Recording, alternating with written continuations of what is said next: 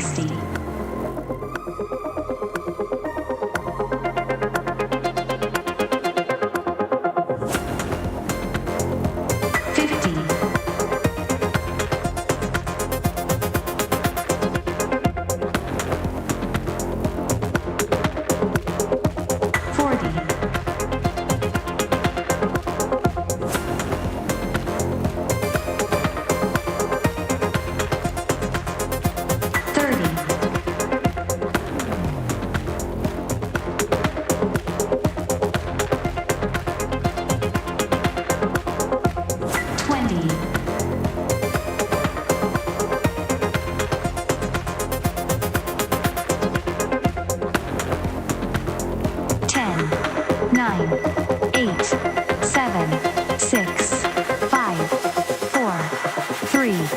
2, 1.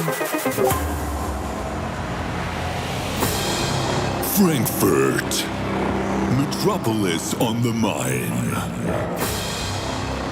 Nestled in the very heart of Germany,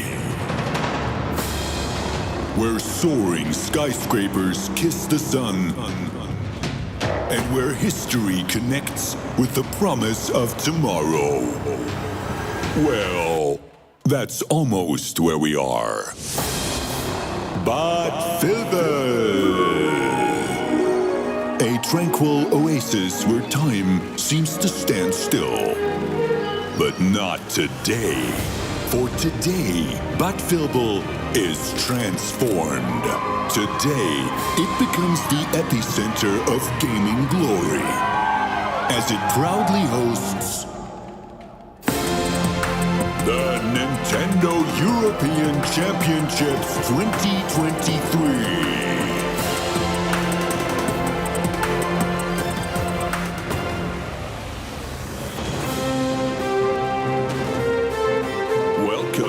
Germany.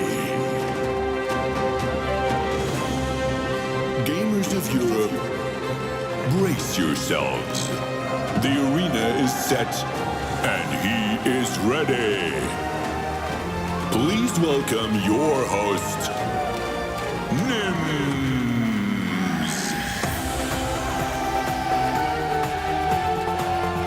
Hello, hello.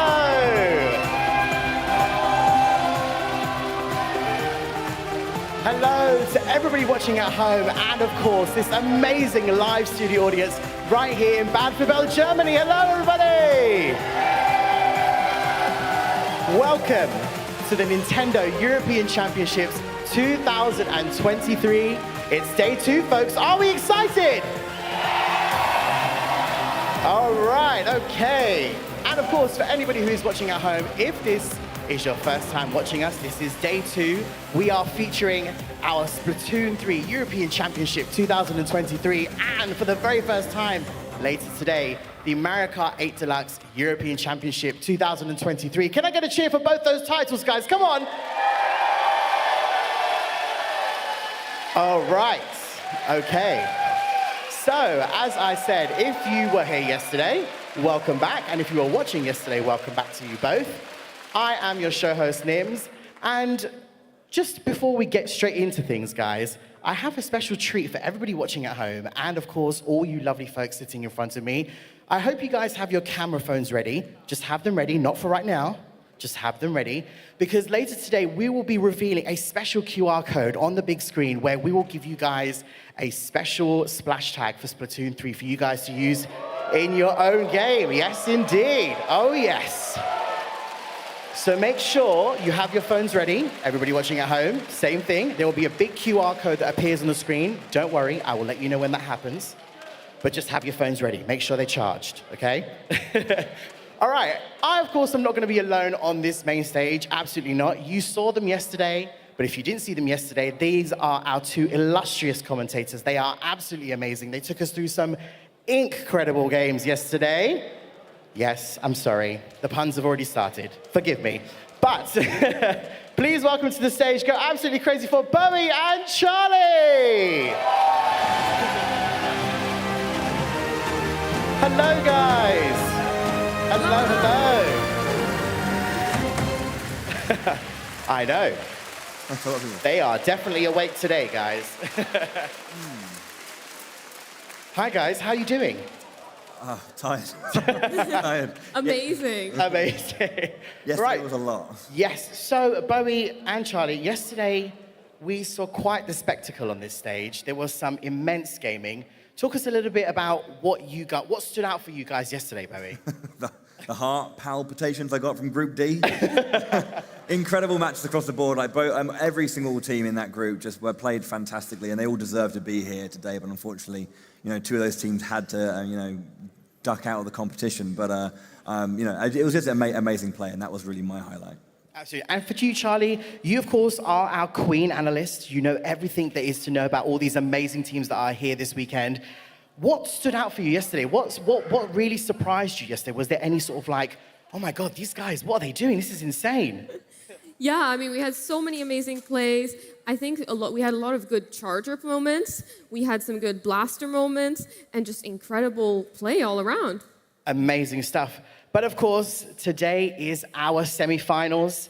And then from our semi-finals, we will go into the grand final, where we will be crowning our team champions for Splatoon 3's European Championship 2023. I think it's safe to say, maybe remind everybody watching at home and the audience what these guys will be winning today. Should we take a look? Of course. All right. Bowie, let's lead the way. Okay, this, for anybody that did not see yesterday, is, of course, our fantastic Nintendo European Championship Splatoon locker. Ooh. Exactly. So, Charlie, you've got the honors. You know what to do. Let's see what our grand team champion are going to win. Can I get it? Ooh.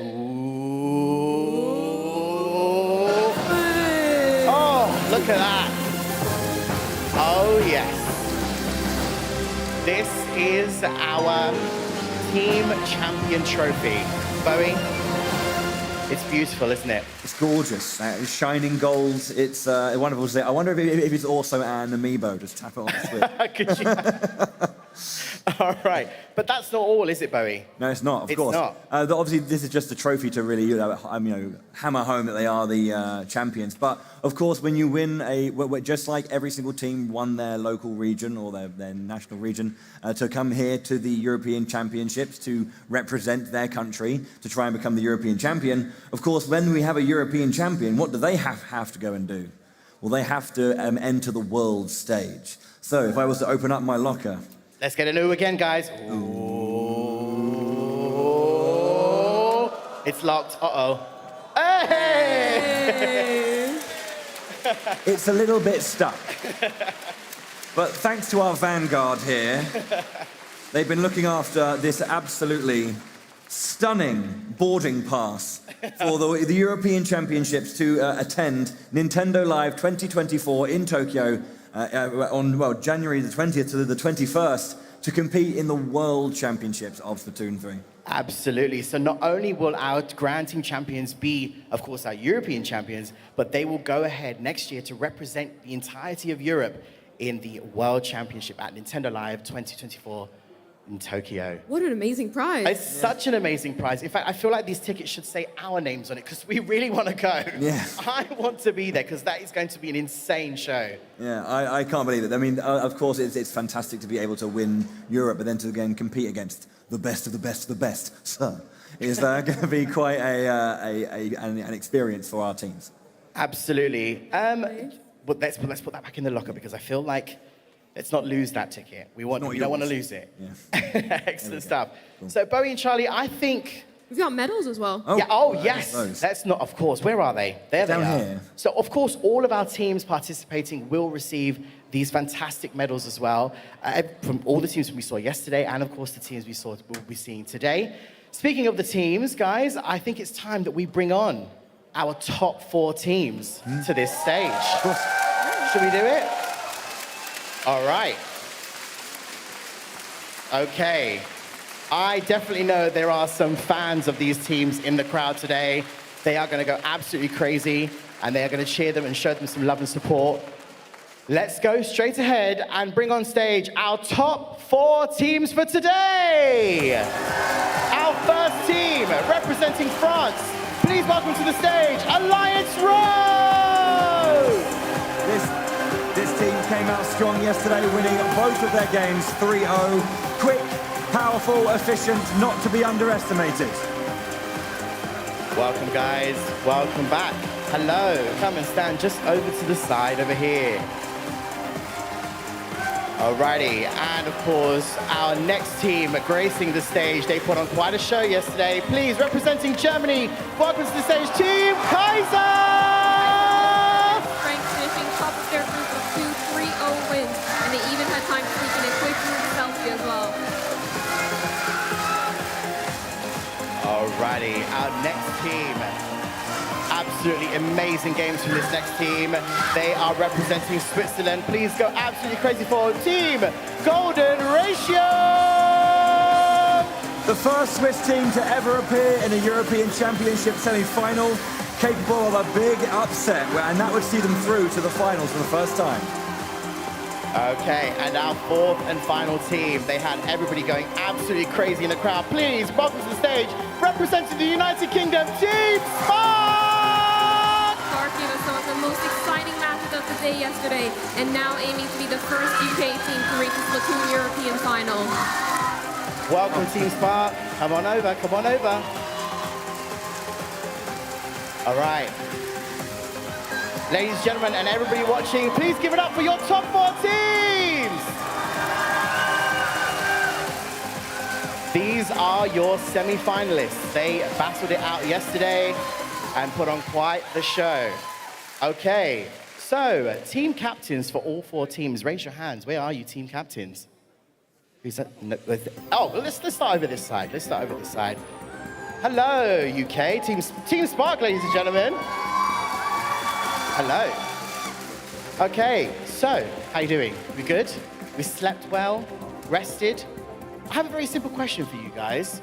How are you going to win today's Grand Championship? Speaking of, we agreed that all the other teams looked a bit tired this morning, so I think it's looking good. Oh, okay. We're starting already with the competitive talk. Who's my team captain over here? Hello. Are we going to retort that? How are you guys going to win today's Grand Championship? We have Maggie, the best support player from Switzerland. Marsh, the best squeezer player from Switzerland. Frizzy, the best brush player from Switzerland. And Phoenix, who needs no introduction, and he said he woke up well. So we're gonna win. They got the best players, they slept well. It's a pretty good mix, guys. Pretty good mix. All right, Kaiser, how we doing? How we doing? Are we ready? What are we gonna do how are you guys going to win this championship? Yeah, I think we're gonna play good like yesterday. It's a valid point. Fair enough. Okay, Alliance Rogue in the house, guys. How are you going to win today's Grand Championship?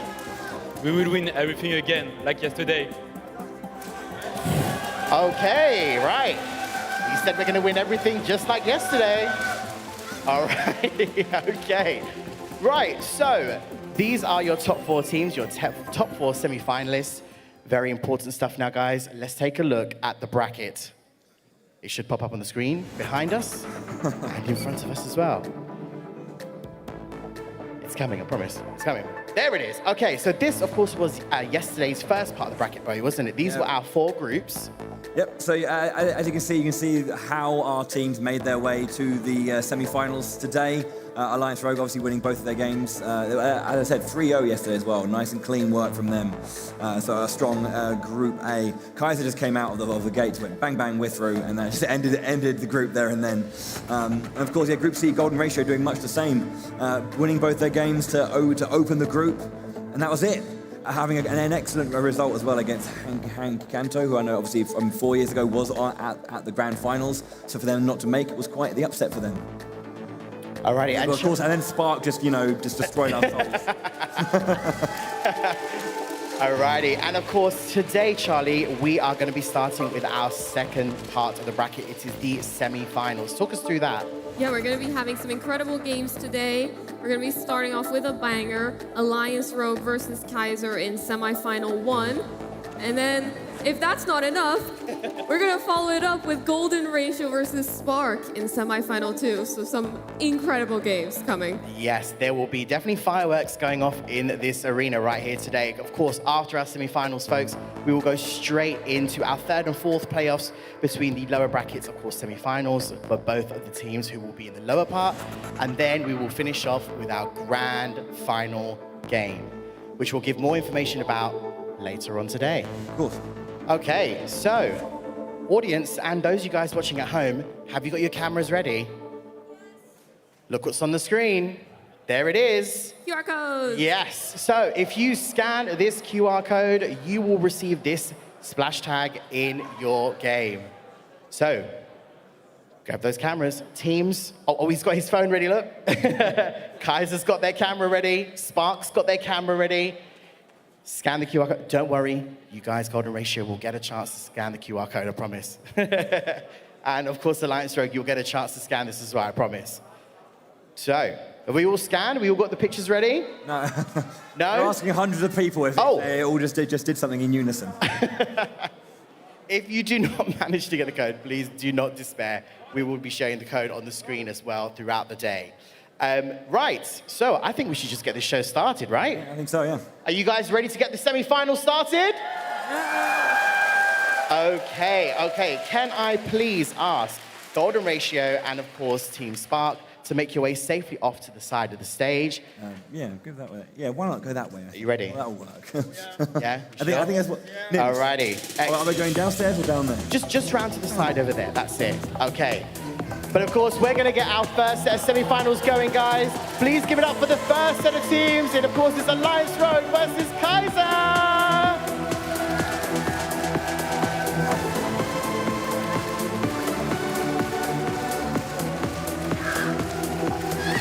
Okay. So as our first two teams get ready, Bowie and Charlie, you know what to do. It's time to take seats in your grand commentary area. Grand commentary area. Yes. I like the name. It's a good name, I think. Stick. Oh, All right. good idea. So, of course, it's a new day. It's a new part of the bracket. Of course, we need to go through all the new modes, the new maps that we're going to see in these first sets of games. Of course, the format will remain the same. Bowie, we're going to be seeing, of course, Turf War, a best of three first again. I've also realised something. I'm just not sure why I haven't done it yet. But like, which one? Green? I think I the think pink. pink. I think pink. Who says green? Not many people. I think it's the Who pink says one. pink? Pink. Go. I think pink.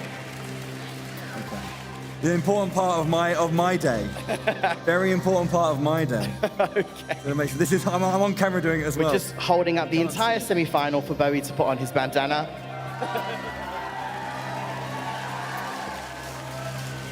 All right. So Now I'm ready. what abilities does this bandana give you? +1 charisma. +1 charisma. -5 dexterity. Right, okay. So let's get into this format. So, Bo, we're going to be first, of course, going into Turf War. What maps and modes are we going to be seeing? Of course, yeah. So we're going to be mixing it up, of course, from yesterday's games. So Turf War will be a best of 3, as we have always seen. But we're going to be going to Museum d'Alfonsino and Eel Tail Alley to begin with. And that could be the end of it. But if, of course, we get that third game, Humpback Pump Track will be our destination. Yeah, and following up after that, we're gonna get some tower control on Shipshape Cargo Co. One of the new maps that came out this season. Definitely a fun one. And then, of course, Splat Zones, Hagglefish Market for our third game. The classic. It's come back. We can't stop it. Game 4 will be Rainmaker on Sturgeon Shipyard, if we get there. And if this is a nail biter and we go all the way to game 5, Clam Blitz in Marco Mart. Alrighty, those are the maps and those are the modes. Will we get to a game 5 or a game 4? We shall see. Will it be 3 games of Turf War? It's a semi-final. Anything can happen. These teams on stage right now and all of our top 4 teams are absolutely amazing players. We're going to see, well, they're going to put on quite a show, and I'm pretty sure you guys are going to get quite the show for our semi-finals. But I think we are almost good to go. Yeah. Audience, are we ready? Everybody watching at home, I hope you guys are ready also.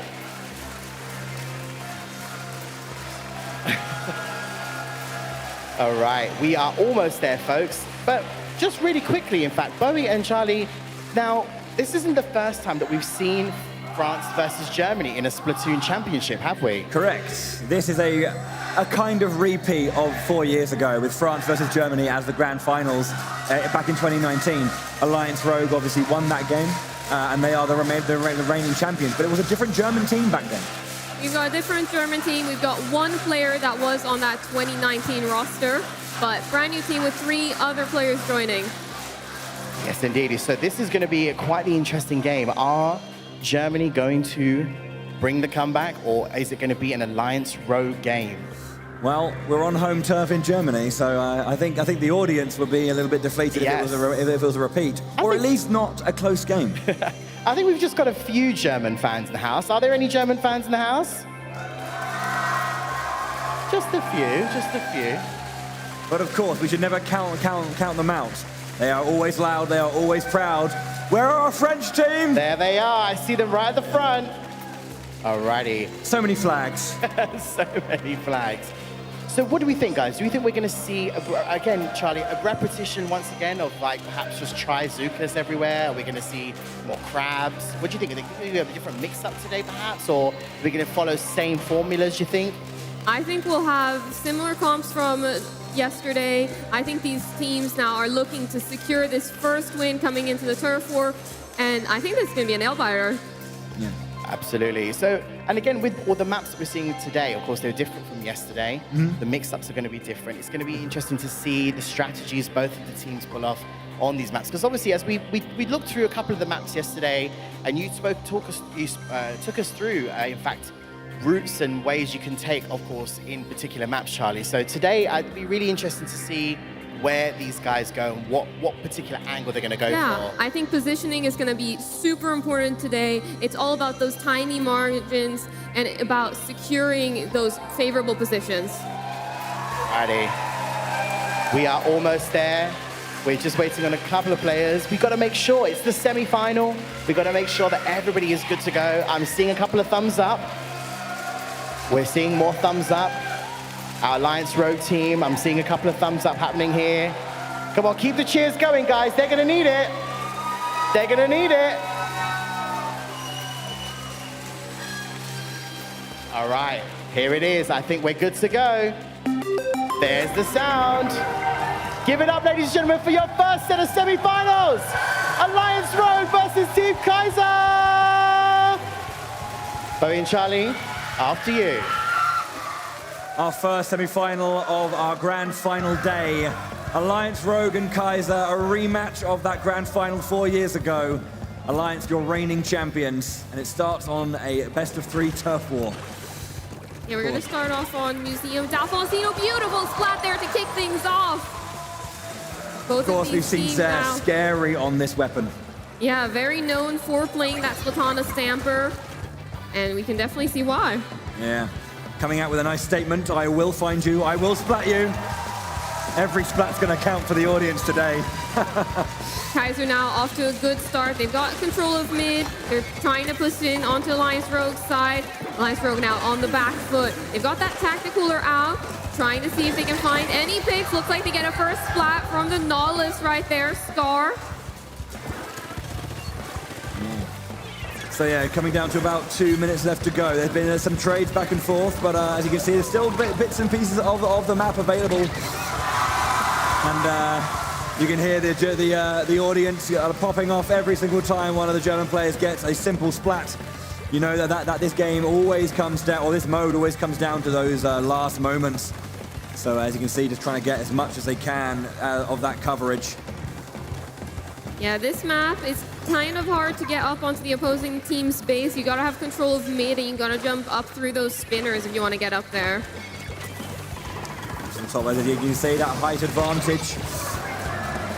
It's really, really nice to see that these teams obviously will be playing deep into that meta, but also making sure that they have their comfort, they have their strengths, they have their personality on lock. Oh, a trade, well, not a trade. Going down there. Alliance Rogue now 3 players in mid, trying to push back up, trying to push Kaiser back into their base. You see the Fizzy Bombs coming out as well, trying to get a bit of turf and potentially a pick as well. The audience really excited to see their teams play, as we have Zaire on that Katana Stamper, looking for a target, looking for a victim. They're trying to cover as much as they can in the meantime. Low Ink having to recharge a little bit. Can see their opponents tracing around in the background. Spacing back a little bit. 30 seconds left on the clock.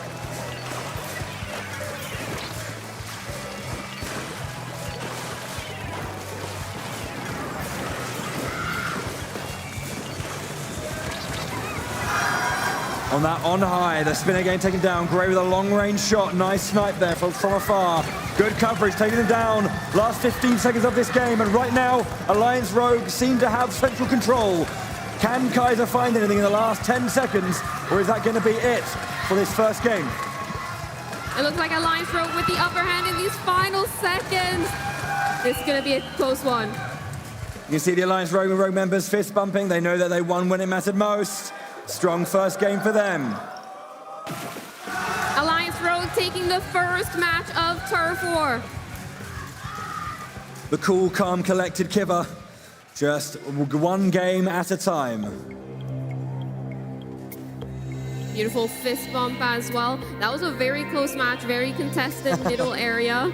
Water bottles coming into the players, feeling super tense. We've got to do our scores, of course. 1 second. Not 0, but in fact...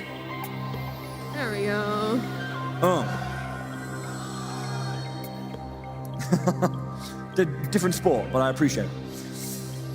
Oh, the shaking. You can see, even though, you know, winning, there's always going to be tension here. There's going to be a little bit of those nerves on this stage. Playing against some of the best players in Europe, they know they have to bring their best. Kaiser focusing, though. They haven't lost that first point in the best of 5 just yet. But of course, losing that first game of Turf War, they have to make sure they win a couple more. But the volatile nature means that it's not just a guaranteed thing.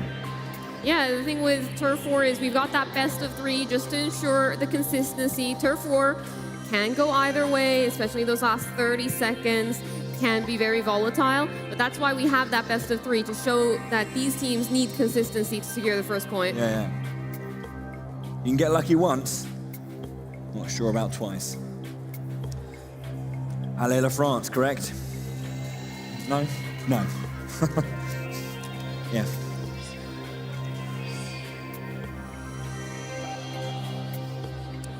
Just readying up right now, making sure everyone's okay. Just communicating, checking loadouts, it seems like. But as soon as they're readied up, obviously you'll hear that sound and you'll know the game is about to begin. But yeah. Yeah, I think this match was very close. We saw Kaiser with an early lead in the Turf War. But those final seconds, Alliance Rogue really were able to push the line and push Kaiser back. Yeah. I think they just had to focus and find their way into it, kind of feel out feel out the approach that Kaiser were taking. Alliance Rogue noticing some game plans and responding, adapting to the situation and playing, you know, a nice counter game.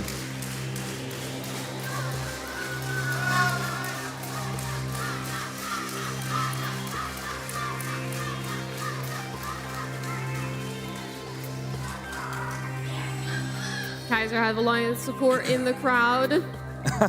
Who'd have thought? No. On that home turf. Yeah, it is a thing. Home turf advantage is a thing. Sometimes, you know, if you're going up against the home team, you can sometimes get shouted down by the audience sometimes. It's hard. Yeah, last time Alliance Rogue, last time it was in Paris in the Splatoon 2 European Championships. They had that home turf advantage, but now it's Team Kaiser with the home turf. We're into game 2 of this turf war. Can Kaiser hold on and push it to game 3? Or Alliance Rogue taking that first point in this best of 5 and opening up a strong advantage for the opening semi-final? Hopping into this match right here, we've got Volty on that tri-slosher. We saw it yesterday as well, get used to great effect. We got both of those reflux as well in the back just to try and ink up lots of turf. Both of these teams now choosing to do an approach with 3 players in the front, 1 player in the back. That player in the back usually responsible for all of those 10-time missiles to grab extra pressure. We got Zera's now. Special charge. does have that Tacticooler as well. We might see Zeros with that Zipcaster very soon. Looks like they pick up one splat to start things off. Yeah, Scar going down on the right-hand side. There's a couple of traded back, though, against Kaiser, who now jump back to safety. Central section owned by Alliance Rogue right now. That said, Scar goes down again. Beautiful spot right there, and that jump to safely was really crucial. That's one of the things that, when I'm playing, I wouldn't have thought to do that. You see a bit of a scramble up top here now with the Crab Tank, trying to get some pressure, taking down one player, trying to get some more pressure and ink out. We've got that Tacticooler coming as well. As you saw there, the Tacticooler was down at the bottom, but standing on those top bricks, that they still could reach the Tacticooler and grab it. Couldn't quite get away, but there was a trade there. Zare goes down. You see Scar now in the center, Inkjet out, looking for those backline KOs if they can, long range, pushing back their opponent. They can see them jumping around. Can they get the pressure they need? No, having to re-land, and they're safe. Ballpoint Splatling here, trying to get some pressure out onto the opposing side. Seems like Alliance Rogue are trying to secure this mid-control. Kaiser now a little bit on the back foot, trying to push in, seeing if they can pick up any splats. The Fizzy Bombs coming out, the Burst Bombs as well, trying to weaken some opponents. Yeah, basically a minute left to go. You can see Alliance Rogue have held on to this mid-top section for quite a while. Kaiser looking to maybe find a way in. It's very, very even right here. Nice and clean 50-50, basically. We'll see how it goes. So Zare looking to push forward with that Stamper. Kaiser now trying to push in. Seems like they have an opportunity right here. A couple splats go their way. Needing to now cover as much ground in the backline as they can, not give up too much space as well. 35 seconds. Special's going to be getting ready on both sides. You see now the Stamper Special is ready with that Zipcaster. Will Zare be looking to make some power play? Or is he going to try and keep this nice and clean, keep it calm, and just do what he needs to do from that midline? 20 seconds to go. Special's starting to build up as well on Alliance Rogue. Those Tenta missiles adding a lot of pressure. Alliance Rogue now trying to push back. We got the Zipcaster coming out. Guys are able to ink some of that backside of Alliance Rogue's base. Getting into the back line to cover as much as they can. Is that going to be enough, though, from Zare? Last second. Was that Zipcaster enough?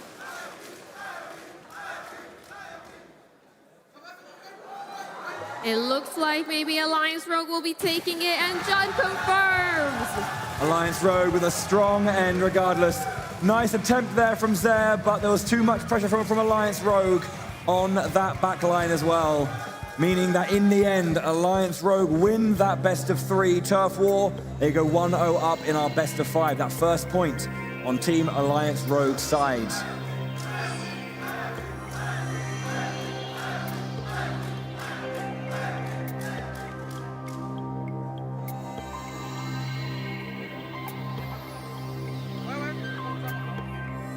Okay, now we enter Anarchy. Yeah, hopping into these Anarchy modes now. We'll have to see how Kaiser are able to adapt. Are they going to be bringing out the same weapon comps? Are we going to see some switch-ups coming into these Anarchy modes? Okay. The focus and the concentration. Kaiser have lost the first few games that they've lost this tournament, so they need to now find a way back in. Where do they bring their quality to life? How can they shut down Alliance Rogue, who are as of yet uncontested? Yeah, this next map is going to be Tower Control on Shipshape Cargo Co. This is one of those new maps that came in the most recent season.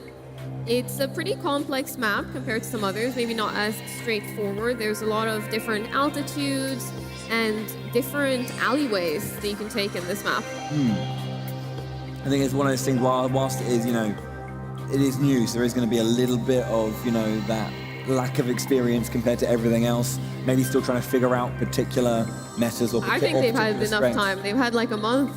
You never know. Of course, but there's always going to be a little bit less. There might be something that's always not yet discovered or not yet attempted. And we'll have to see. We'll have to see. Hopping into our next match right here. Tower Control on Shipshape Cargo Co.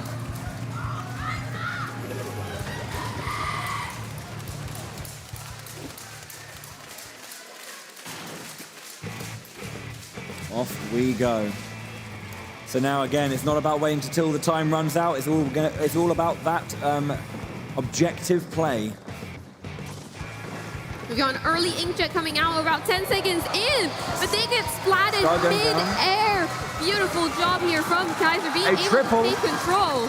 Looking for a fourth. Can they get it? That's a virtual right. This is some early control here for Kaiser as they push that tower towards that first checkpoint.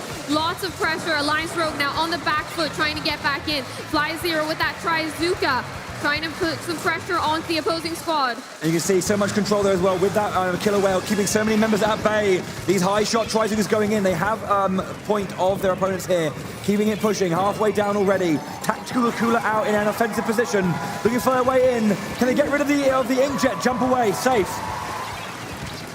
Another one down. Volty falls. But a trade there in the end. And the pressure is relieved just for a moment. The tower back in control of Kaiser yet again. Alliance Rogue on the back foot. Alliance Rogue now trying to secure some control. They're being pushed back very far now by Kaiser. The Trizuka coming out. They're picking up that splat. Another couple of splats here. Doesn't get the trade though. That was if Kipper had gone down, that would have been huge. But 18, they're still pushing it. Kaiser, they're so close to ending it. As Zero pushes forward, nice shot from Scar. Excellent catch on the back line. Single digits, but Alliance Rogue end the push. That was a beautiful push right there. All the way to 9 points remaining, pushing through both of those checkpoints. Gonna be a very tough start here for Alliance Rogue. If they want to pick this up, they've got to go very far with that tower. Lots of pressure coming out here, though. This might be a chance for them to start their first push towards that first checkpoint. But Kaiser not having any of it, activating some of their specials, trying to make sure Alliance Rogue is on the back foot.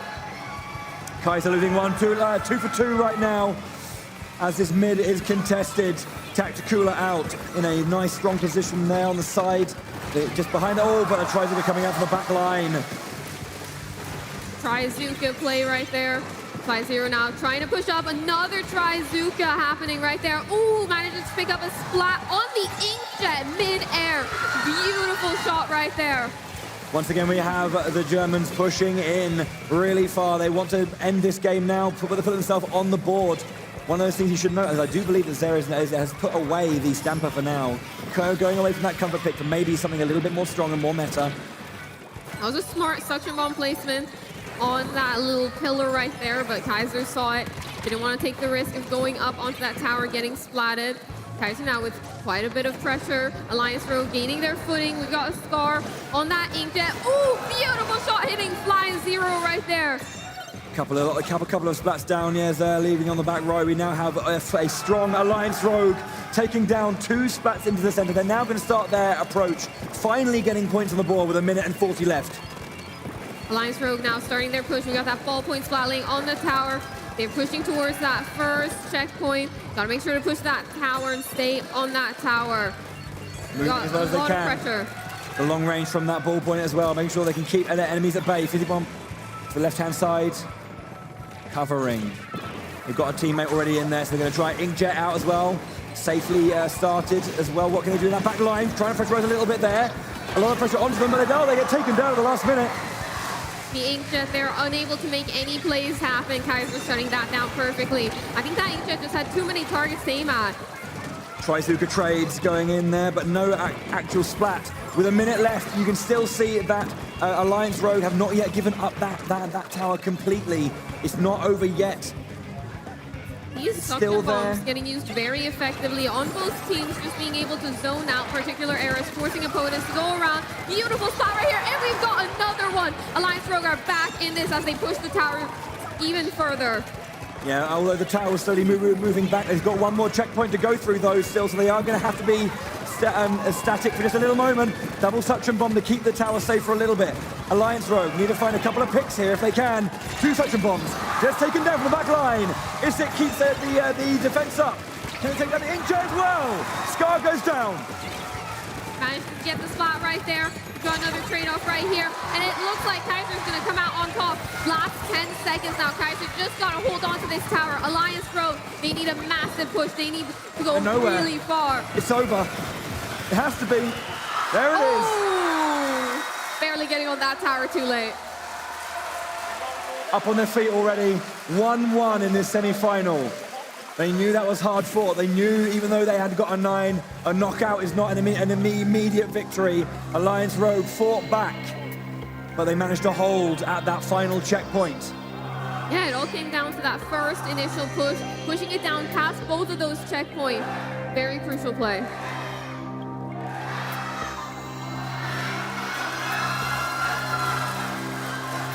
The audience popping off for their team. The team feeding off that energy. They're gonna want that. Lots of energy in the crowd now going into the third match right here. Kaiser now able to bring it to a 1-1. How are Alliance Rogue gonna switch up their strategies going into this next match? Indeed, yeah, they have a little, but they have had some questions asked of them. Before we jump into that next game, though, let's have a look at some of those nice moments from that previous game. Look, I think it's Kaiser's excellent control of that tower towards that opening push. If I heard that correctly, so let's run the replay and really see just how much control they have from this tower. They literally just got it from the first, that couple of spats immediately, and they just did not stop. 2 spats down, 3, and a virtual wipe, and away it went. Beautiful job right there. That initial opening play, securing that first massive push for them. And of course, it was like it was so long until Alliance Rogue started it. When they started it, it was so scary. But yeah, great positioning and movement for the most part, and just finding their way through. And, it was just they spent a lot of time in Alliance Rogue's side. That when Alliance Rogue had to fight back, they didn't have too much time to do it. There we go.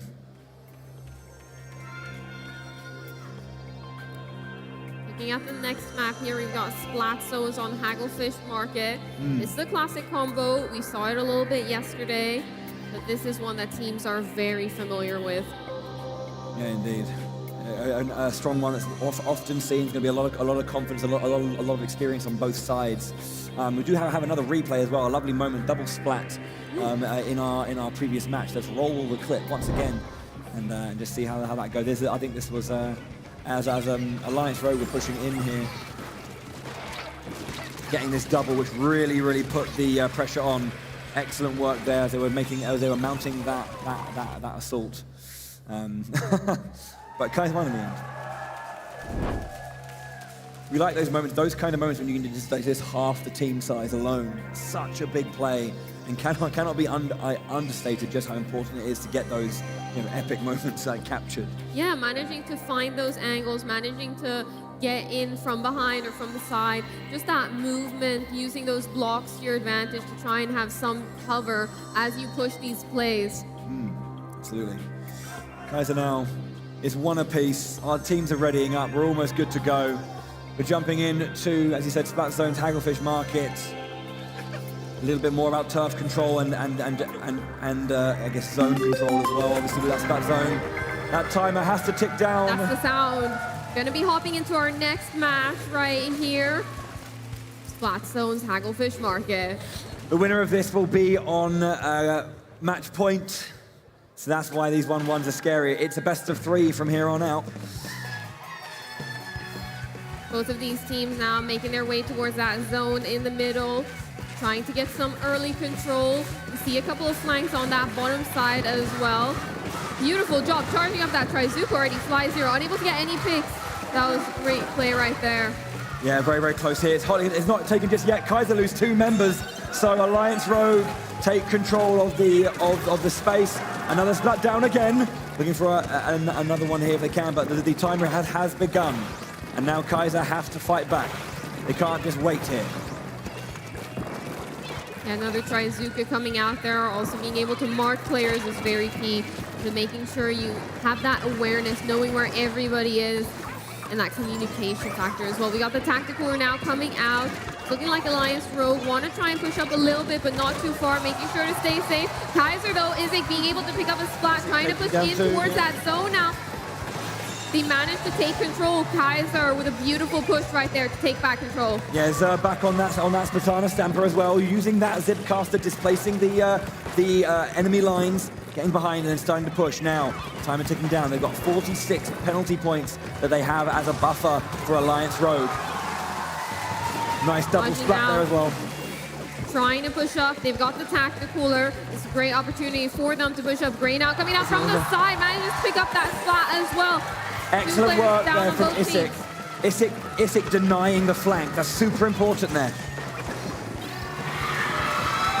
Kaiser managing to take the lead right there. Alliance Rogue now on the back foot. We've got 3 players trying to jump it back into the zone. Barely avoiding those Trizuka shots right there. Kaiser staying in control. We've got the sucker bombs coming out, trying to get a little bit of zone pressure. They're back in control. Yet again, Alliance Rogue keeps contesting this zone. And there comes out the beautiful Zipcaster play into the splat. 3 seconds left. Kaiser remaining in control of that zone. Kaiser holding that zone for the longest time.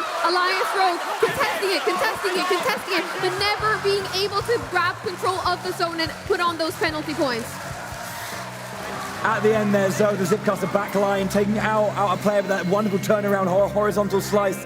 You can see what it means to the German team. 4 years ago, it was not forgotten what happened. And you can see just how much it means to be in this position. Match point for Kaiser to upset the current reigning European champions. Excellent play. Alliance Rogue had such a strong start. Like 60% of the work was done. And then Kaiser just took control and never let go. Yeah, being able to take control and stay in control of that zone got contested. Kaiser back in control, contested, back in control. Being able to not let it go over into the Alliance Rogue side, being able to avoid those penalty points. Yeah, absolutely. Let's just have a look at the ending of that game again, just to see that control being held and that last play as well from Zer getting behind. As you were saying, they were just fighting it, but they kept getting it back, Yeah, Alliance Rogue here trying to push in, trying to get those suction bombs in. But we see here, Zera's doing a great job with that Zipcaster to go behind and also just lob lots of shots over. Yeah, it was so close. Alliance Rogue was so close at least stopping the timer on that one. That's all they needed. But yeah, you can see it means so much to this team. One more. But Alliance Rogue aren't done yet. They are the European champions. They are that. They have that title for a reason. They are not going to go quietly into the night, even though it's still the morning. Beautiful play right there now. Alliance Rogue on the back foot. They've lost both Anarchy modes. They won the turf 2-0 decisively, but they've lost now twice in Anarchy. Are they going to be able to bring this back going into Rainmaker next?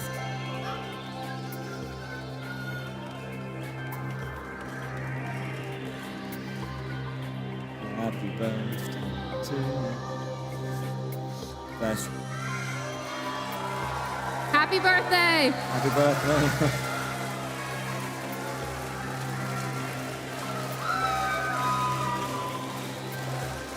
Bless. What a wonderful way to spend your birthday, eh? Coming to the European Championships and having a good old time. Okay. Alliance Rogue, backs against the wall. They've shown their quality throughout this tournament, and they need to just do a little bit more to hold the line. Seems like one of our players just had a quick moment. So I think whilst we're just getting ready, why don't we head over to our trusty tablet and let's have a look at this next match and this next mode, and let's have a look at the win conditions for our teams. Yeah, our next mode here is going to be Rainmaker on Sturgeon Shipyard. Okay. I think it's going to be important to make sure we grab these different alleys. We've got 2 paths, one zone here that we can push up towards. Making sure to shut down those alleys. To get up to that top checkpoint, you've got to jump from this block onto here. That's usually the path players will choose. This spinner will then spin down so that you have a clean path all the way to the end. If you do get splatted there, however, there's a chance that spinner goes up again and you'll have to go around the other direction if you want that path to victory. You can also take a little block jump over here to skip out going around all the way to that final podium. Excellent, yeah. So two very, very simple lines, but of course it's not going to be quite as simple as just, yeah, obviously you want it to be as simple, just run straight down that line. Timing will matter for that higher ground. The lower angle, you have to be a little bit more finicky, a bit more about control. Those power plays again to to get a team wipe and just push straight through. So it's going to be quite an intense one for Game 4. Rainmaker's very aggressive, very, very fast-paced, and so far we've seen Kaiser be very strong in those moments, taking good splats and moving forward. Alliance Rogue are all about that control and that slow pace and that just consistent march through.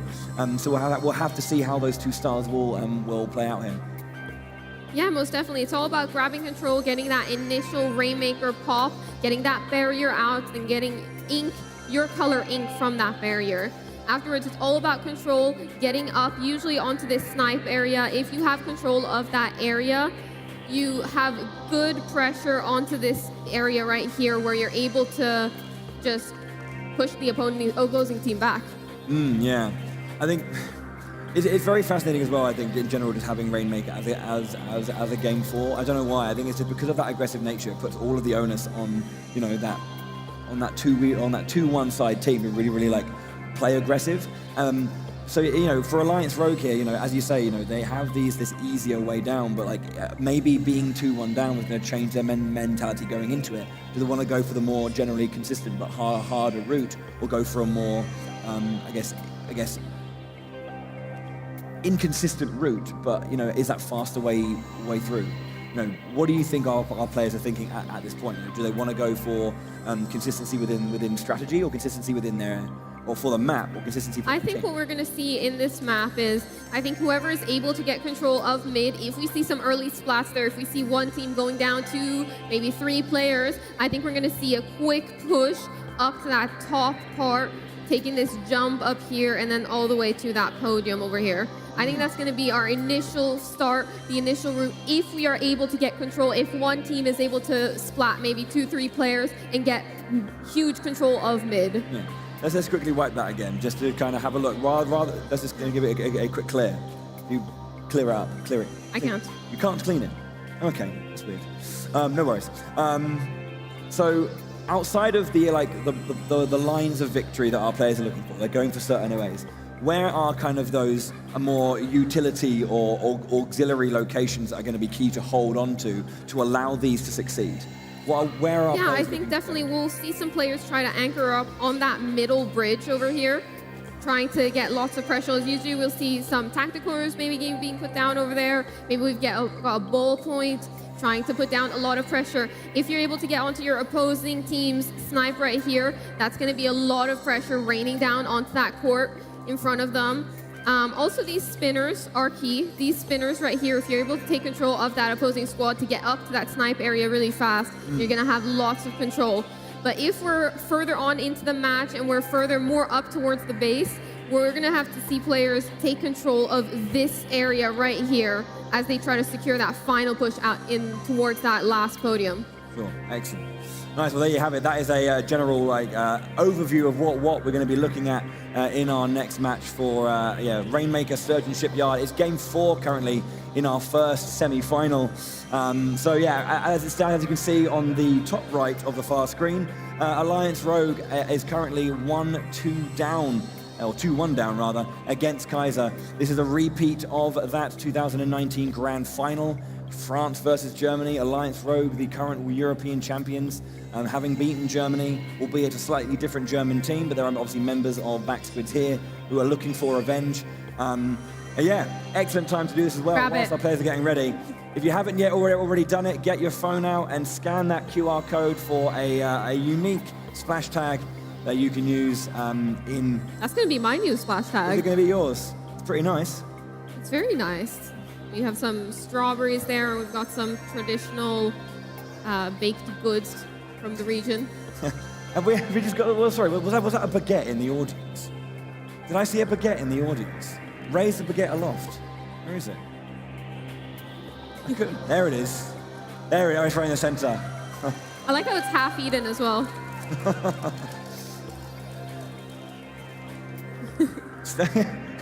Never shy away from your stereotypes, friends. Bless. No, it's good. It's excellent to see so many people showing up, enjoying the games. Enjoying the atmosphere? Are we having a good time? Good. Good. Whilst we're waiting, I want to welcome him back onto stage to give you a little bit of cheeky entertainment. It's my friend Nims. Hello, you aren't turned on. You're not turned on. I'm not on. But we can basically welcome you back in. Hi. Can you hear me? Yeah. Oh, there I am. Okay. Hi, guys. So, as we know, of course, things happen. We have technical issues. It is, of course, a live show. But please give it up for our fantastic tech team who are doing their best they can to make this show happen for you. They are the guys that make these shows. They bring the magic to this stage. So please do give it up to our fantastic tech team. We are going to be back with you very, very shortly. And if you are watching at home, do not despair. Make sure you guys have taken a picture of the QR code. Who scanned the QR code? Everybody here? Nice. Do we like the new splash tag? Have we added it into our game yet? No. Yeah? Yes. Nice. One person's done it. Brilliant. Okay, what about you guys? Have you scanned it? I haven't scanned. I know I haven't Charlie scanned said- it yet. You haven't done it? I thought you've done it. We're currently live in a show. We're not allowed to have our phones. I know you've got your I'll pretend scan it. I've just got a book. I know you've got some stuff back there. Alliance Rogue, how are we doing? I'm being completely ignored. Okay. I think they're Right. trying to focus right now. Guys, how are we doing? How are you doing? We good? What did you say? I said, how are you? I'm doing great, bro. How? Yeah. That was an insane last match, right? Give it up for Kaiser one more time.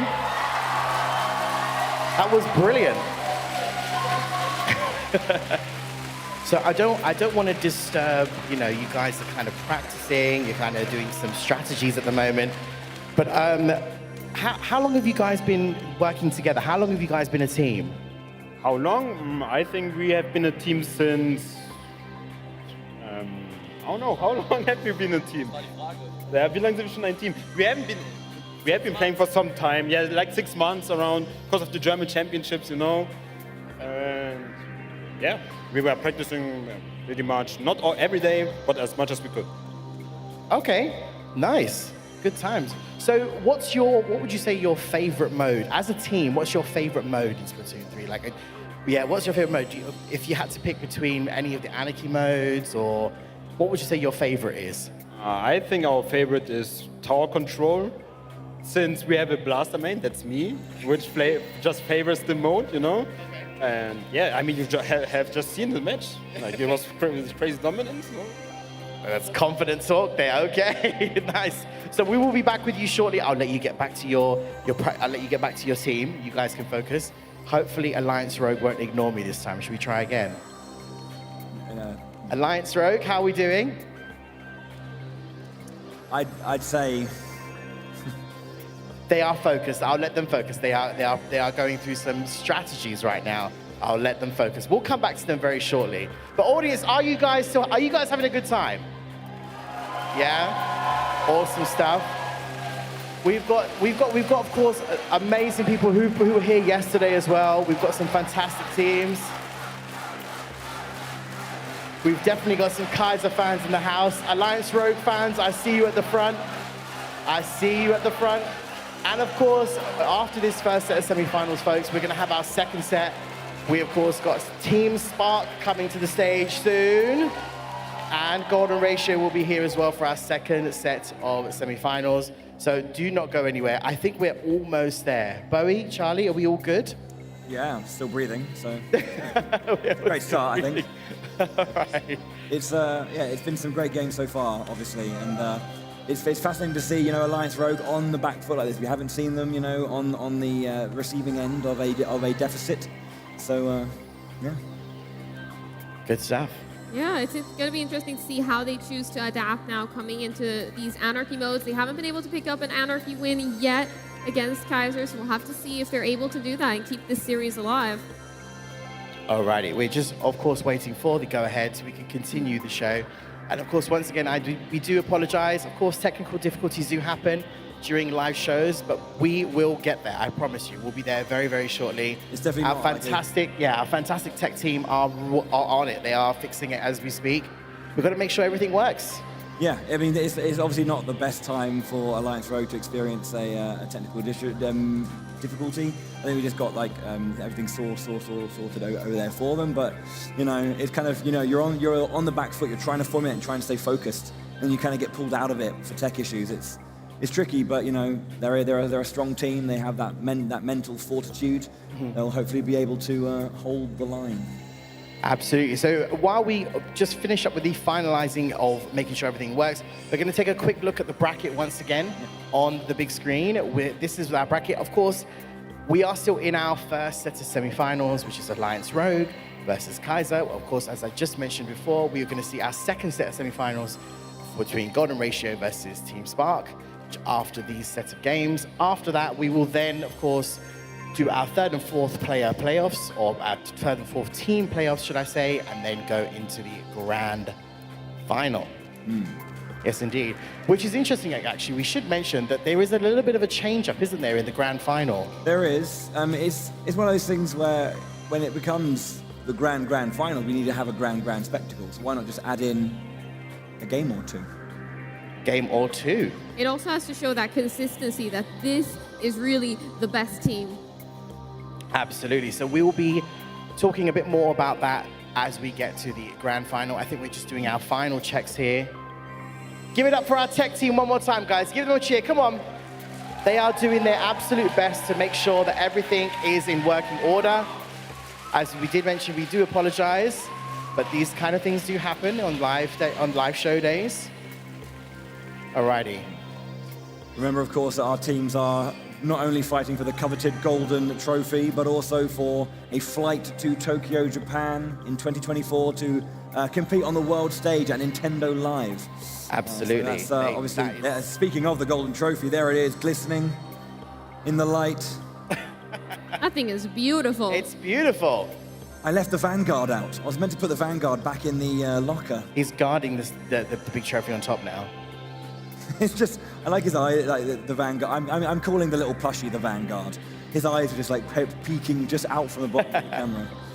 And of course, yes, I should remind everybody watching at home, and of course you guys sitting in front of us, that after our Splatoon 3 European Championship 2023, the show is not done. We then move swiftly on for the very first time ever, a Mario Kart 8 Deluxe European Championship 2023 very as well. exciting, yeah. We will be gracing some amazing Mario Kart players on the stage after our Splatoon 3 European Championship 2023. Indeed, whilst we are also waiting, I would like to quickly run a replay from that tower control game, just to have a look at how Kaiser got to this position. Let's do it. 2-1 up. So this is how Alliance Rogue held that line during the push that Kaiser made to get that winning score of 9, or 91. But you can see here it was such a strong push. They just kept on like holding on, just taking that little bit there, that extra bit from Fly Zero, just managing to squid jump onto the tower and hold it. Go ahead. Alliance Rogue, they had some beautiful try to pressuring back their Kaiser with those suction bombs, the Trizuka coming out, some beautiful attempts there, but Kaiser doing a good job at maneuvering around that and managing to step on the tower, step off the tower, to dodge all of those and push them as far as they could. It was a really strong first Anarchy game as well, and obviously very different from those Turf War matches we saw. They're not over by the clock. It looks like our teams are almost getting ready though. We have our last few locking in, and when we hear that sound effect, we're going to be jumping in. So after a bit of a break, Alliance Rogue probably are just their nerves just holding the line. That's our last player. Bowie, Charlie, there's the sound. Thank you so much for being patient for us, guys. Please give it up one more time for your teams. Alliance Rogue versus Team Kaiser. Bowie and Charlie, take it away. The long-awaited Rainmaker on Sturgeon Shipyard. Here we are, Game 4. Kaiser now on the match point, trying to take this win. We see that Alliance Rogue squad all approaching from the same direction, but it looks like they are getting taken down. Kaiser with a huge start to this match gets taken out by that suction bomb. But as I mentioned, we see this top section of the map get used. We have that spinner rotating down now. allowing Kaiser to go for that additional push to get to that final podium right there. And you can see the spinners coming down, so there is that line straight across.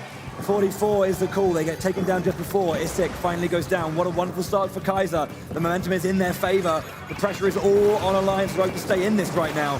They cannot let that pressure get to them, overstep their mark, or start making those unforced errors. Oh, the Rainmaker behind Alliance Rogue being able to sneak in a couple of extra points. That spinner now rotating up, closing the door for Kaiser to take this top section of the map. If they want to push it all the way to the podium now, they're gonna have to go around. So on the hand side, taking down one member of Alliance Rogue down to Zer. Kaiser now hiding on that wall. They got the Tacticooler out. They're going to be trying to pop this Rainmaker barrier. There it is. Jumping up to that spinner, going up to that snipe area, trying to get a little bit of pressure onto that opposing squad. We got the Carbon Roller. Volty getting taken down. Volty down indeed. And you see 3 members down on the side of Alliance Rogue again.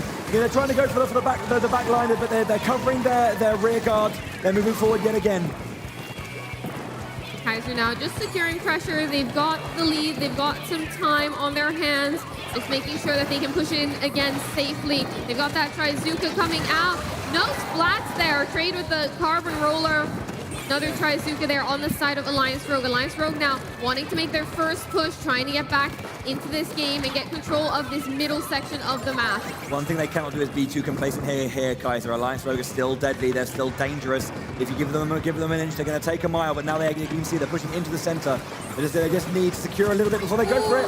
Fly Zero down. Is this the start that Alliance Rogue need? Taken down. Great defensive play there from Maj, and it looked like that Carbon Roller was going to be able to take down potentially 2, maybe even 3 players. Alliance Rogue now starting their push, going towards this first initial checkpoint. They don't have enough control to take that top path, but they might be able to break through the checkpoint. Great, managing to stay alive with that Rainmaker, using that wall to their advantage, avoiding all of those inkjet shots, but one of them finally connects. Really great using the inkjet to go over and just lock Gray into the corner with that Rainmaker. Couldn't get out because of all of that ink. Ooh, beautiful dodge there from the Trizuka, using that environment to their advantage. Majid, a very experienced player. Trizuka out now over Alliance Rogue. Loads of pressure on the back line. You can see the Rainmaker, it almost might reset. They just need to try and grab it to keep maintaining the pressure. There it goes. Back to the mid.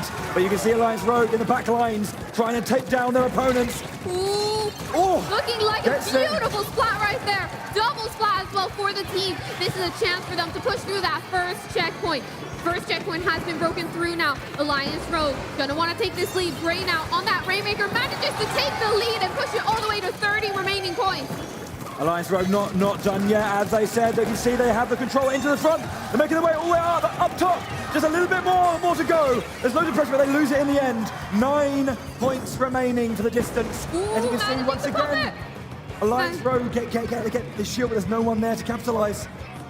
Managing to pop that Rainmaker barrier, get that spot as well. Isaac now choosing to reset this. The Rainmaker being in such a dangerous position. 9 points remaining, just like we saw in the previous match as well, when Kaiser had a 9-point remaining lead as well. This is going to be a tough one to fight back now for Kaiser. Yeah, they are far back into their own map. They need to push forward, find this mid control if they can. You can see they are just ducking and diving or along the back line. Volty in there, taking one down. Volty goes down eventually, though.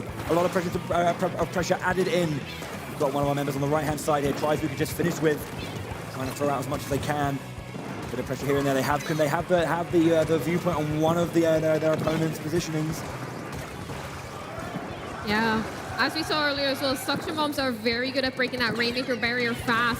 Mounting yet another push. It's now Alliance Rogue. Gray's got that Rainmaker, carrying it across to this wall, trying to stay as safe as possible. They've got that Tacticooler buff as well, trying to push it up even further. If they hold control, they have done enough.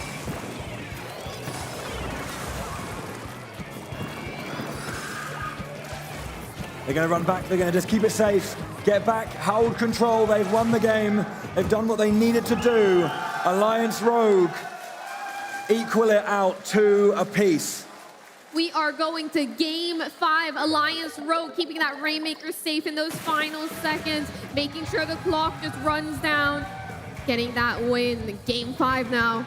Yeah, a wonderful opening from Kaiser. A lot of confidence, a lot of control. But as soon as Alliance Rogue dug their heels in, it was just consistent pressure all the time. That's what I'm talking about. Rather than these fast moments, it's just like, I wouldn't say slow, but this consistent trudge and this push forward. It won't be stopped, and it's so hard to fight back against that.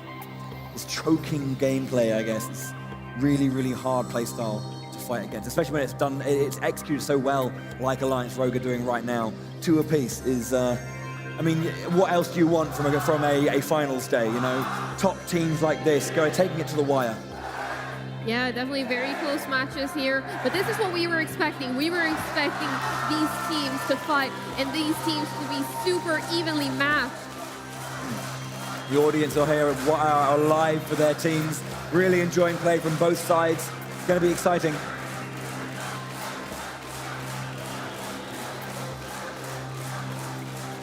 Let's have a look at that strong start from Kaiser again as well. Such a good push up to that left-hand side.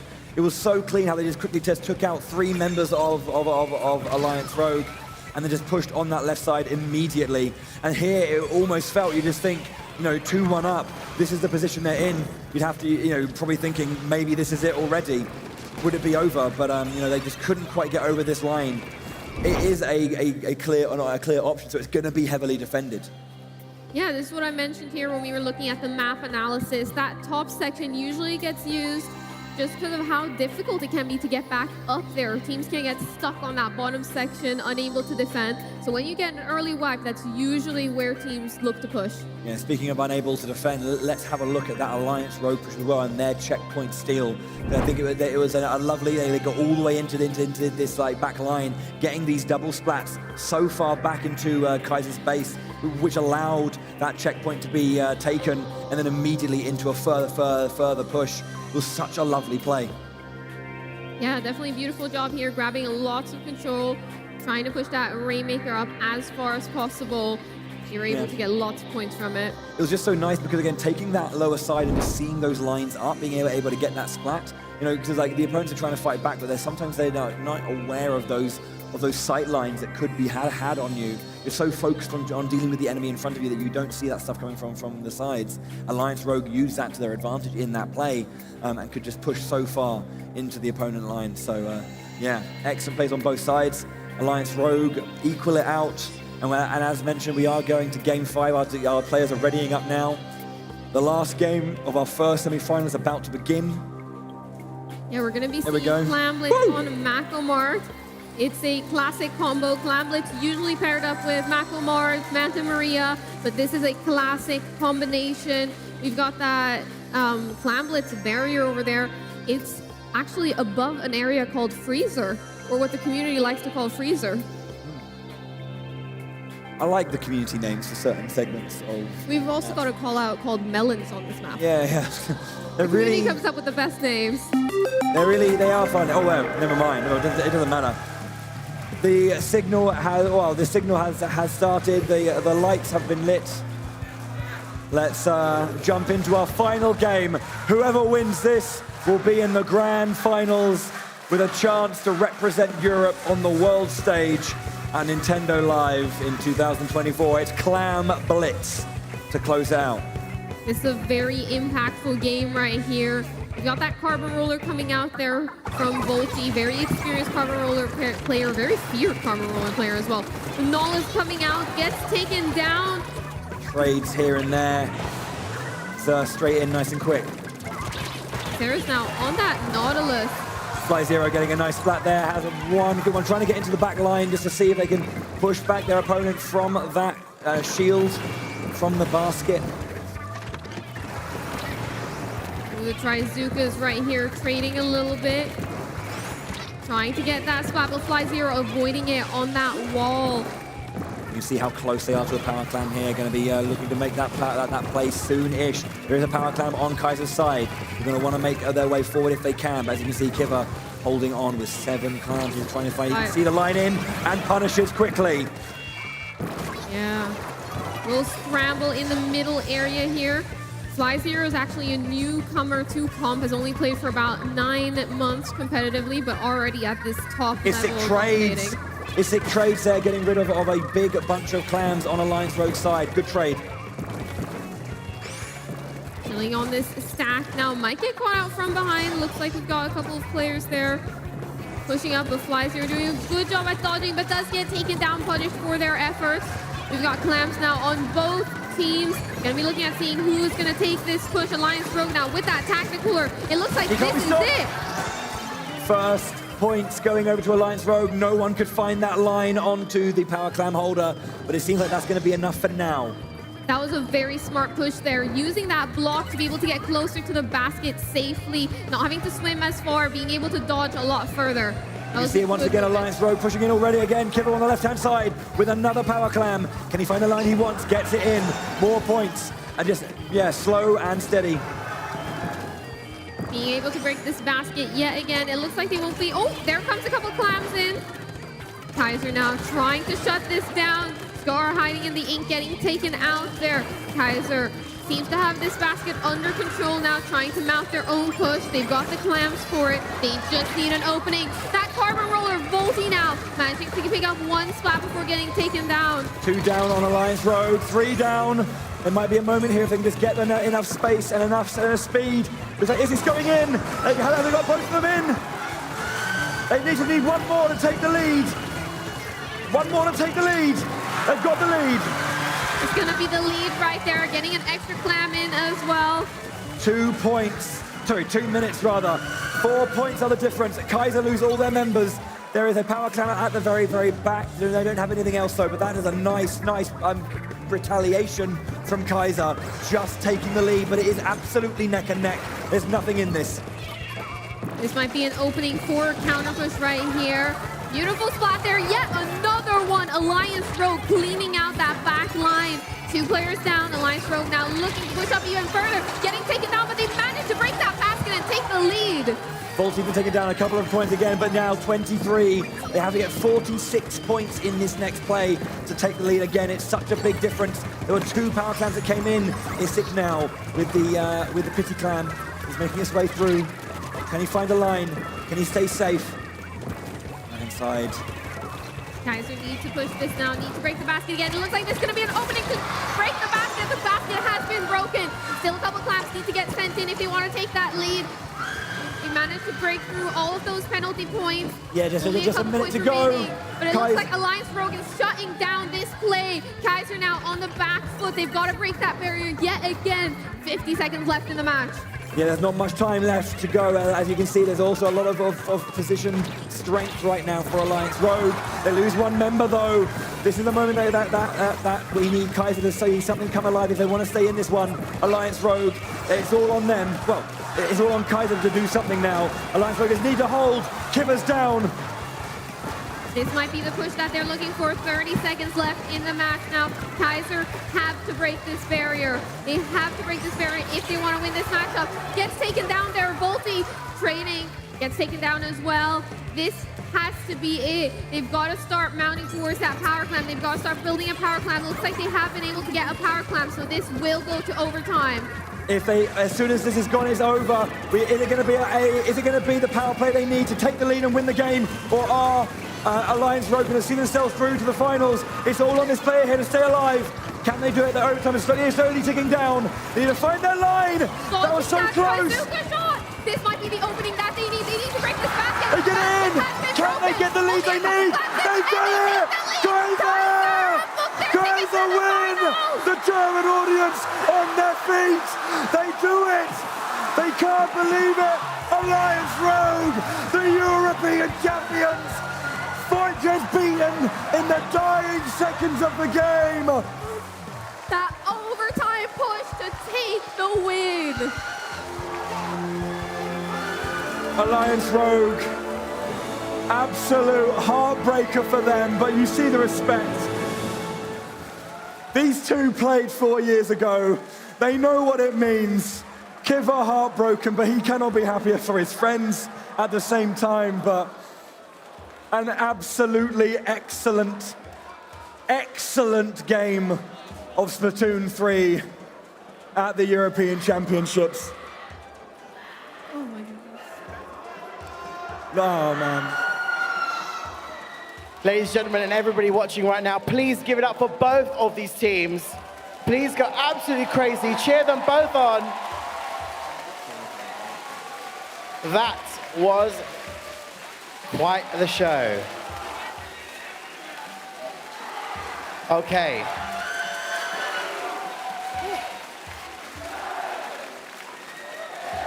Okay. Team Kaiser and Team Alliance Rogue, can I get you guys to make your way to the side of the stage? Thank you so much.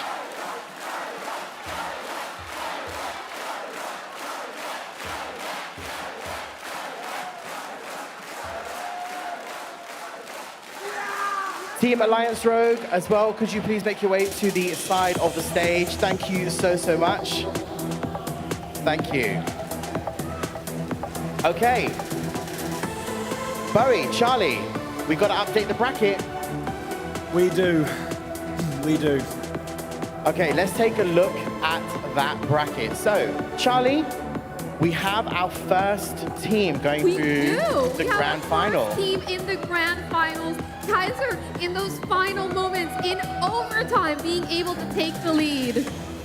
Yes, indeedy. So our first team going through to the grand final, of course, is Team Kaiser. But of course, Alliance Rogue are not done just yet. They will be back on stage as well, Bowie, to play in the third and fourth player playoffs, aren't they? Yeah. That was, excuse me, that was a match. That was, I mean, it's the whole point of competition, right? You get that absolute high and that absolute low. One team going off in glory and the other team just kind of so close to it. But of course, you know, Kaiser, they're through. You know, they have one more match to play to see if they can make it. We have to see who they're going to be playing.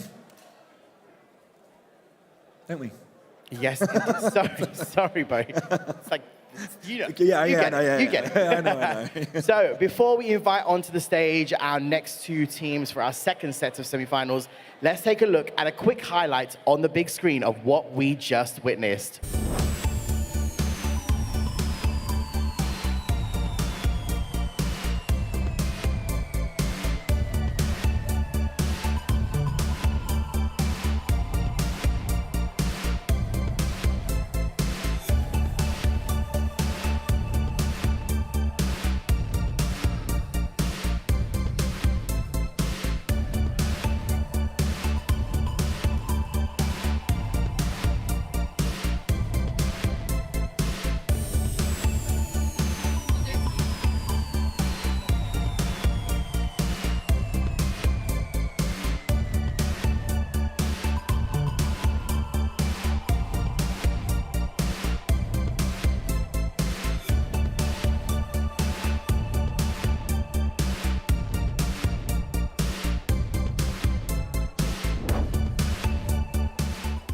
Alrighty, you just saw an absolutely amazing set of games on this stage. But folks, we're not done yet. There's still more to come to this stage. Are you guys ready for our next set of semi-finalists? All right, so let's bring on our next set of teams. Representing, of course, Switzerland, please go absolutely crazy for Golden Ratio!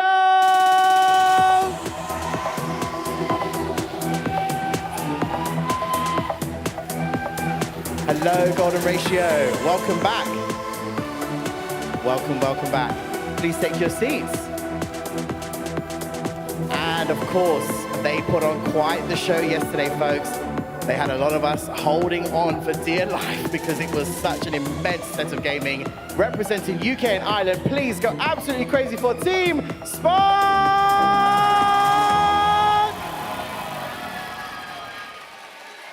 Welcome back, Spark. Welcome back. Take your seats and let's get you set up for this second set of semi-finals. Now, Bowie, Charlie. Second set of semi-finals. Yeah. Are you guys ready? I mean, I guess I have to be, right? All right, so once again, for, of course, everybody watching at home and for our live audience, we're going to go through, of course, the maps and modes. It's the same format as we all said before. Bowie, we're going to go back to Turf War, a best of 3 again. Where are we going? Well, we're going to be starting again on the old Museum d'Alfonsino. And Eeltail Alley are our guaranteed matches, and then Humpback Pump Track available if we go to Game 3 of Turf War. We're going to be moving over to tower control on Shipshape Cargo Co. for Game 2. And then Splatzone's Hagglefish Market, that fan favorite for Game 3. On Game 4, potentially Rainmaker on Sturgeon Shipyard. And of course, as we just saw, Clan Blitz in Mako Mart for our final. If we go to Game 5 again, gosh, be quite exciting. Alrighty, so as we saw in that last set of semifinals, we did go all the way. We saw 5 games from both Alliance Rogue and of course Team Kaiser. They went all the way through. Will we see that again? Who knows? But we shall find out very shortly as our both teams get set and ready to go for this second set of semifinals. After this, we will then move into our third and fourth playoffs, or for the third and fourth position, should I say, and then, and then we shall see, of course, our grand final battle on this stage. I can't wait. I honestly can't wait. I mean, we started off this grand final day as just in the best way possible. You know, a heartbreaker of a Game 5 for, you know, it was a tense game. A heartbreaker for one side, obviously glory for the other. But, you know, it's not done yet. We've got 2 other excellent teams, and one of these teams will be facing Kaiser in the grand final with a chance to represent Europe at the World Championships at Nintendo Live. But yeah, I mean, yesterday these teams had, Spark had 2 nail-biting Game 5s again, and of course Golden Ratio just came out and just you know, put on a masterclass in their group. Absolutely. And Charlie, we saw, as Bowie just said, Golden Ratio really surprised a lot of people yesterday. Yeah. What should I say? These strats, should I say? The strats, should we call it that, were just immense from the team. It was great teamwork between even just all the different modes. I mean, sometimes you see familiar gameplay in Turf War, very different gameplay in the Anarchy battles. I could see you were really surprised. Yeah, I think Golden Ratio, one of those teams that we maybe didn't expect to make it all the way to day 2, really showing up and playing well, showing that they deserve to be here. There were lots of incredible plays. We got Phoenix on that Nautilus. We had Trizzy with the Ink Brush. So we had lots of incredible plays and incredible moments that led to them making it all the way to day 2. Alrighty, and I believe there is the sound. Ladies and gentlemen, those of you watching at home, please go absolutely crazy. Our second set of semifinals, Team Golden Ratio versus Team Spark. Bowie, Charlie, here we go. We'll get those names adjusted in just a mo, but yes, Spark in the purple, a lime green for Golden Ratio. Into our turf war yet again. See how much control we can find. Both of these teams now scrambling to try and get control of mid. Looks like we've got an early push here. Try and take control. Super jumping back in. We've got that Splatana Stamper with the Zipcaster now making their way up into the base. Museum d'Alfonsina is that great map, has those great lines you can take with that Zipcaster to get lots of height and be such a difficult target to spot. Yeah, so looking at the teams right here, that Splatana Snapper utilizing that height, utilizing that wall to try and get some shots above, get some damage up onto the map. We got both of these teams now still fighting for control of this middle section. Spark now 3 players down. It's looking like Golden Ratio is going to be able to take control here early on as they push up into that opposing side. Phoenix there with those beautiful Splatana shots, trying to take out a member of Spark right here. Spark on the back foot, having to try and jump back into this matchup. We see 1 splat down. This might be an opening for Spark. The Tenta missiles coming through as well. All players are spread out, so just deciding which target, but also being a great recon point, being able to shout out to your team where everyone is located right now. Yeah, 1 minute and 17 to go. It's been a pretty back and forth one, as always, with Turf War. Again, nice to see another Splatana Stamper as well. But yeah, we got, in this last minute, it's all about what we can do when it matters most. Yeah, again, another Zipcaster right there. Getting punished for it, though. Spark now still on the back foot, picking up 2 splashes. This might be an opening for them to try and take control of mid. Golden Ratio still, though, fighting really strong here, getting pushed. You see a player cornered here from Spark. Golden Ratio have this control. Golden Ratio have secured control of mid and maintained it for most of the match. 40 seconds left now. Spark trying to get in on the back foot now. Still trying to make their win. 2 players down yet again. They have to group up and get this push in. It's not over yet, but 25 seconds. This is the time that matters. Indeed, here we go. Dude going down there to one of the members of the Golden Ratio. Gets a double. Shano as well. 17 seconds. Maggie doing a great job staying alive. We're going to be pushing into the center. A little bit, 10 seconds to go. Is there anything that Spark can do to hold on? Or will this first game go over to Golden Ratio? It's looking pretty good as Spark lose 2 members again. Looks very much to be a Golden Ratio turf war victory. Beautiful game there from Golden Ratio. Massive control of mid, going up towards that spinner on Spark's side as well, being able to take control and just hold it for the entire match. This is a great first game now for Golden Ratio. Excellent, yeah, Start definitely saying we are definitely here to play. Let's update the scoreboard. Oh yes, it's that side, isn't it? That's my side. You ready? You ready? First point over now to Golden Ratio. Are they going to be able to take the next one? We'll have to see. One more point and they have that first point in the best of 5. Yeah, they are playing very strong today. Spark didn't have the strongest start there, mostly being pushed out towards the back end of that game and completely at the very end. But I think there are times sometimes you just kind of think, don't put too much effort into this, just try and play around it, see what happens. Perhaps not wanting to bring out their best just yet. You never know what the team plans are. Golden Ratio though, really strong. They're quite almost unassuming, very quiet, very calm, but on the map they are deadly. Yeah, they're picking up these splats when needed. It's nothing fancy. It's just picking up 1 splat, 2 splats, always keeping Spark, having a numbers advantage over Spark, keeping them down a player, even 2 players sometimes, and just keeping them at bay. We have to see now the adaptation from Spark going into this next match. In this first match, we didn't really see much from them. We'll have to see some adaptations now. Spark focusing, teams are readying up. We're about ready to get into our next game. If I do say so myself, there it is.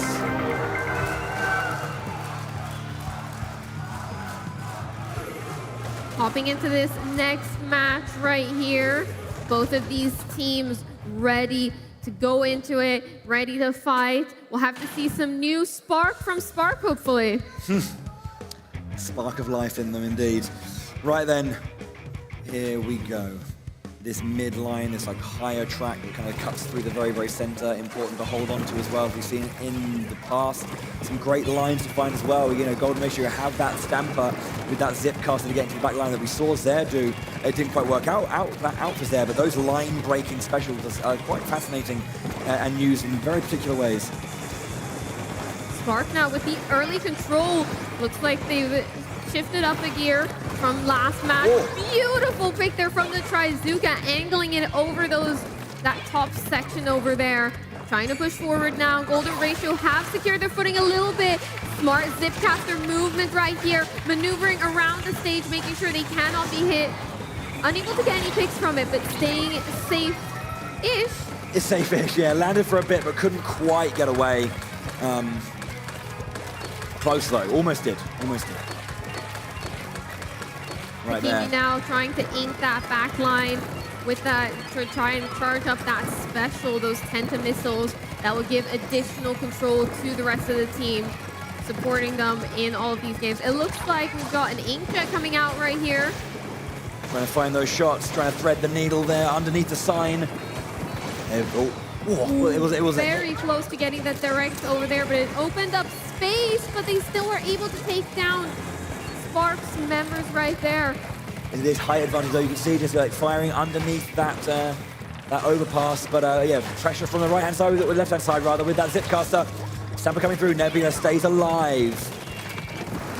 Nebula there with some beautiful movement. They were able to avoid that zip caster when they were coming at them so aggressively, and even manages to get the splat onto Phoenix right there. Yeah, the last sole member of Spark alive for a little bit there. Does get a couple as well.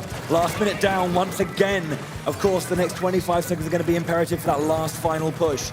Are they going to have plenty of specials ready? Big power plays from these special plays. And maybe try and take a couple of key splats and they pushed through that center. But right now, Golden Ratio are looking clean, they're looking strong in this center. This game has been a shuffle back and forth. You've seen Spark having some advantageous positions, but it looks like Golden Ratio now having control of that mid. But as I say that, Spark charging up a bunch of their specials. We got the zip caster though coming out from Golden Ratio. Manages to pick up a splat there onto Kimi. But landed straight into the way of Dude, who took them down.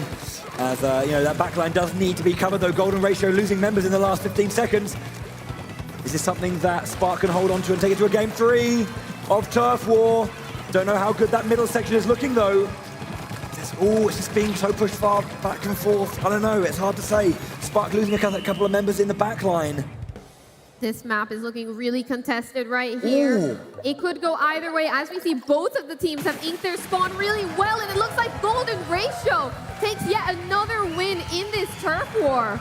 They do indeed.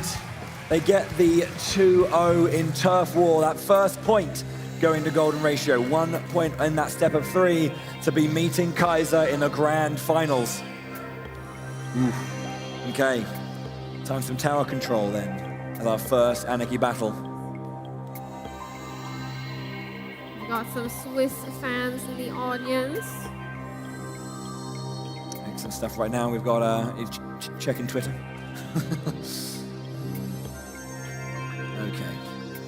Moving into the Anarchy modes now, we need to see an adaptation from Spark if they want to be able to take this. Golden Ratio looking really strong in their matches so far. Looking like a very strong contender for this finals, unless Spark are able to step up their gameplay. Yeah, let's have a look at that Dude Trizuka shot as well, because we were talking about these things like power plays and how powerful the Trizuka is. Accuracy is super important, these arcing shots. So let's run this one. As you're saying, firing it over the signage and the overpass. Wonderful shot here. Bang, straight into that back line at the back, wonderful. And very unassuming Marsh. Just like hum-de-dum-de-dum. Absolutely beautiful shot there, just arcing those Trizuka shots. That's what we're seeing a lot now with the meta, with these Trizukas.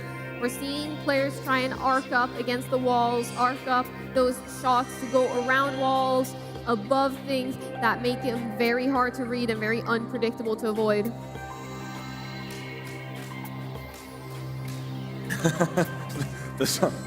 Starting a chant, maybe I just heard just one person just clapping away.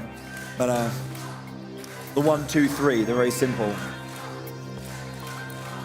The audience at home don't know what I'm talking about.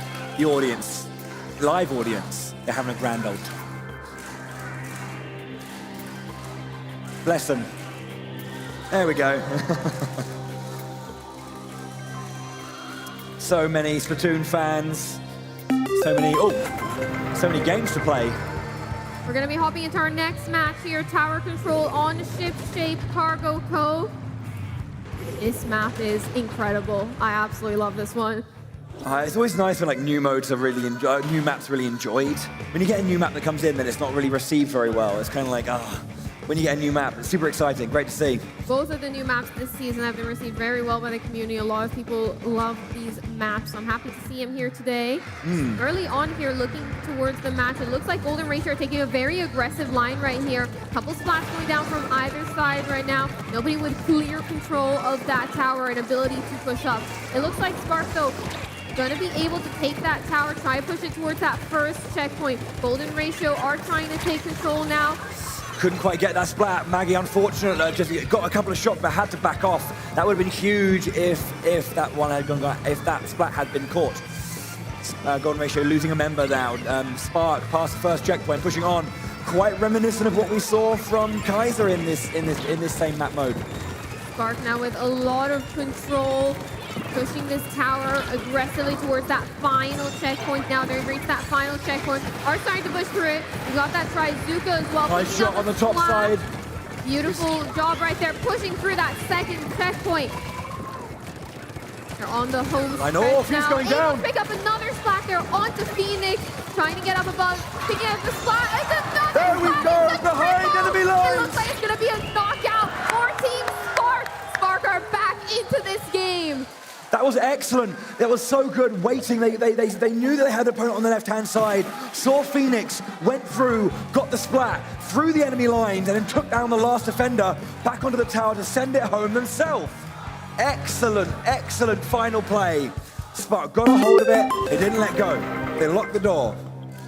This was an excellent game from Spark, really stepping it up after those tough Turf War games and showing that they are here to play. They are here to win. Well done here from both teams. Of course, Golden Ratio taking that turf war, our first point in. Spark having a dominant start with enjoying food. Crack on. Let's have a look at that, at Spark's triple splat as well from that previous one. Strong stuff from them towards this end here. This checkpoint there, over the shot, top onto the top there with the Trizuka. And then here, this play was wonderful. Waiting here on the line. You can see they have their opponent on the left-hand side. Phoenix comes forward, unaware, straight through to the back line. The last defender down, gets that last hit, and onto the tower to send it home. Wonderful, wonderful, wonderful play. Dude, straight through to the end. Beautiful play right there off the back of that triple splat. Going from behind, being able to take a nice angle from behind Golden Ratio, catching him off guard. Not just getting that win and playing that good play, but also a new animated emote, I'm sure. Excellent time. No one got that one, never mind. It's okay. But yeah, nicely animated reactions there from the UK team. Ratio, definitely a little bit more stoic, but nevertheless, just as fearsome on the maps. So we'll see how it goes. They're readying up. They're practicing in the practice zone right now. The ticks are mounting. One apiece then. So we're going to Splat Zones, we said Hagglefish Market, that big popular combo that we've seen a lot of this weekend, returning here in the semi-finals. Spark like to say that Zones is their strongest mode, so we'll have to see if that is true in this match. So many smiles. And it's great to see not only players and fans of Splatoon, but also many of the people that made this tournament happen in the audience here, showing up to watch those finals. Great to see. Let's do this. Game 3. Hopping into this next match right here. Looking at all of these loadouts, we see Nebula with that ballpoint splatling. Likes to play it a lot. Dude also on that squeezer, very experienced with those mid to long range weapons. Yeah, just contesting it a little bit here. Spark taking first point there. Losing it again immediately, but they do have the lead technically. Right, there we go. Suddenly Golden Ratio get it back. They take the lead immediately and they're pushing on. Ooh, beautiful ink brush play right there. 3 players going down from the team of Spark. Golden Ratio, Trizzy known with that, to play with that ink brush really well. Using that play to try and get around, get some speed, get up close in their face. 3 players down yet again on Team Spark. Golden Ratio holding control right here. Spark now on the back foot as they try to approach the zone. Yeah, indeed. They need to try and find a way back in now, do Spark. But Golden Ratio being very, very strong here in this like mid-zone, pushing into the back line. Okay, control finally being taken back from Spark, from Golden Ratio for Spark. Ooh, barely dodging that platform right there by going up with the inkjet. Gets a nice inkjet pick over onto Trizzy as well. Spark now with a little bit of control. Zone is now contested as they drop back in. Spark yet again with control. This is the push that they were looking for. That was really, really lucky as well. When the inkjet was landing, there was a suction bomb that just went off as they were about to land. Quite lucky there, but the Spark losing a couple of members. Is this enough for the Golden Ratio to regain control? No, not yet. Anyway, Spark back in control. They haven't got those penalty points added on. This is really helpful for them mounting this comeback. They don't want to lose control completely. It makes it a lot harder to get back into the game. Inkjet away. Inkjet coming out, using that additional height around the zone. You see that often on Hagglefish Market, that additional height protecting that inkjet user. Being able to pick up a couple of spots. There's the lead. There's the lead. Now they just need to hold. They worked hard. Golden Ratio need to take back this control. They already have penalty points to work through, but they need to put those penalty points onto Spark to stop this push. Golden Ratio now on the back foot. 10 points remaining. They are able to contest the zone. Are they able to take control? They take control and put on a huge penalty onto Team Spark. But Golden Ratio losing control after that. Now Spark have this penalty to work through. Only one player alive. Beautiful job there picking up on Splat on Marsh right there. Yeah, really nice flank there against the final member of Golden Ratio. Killer Whale tracking a few, pushing a little bit once again. Golden Ratio do have control there. They're burning through their points. Takemi's super jumping out there, knowing that they have to stay alive for their team. Usually Takemi on that 52 gal, but we haven't seen it so far. We'll have to see if that's something they'll bring into future matches if they win this one.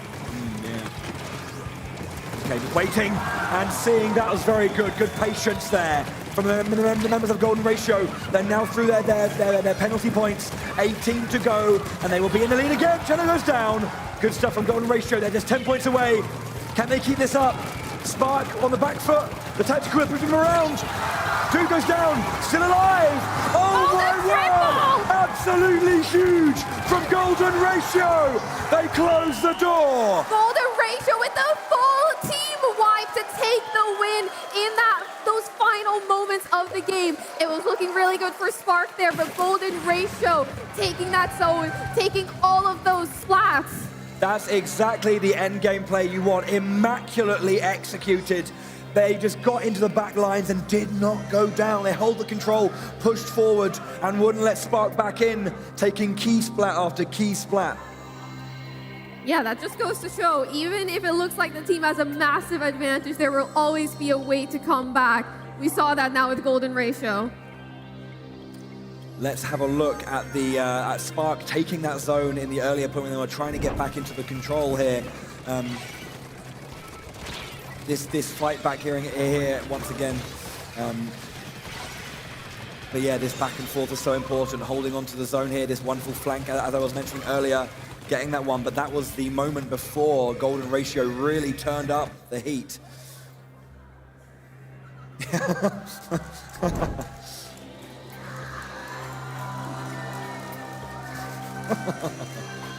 Yeah. Good. Okay. Let's focus on this next game. 2-1 to Golden Ratio. One game away from the grand finals. Spark with all the work to do here to stay in this game. And let's have a look at that. Go ahead, sorry. They've got to bring this back now. They have to win this next match if they want to bring it to a game 5. Yeah, and it's going to be on a Rainmaker, of course. But before we jump into that game, let's quickly have a look once more at the finale to that last game, because that was expertly done by Golden Ratio. What a shutdown they were after here. We're going to get quite a long play. Yeah. We're going to get this whole passage of play. It's so good. This moment here, I think, was like critical. Just that patience, waiting, taking down their opponent, and then going all the way through this ending play. Usually players like to hide in the ink, but just hiding far back towards that wall, not getting spotted so they could get the jump. Yeah, but yeah, this was the moment, the back line. So much pressure and patience. You can see that they're just darting around. One splat, darting around and waiting. Double splat coming out there with the Trizuka. Excellent, excellent stuff. And that was it. Ooh. And still so stoic. Okay, so let's have a look then. As I was saying, we've got Rainmaker on Sturgeon Shipyard. Yeah, we've had a look at this map. We went through it a little bit earlier, but it's yeah, definitely got some interesting stuff going down. So yeah, as you were saying earlier, you've got that higher line with the spinner to allow you in that quick entry, but going to be heavily guarded. All that trudge through the center going to be quite difficult. But yeah, hopefully our players will be readying up. Oh, we're going to be having a look at it again, I think. Okay, cool. Let's jump through. Yeah, we did show this a little bit earlier, but let's just recap over what we were saying about Rainmaker on Sturgeon Shipyard. We are going to be able to do a little bit more fancy stuff here. So yeah, let's just recap. We've got this higher line on the top with this spinner. Yeah, we've got, as we mentioned earlier, We've got this top section here. If you're able to get an early wipe, like taking this block to jump all the way up to get this checkpoint. Once that has happened, you're gonna have this spinner rotate down, and this will allow your team to just be able to push up right towards that final checkpoint. If you're not able to get that early wipe, that's usually when we see teams push up here, then usually we'll see players try and go round here to try and get that other checkpoint. Usually we'll see the Rainmaker user fastly against this wall right here to try and have as much defense as possible. Yeah. Got to find those slight lines, or those sight lines rather, that you need. It's going to be fascinating. We had a very, very exciting game here where Alliance Rogue managed to hold their line, and Spark looking to do, they're in the same position Alliance Rogue were in just a few minutes ago. So, yeah. I think some of those key spots as well for the defensive end will be able to not lose control of this area. If the opposing team is trying to push towards that final checkpoint, say they've broken through right here and they're trying to push up, it's all about keeping control of this bottom square right here, keeping control to not let that opposing team get a really strong push. Of course, yeah. And hopefully, well, I mean, I say hopefully, one of our teams are going to hopefully do that. And what will we see Golden Ratio entering the grand finals as well? Or will Spark keep their hopes alive to win that championship? The game is ready to go. Rainmaker now on Sturgeon Shipyard. This is a very fun math mode combination. Here we go. Here we go, hopping into this match right here. Spark need to win this if they want to keep themselves alive in this tournament. Spark, as we said, in orange there, Golden Ratio in the blue. Early doors, the shield goes over to Spark, but you can see that there's a couple of splats down on the side of Spark. 3, Golden Ratio so fast into this game, making a beeline for that first checkpoint already. Golden Ratio now able to break through that first checkpoint. The reason they went that bottom path was because the final player of Spark was guarding that top path that we usually see players break through. This is a great early start for Golden Ratio. Yeah, and more splats coming through. Golden Ratio being absolutely surgical with their shots here. Tryzuka out, pressure going around. Spark need to hold. You see this squeezer on both squads. Squeezer is one of the best weapons to charge up that Tryzuka with in the painting mode. This looks like an opportunity for Spark, though. A couple players down on Golden Ratio's side. Takimi as well with that Tryzuka, trying to open up some space. It looks like they're going to be taking this top path over here, jumping up towards that first checkpoint. And it looks like all of Golden Ratio's players are stuck down at the bottom. Nice evasion as well. The Killer Whale does eventually take them. Shield goes down on that top side. Couple of splats on the both sides. Takimi now trying to find their way through. They have the lead already. They do have the point advantage. They're now just trying to evade. Play as heavy as they can, but they lose it in the end. A lot of pressure from Golden Ratio, well held. They were able to take the lead from that push. Golden Ratio now getting wiped. 3 players down, only Drizzy left. Drizzy able to stay alive for their team and stop the push from Team Spark. I just think everyone went down there in that play. Like everyone has got splat. Another trade. Drizzy there doing a very good job on the defensive end. It looks like Golden Ratio now are going to be able to pop this Rainmaker barrier and attempt at a push. They are currently about 10, 11 points below Team Spark, so they've got to get this push. Yeah, it's looking pretty good for Spark. They're trying to just get that back. But of course, Golden Ratio, we've seen how quickly they can just turn a situation. Couple of splats down on Spark's side. Chano has to move back.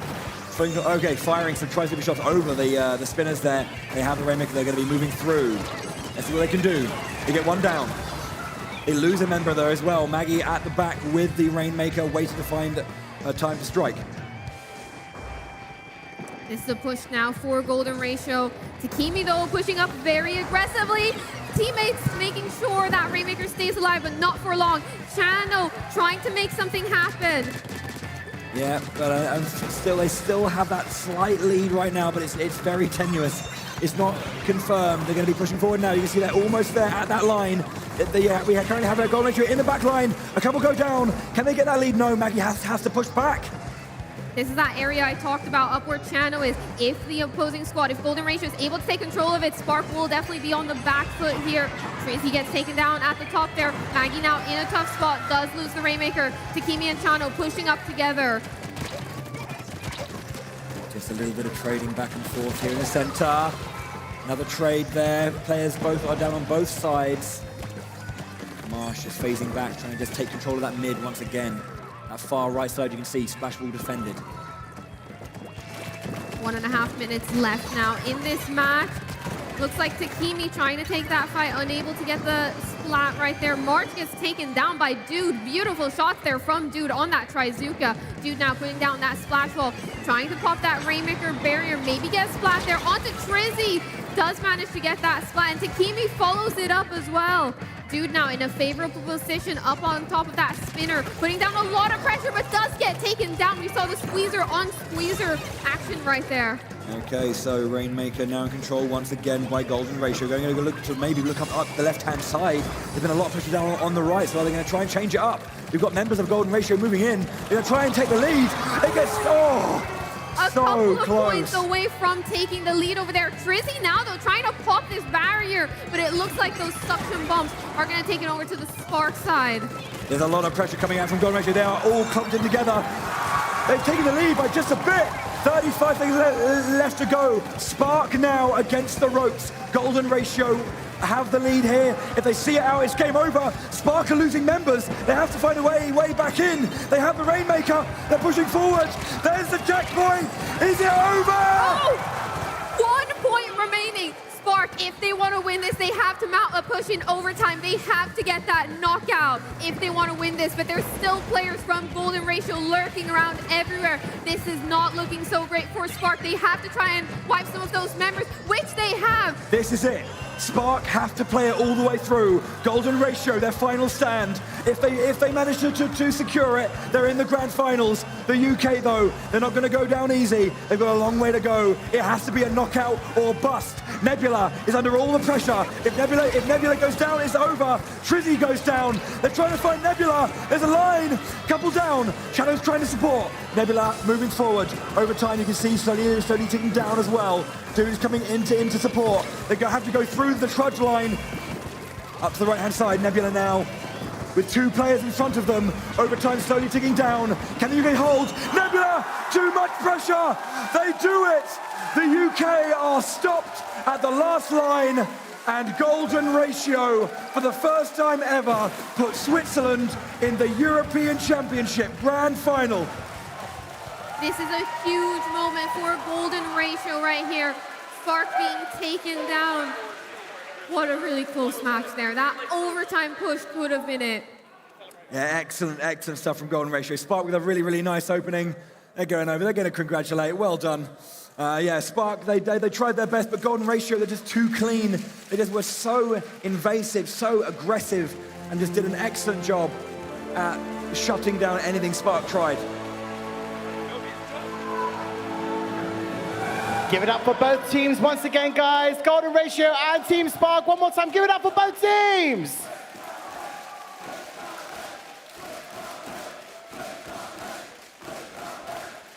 Okay.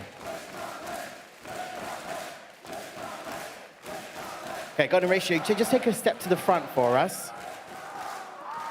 And Spark, yeah, remain in your seats for me, please. Okay, yes. Come forward, don't be shy. Alrighty, guys. Come in front.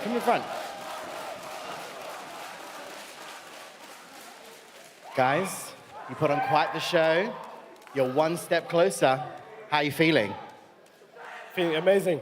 Feeling amazing? Excellent stuff. Alrighty, guys. Let's take a look at some highlights of your games you just played.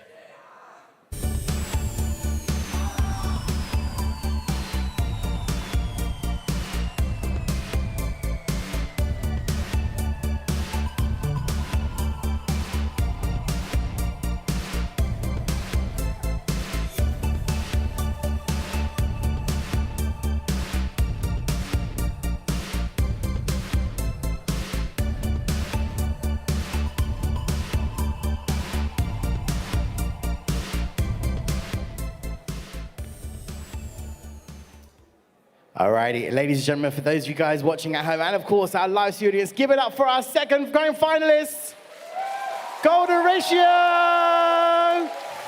Guys, we will see you very shortly. If you'd like to make your way to the side of the stage. Thank you so much. Just head that way for me. Okay, all right. There you have it. There you have it. So, let's take a look at the bracket. Bowie, Charlie, we got to update the bracket. Those were quite some games we saw there. What's happened, Bowie? What have we updated? What are we seeing? We saw Golden Ratio beat Spark. So Golden Ratio put Switzerland into the grand finals for the first time ever against Kaiser. And the defending champions are now in the third-fourth playoff against Spark. So that's going to be an exciting third-fourth playoff and a really exciting grand final. Yes, and Charlie, we did say before, I mean, we were amazed by Golden Ratio's gameplay yesterday, and of course today. Yeah, Well, are they going to go all the way? Moments. Are they going to go all the way? Yeah, we saw so many impactful moments there. Golden Ratio, I think Trizzy on that ink brush multiple times were some of the reasons that this defensive line was able to stand up against Spark. Yeah, consistently just being like a menace and a thorn in their side. And those kinds of moments are kind of what, I guess dictate the results of games. But yeah, I don't know. Good to see some good stuff. Kaiser are strong, but Golden Ratio have shown they are just as strong. Okay, alrighty. So without further ado, let's move swiftly on because we need to do our third and fourth playoffs with our teams who were just previously on the stage from our semi-final games. Please welcome back to the stage, Alliance Rogue! Welcome back, guys. Thank you so much. And of course, you just saw them play some amazing games on the stage. Please welcome back Team Spark!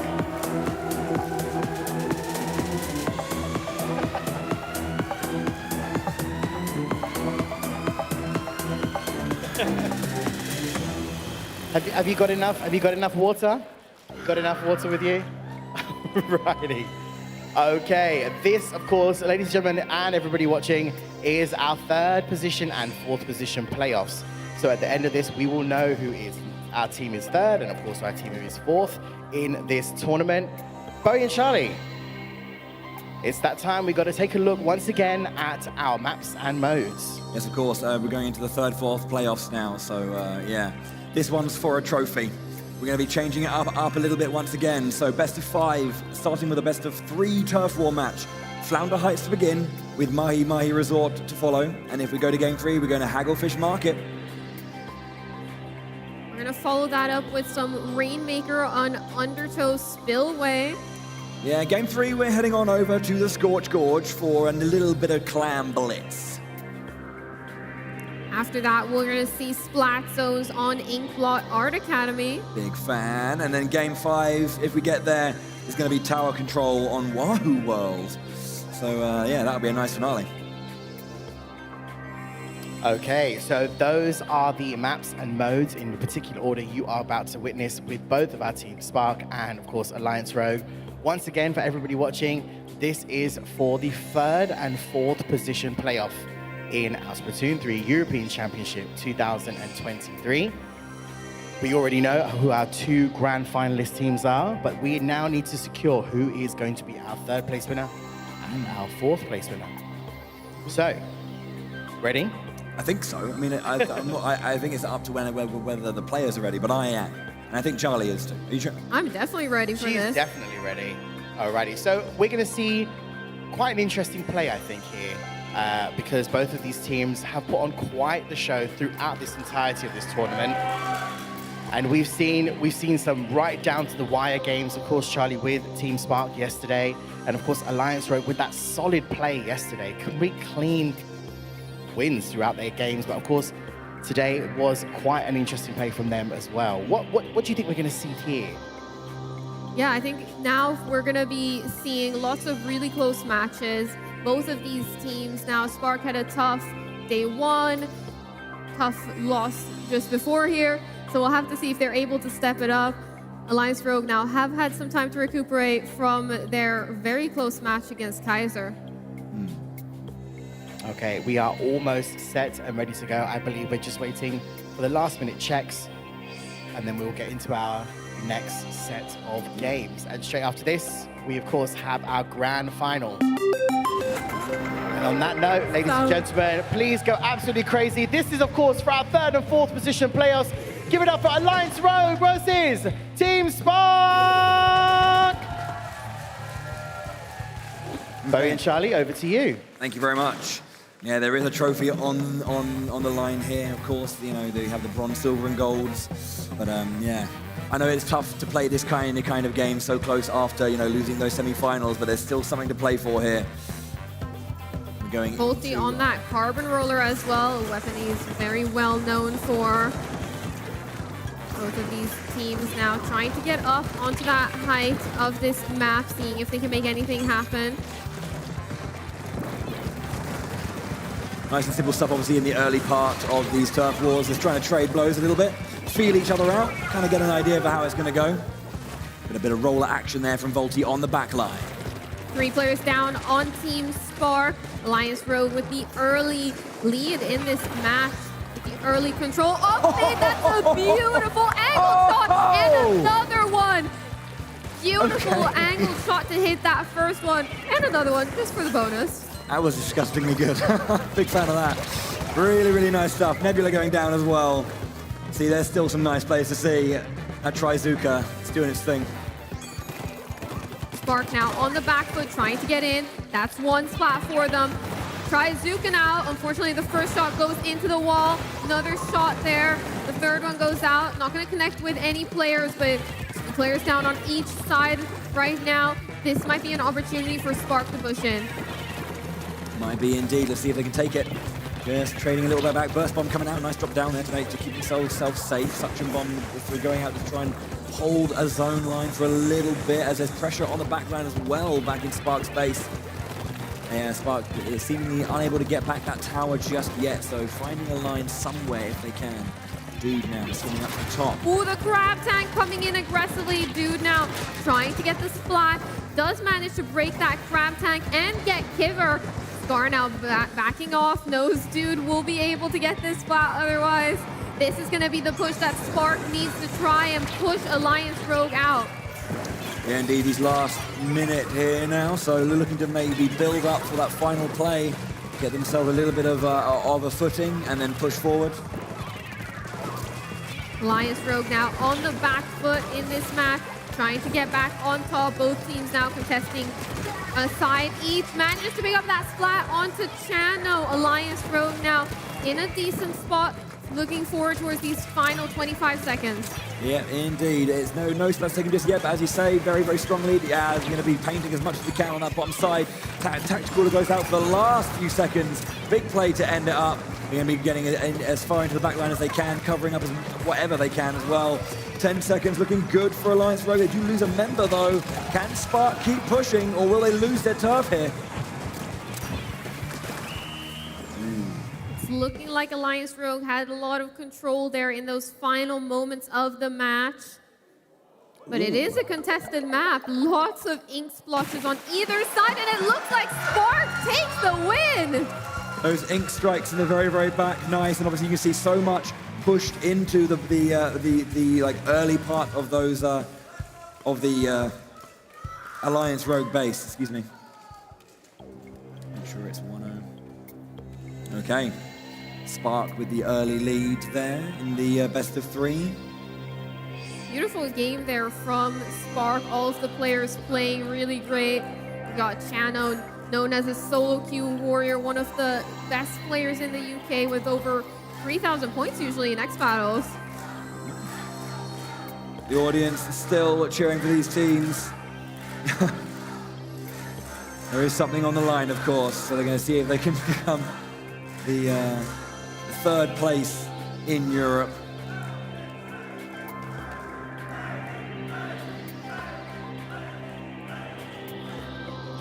Readying up for our next match. This was a very contested first game, both teams having lots of control. This next one will be on Mahi Mahi Resort. Mahi Mahi Resort is one of those interesting maps that have those areas under the water that then rise up later on throughout the match.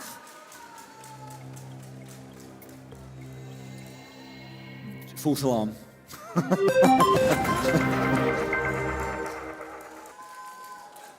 False false alarm yet again. They're just testing if you're ready.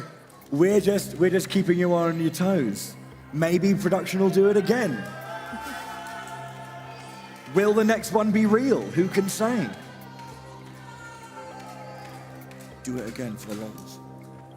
No, don't. They are readying up though, don't worry. We're going to be getting into it very, very, very soon. As you say, My Resort, on the most classic of Splatoon modes, the Turf War, the OG, you know. Turf War is that classic. It's the mode that everyone starts with. It's the mode that just makes sure players got their basics nailed down, got that map control. Okay, last couple now. Everyone's just making sure everything's good. Loadout chosen. Confidence going in. One player left to go. I see a few ticks. Hopping into our next match here, it's going to be Mahi Resort on Turf War. Okay. Yeah, Spark in green. Alliance Rogue dashing pink. Both of these teams now making their way towards that middle area. Yet again, we've got that strategy. 3 players forward, 1 player back. That back player, Takimi, we saw right there, trying to use those missiles coming out from both ends. Actually, Gray as well with those Penta missiles, giving additional pressure to help those teammates assert those splats in mid. Getting into the epic chaos that is My Resort. Jude, just with that Trizuka, trying to fire off a couple of shots. Done now. Back to normal. Nice take on the top there against Sky, I believe. Trading back and forth, but no, Nebula goes down. It looks like Gray surviving there in the end. Ooh, the wipeout coming out right there. This is a strong start from Alliance Rogue, being able to push up into the spawn of Spark. Very aggressive start right there. But this map, it will change. We still don't have half of the map available to us. Just trying to find what they can here. Spark just to get back into it, but Alliance Rogue, nice and strong, good position. Just punishing it whatever they can. Nice and quick reactions there. Trizuka coming out, forces the retreat. It goes down regardless. Nebula as well on the Inkjet. Luckily, they were able to grab that tactical right before they got taken down. So they are going to be responding very quickly. Water level dropping now, so we're down quite a little bit of a slight change here. Scar in position with that Nautilus on the lower side. Charging up, covering.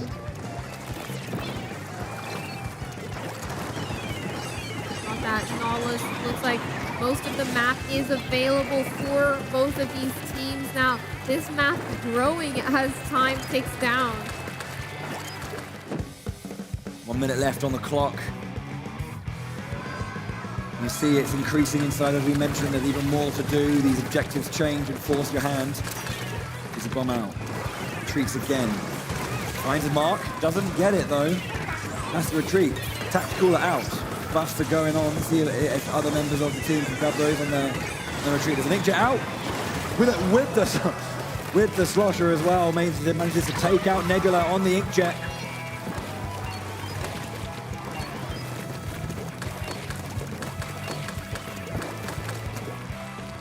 Holding a charge, but then just opts to go for a bit of ground coverage here. Pushes back, tries to just recover the option thrown out by the Fizzy Bomb. Make sure all of their space is free. There's a lot of pink available. Last 10 seconds here. Spark won in the last 10 seconds last time. Can they do it again on their second game in Turf War? But looks like Spark have lost all of their members. Alliance Rogue running rings will win that second game. That was very close there at the end. Alliance Rogue able to take back a lot of turf. This might be a win from them, and it looks like it is. Alliance Rogue taking it. 7% difference, that's the one. Just that wipeout at the very end, or virtual wipeout at the very end, was enough to secure the 1-1. So Alliance Rogue get their point. And the next Turf War game will take the first point in our best of 5 and be one step closer to the bronze trophy, 3rd place in Europe. 3rd best team in the entire continent. That's very impressive. Both of these teams should be very proud of themselves. They've played amazing up until now. It's been some good games, excellent stuff on show. If you're just getting into Splatoon competitions or not quite sure how competitive Splatoon can look, this is what it roughly looks like. It's pretty sweet. Yeah, this is the second time we see Dude. We saw top 4 in the Splatoon 2 European Championship 2017, 2018. Yet again, getting that top 4. Pretty sure that was with Team 4D. A little while ago. Good old name that, on Team 4D. Loads of teams have been involved in the European Championships over the years. Obviously, over 3 different games, you're going to get different kinds of players, different kinds of metas, different kinds of play styles in general. Yeah. That's what they're, well, not what these teams are playing for, but I was going to say, they're playing for something similar in another color. Yeah. To be fair, bronze is a nice color. It is. It is. Very shiny. Silver, bronze, and gold, all lovely. Damn sight better than I can do anyway. I don't think I'd be on this stage. In that part of it anyway. Dude, ready to go. We're going to be seeing Turf War on Hagglefish Market now. We've seen this map earlier on in Splat Zones. Now we're seeing it in Turf War. It begins. We saw Spark have a bit of a tricky one here on this map earlier. Let's see if Turf was a little kinder to them. It looks like Alliance Rogue with a bit of early pressure right here. The inkjet shots are going to connect onto Nebula there. Looks like they might be able to pick up another one, but Chano barely avoids that shot. Kiver now on that crab tank, pushing up very aggressively. It's against Dude.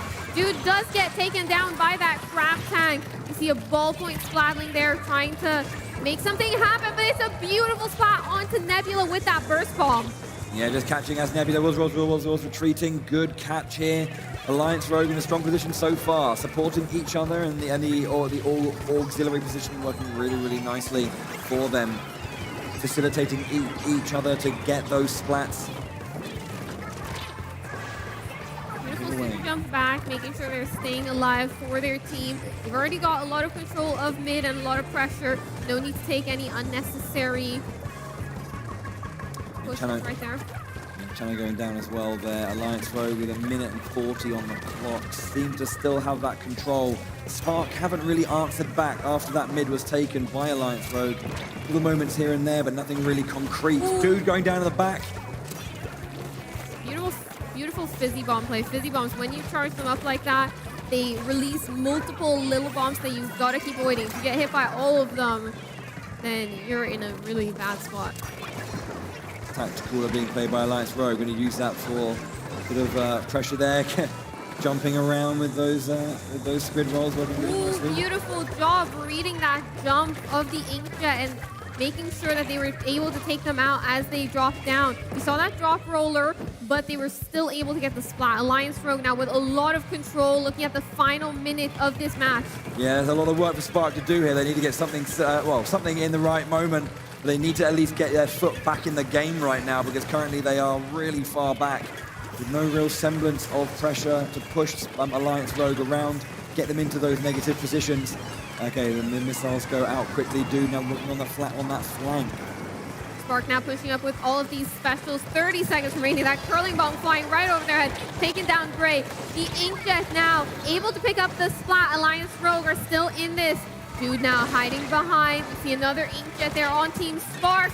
We see that beautiful drop roller play right there to stay alive for just an extra second. Dude now in a very tough spot, unable to pick up that splat. It's going to be Volty with the splat. Yeah, you see Chano going into the back lines, just trying to get rid of all of that orange, but it doesn't matter as Alliance Rogue take down the splats they need and cover whatever they can. Have to say, it looks like Alliance Rogue is going to be making it through, but it looks like it might be a win to Spark, and it is by only a couple of percentages. Spark taking the win right there. Wow, a little bit, bit of BM there from the UK team. 2-1. Just taking it. Chano running into the back lines, getting as much as they can, and just 1.9%. That was enough. You thought that after all the spots were taken, that Alliance Rogue would have it, but there was enough epic work done by Spark. Epic work? Why did that word come out of my mouth? Enough work done by Spark. There's a lot of S's and P's going on here. Yeah, they were able to make it work, able to pull through in those final moments of the match to secure that first point on the board. We're going to be moving towards Rainmaker on Undertow Spillway. One of those long, narrow maps, have those central positions. We'll have to see if this becomes a fast one. Rainmaker can go either way.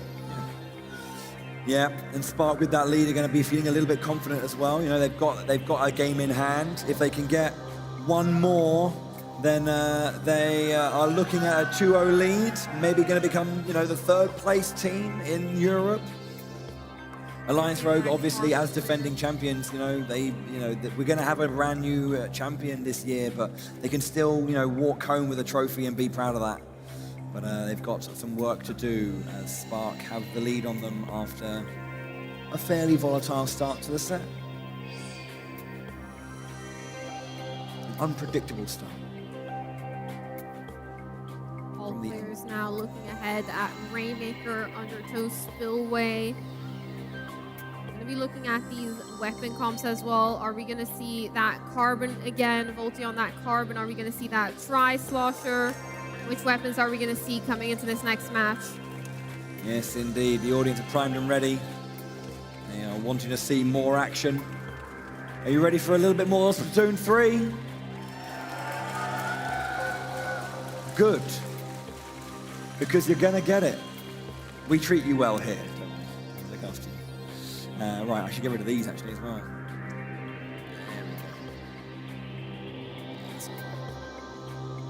On it. This scoreboard is silly. It's so far away from me. I'm like, Anyway. It's time. Game begins. Let's go. Rainmaker, as you say, Undertow Spillway. It's pretty okay. Volty with that Carbon Roller. We've seen it quite a bit now. It's definitely a weapon they're very comfortable with. Being able to pick up those splats, being able to swim up really fast, lurking in the ink with that Ninja Squid ability as well, picking up some beautiful splats. Early on now, we see Spark being able to pop that Rainmaker shield, getting a bit of map control, but it's very contested at the moment. Tactical are down for Alliance Rogue. We see that Inkjet as well, trying to get a splat over up on that edge.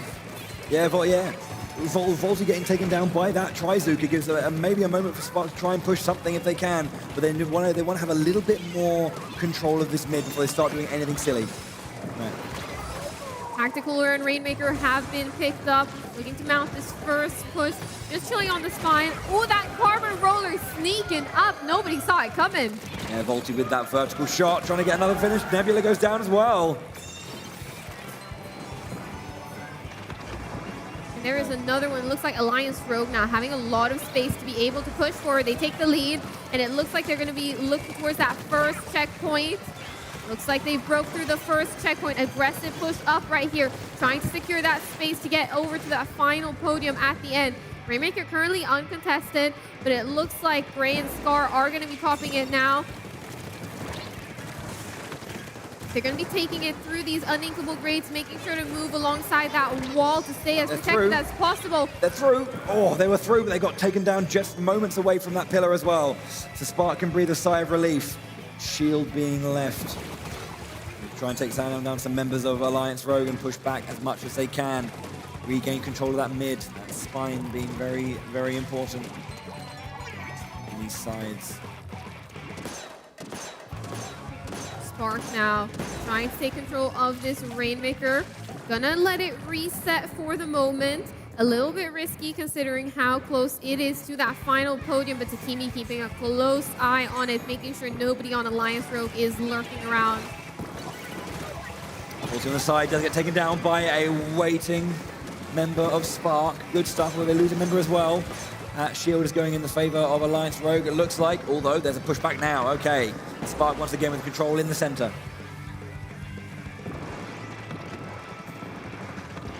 Even Spark now trying to mount their first push. They've still got that checkpoint to push through. Nebula now holding on to that Rainmaker. Let's see which direction they decide to push up. Looks like they get taken down by Alliance Rogue. Alliance Rogue managing to get 2 members, 3 members now. This is looking great for Alliance Rogue to be able to grab control of that Rainmaker yet again. It looks like they have, and they've got that Tacticaler down as well. Gonna be pushing up towards this left side of the map. This is usually where players choose to go. It's a very safe spot to push up from. Volty getting taken down there as well. You see the Rainmakers coming forward. Spark need to find something to push. If they can, they get that's close. Okay. They just push down into the center here. Takimi waiting, just seeing what they can do. Pushing a little bit of knowledge out for the teammates here. And Jet's gone. Getting a lot of hype with that Inja. We see Alliance Ooh.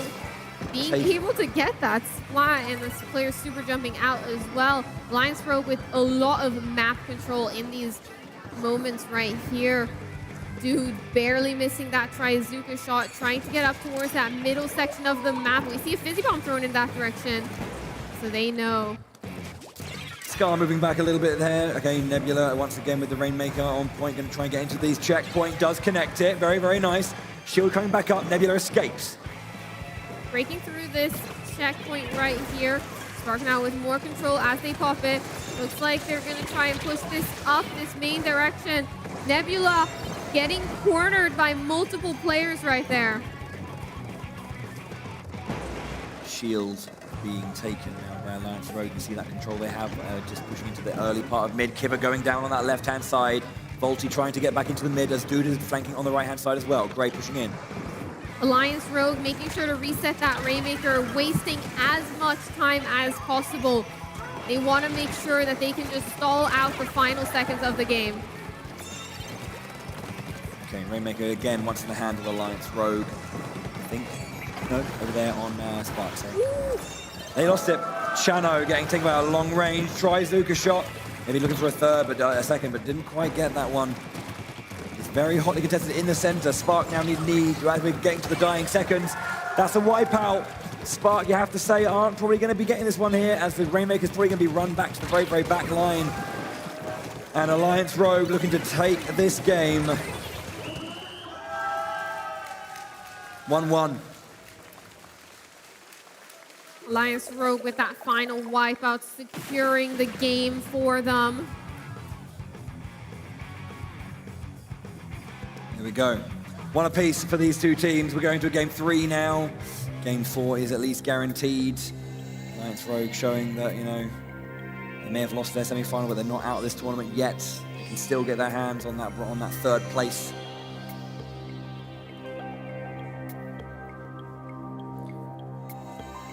We're getting ready as well. Quickly check some nice cheeky replays of that last one. I believe we have quite an exciting triple splat. Almost unexpected. Let's have a look at this moment here. A surprise from Volty. And again, Roller doing so much work.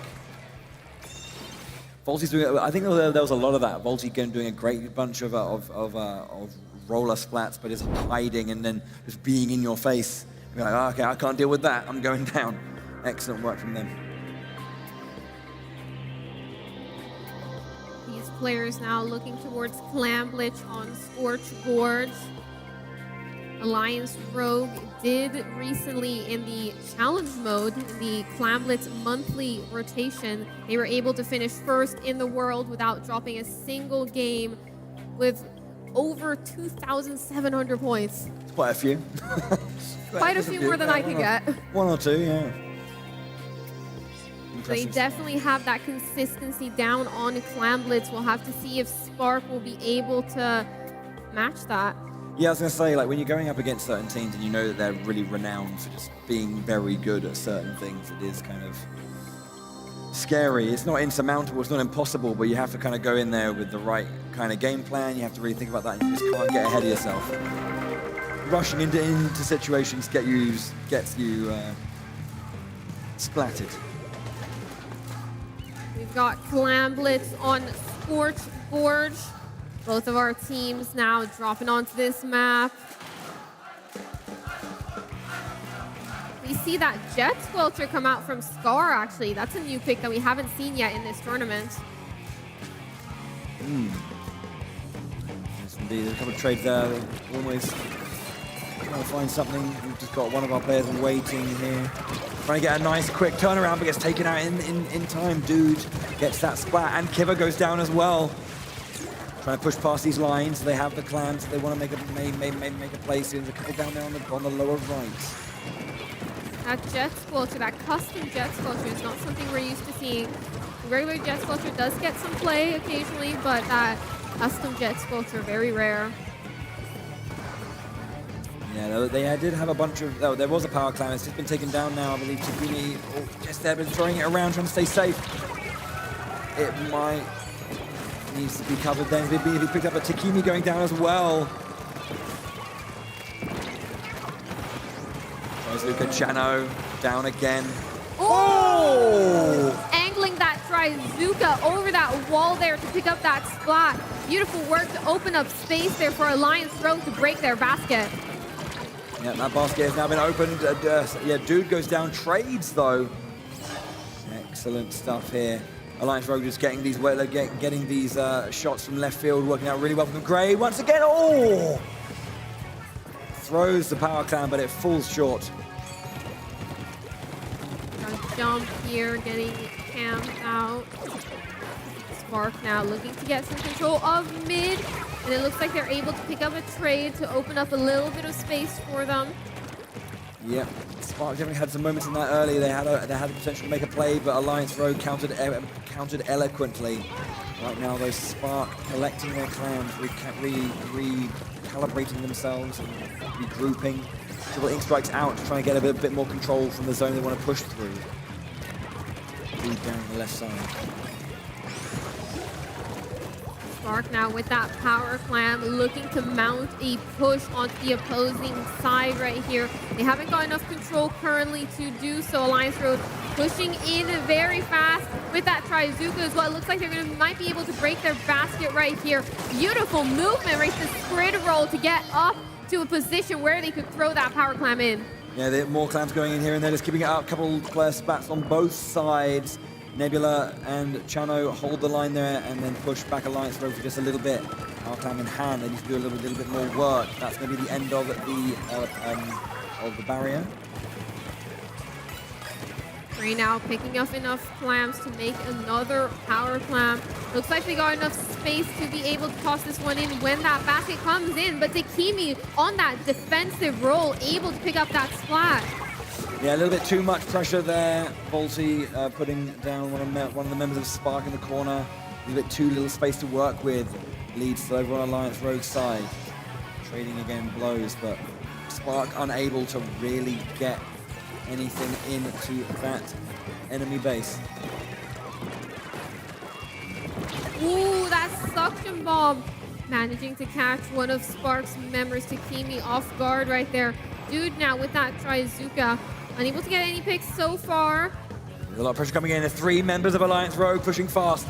Dude does have a bunch of clans. Nebula moving forward now.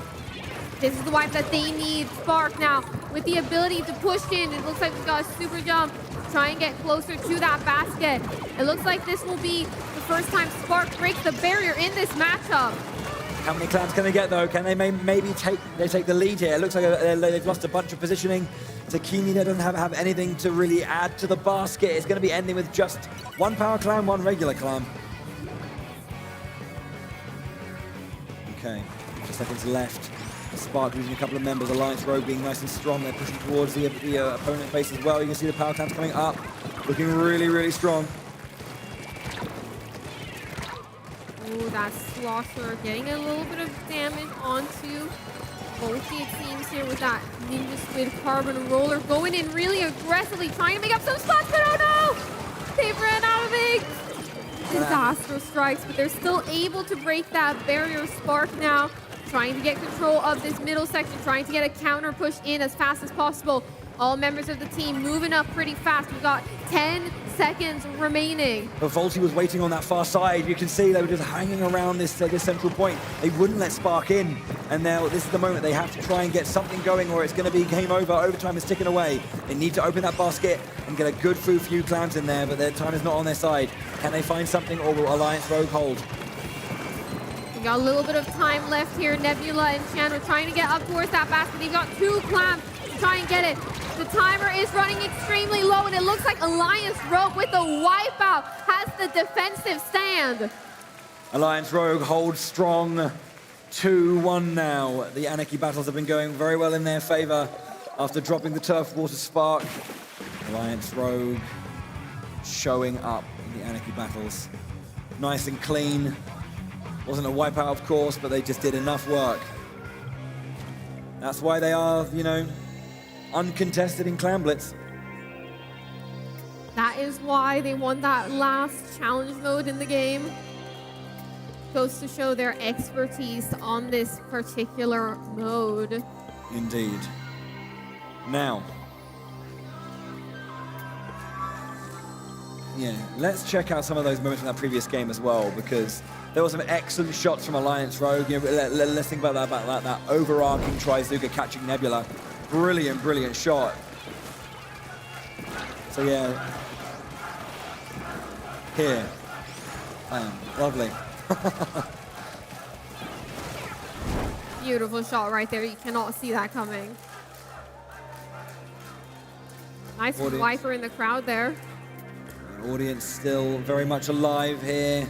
Of course, this is our second to last match at the European Championships. After we crown we just find out who is our third place, we are going to crown our European champion, and it will be a new European champion. So we have a lot of excitement to go. We're not done yet. Alliance Rogue looking to make sure that they can at least end up at third place here, remain in that top 3, remain in the medals, Olympic medals. We're going to be going to Splat Zones on Inkblot Art Academy. Splat Zones has that one central zone on Inkblot Art Academy with that middle pillar with a bit of height in the middle. That top part doesn't count towards the zone, it's only that bottom part, but it does make for some interesting movement options. Indeed. Let's see how it goes. They're readied up, they're going in. Splat Zones for game 4. Can Spark bring it to a game 5? Can they hold on a little bit more? Will Alliance Rogue shut the door, take home third place, and call it for the day? Both of our teams now making their way as fast as possible towards that zone, trying to ink it up. You see that heavy splatling there coming out from the side of Alliance Rogue. We saw that Jet Sculpture in the last match. You see that heavy splatling trying to get an anchor down. But it looks like Spark's going to have the early control here. 3 splats. Nebula gets another one as well. Nebula now looking to push up really aggressively. Chooses to back off, making sure to support their team. NZAP, the role of NZAP is just to be that supporter. It's not to be aggressive up into their face all the time. It's to support your team, get those tacticals up. Beautiful job there for getting that splat onto Volty. Yeah, just putting a lot of pressure around from the flanks, making it hard for Volty to make a decision. Control lost, but not completely taken over. Looks like, it eventually does get it. Nice work from Alliance Rogue to hold the line. Spark lose 2. Alliance Rogue in control. Alliance Rogue now starting to mount their push. Manages to pick up a couple of splats, gets the number advantage against Spark right here. That splat bomb being a menace right there. These teams now looking to charge up that Trizuka. It seems Kiver will be able to come back with that Trizuka. Gets lots of pressure down off the opposing squad once they start using those special. There it is, Kiver activating the Trizuka. We see a Trizuka from Dude there as well. Getting that splat, beautiful movement there from Dude to get that splat and then go and hide behind that wall. Spark now back in control. Yeah, lead being taken by Alliance Rogue on that nice play. So they've got to get through a few bonus points before they can get back into the lead. Spark looking to stay alive. Volty's into the center, causing a little bit of havoc. Does go down though. Spark hold for a little bit longer. Alliance Rogue is wanting to remount their offense. What can they find? Tactical is ready to go. Now they're going to start pushing forward. One member of Spark down. Control lost. Can it be regained before? That tactical is a great moment to try to push forward. The zones are so close right now. But it looks like Alliance Rogue takes control right there. They've got the lead. Yeah, it was 3 points almost there, but Kiva was in the center, almost uncontested, and just causing it a little bit of havoc, taking it back. Control, can it go back over to Spark's side? That left-hand side being left open, but good catch there to cover the left side. Back in control, Alliance Rogue holding. Some lovely splash right there from Alliance Rogue. Alliance Rogue now trying to push down through that penalty, trying to push their score down even further. They've got the lead now halfway through the match. They're going to push it further, make it even harder, take it away from Spark a little bit more. Can they find what they need? They're pushing really far back here. Nice movement. Nice movement with the squid roll there to get past that unequal area and onto the wall as well.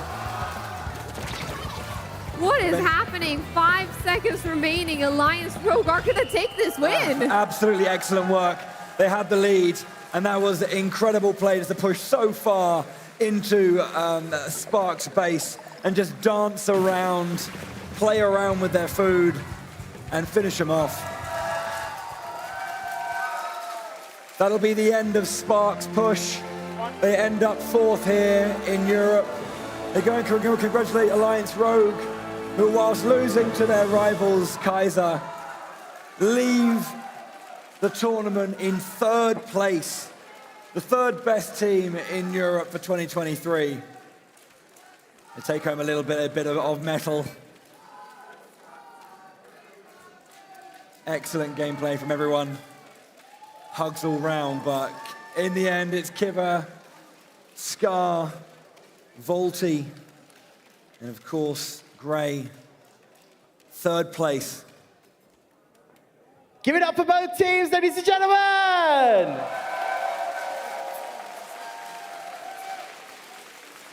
Alrighty, thank you so much to Spark. We will see you guys very shortly just at the side of the stage. Alliance Rogue, please come to the front with me.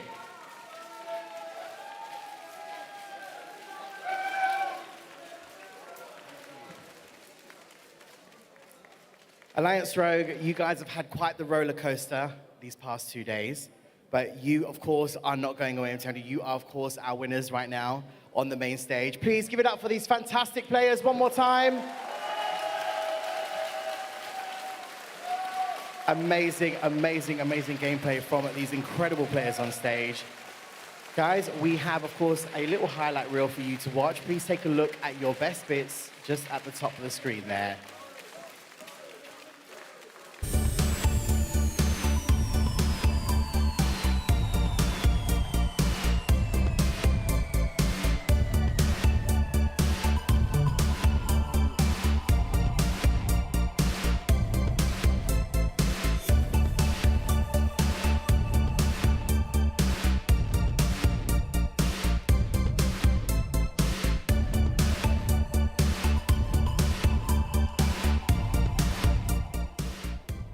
Okay, one more time, ladies and gentlemen. Please give it up for Alliance Rogue!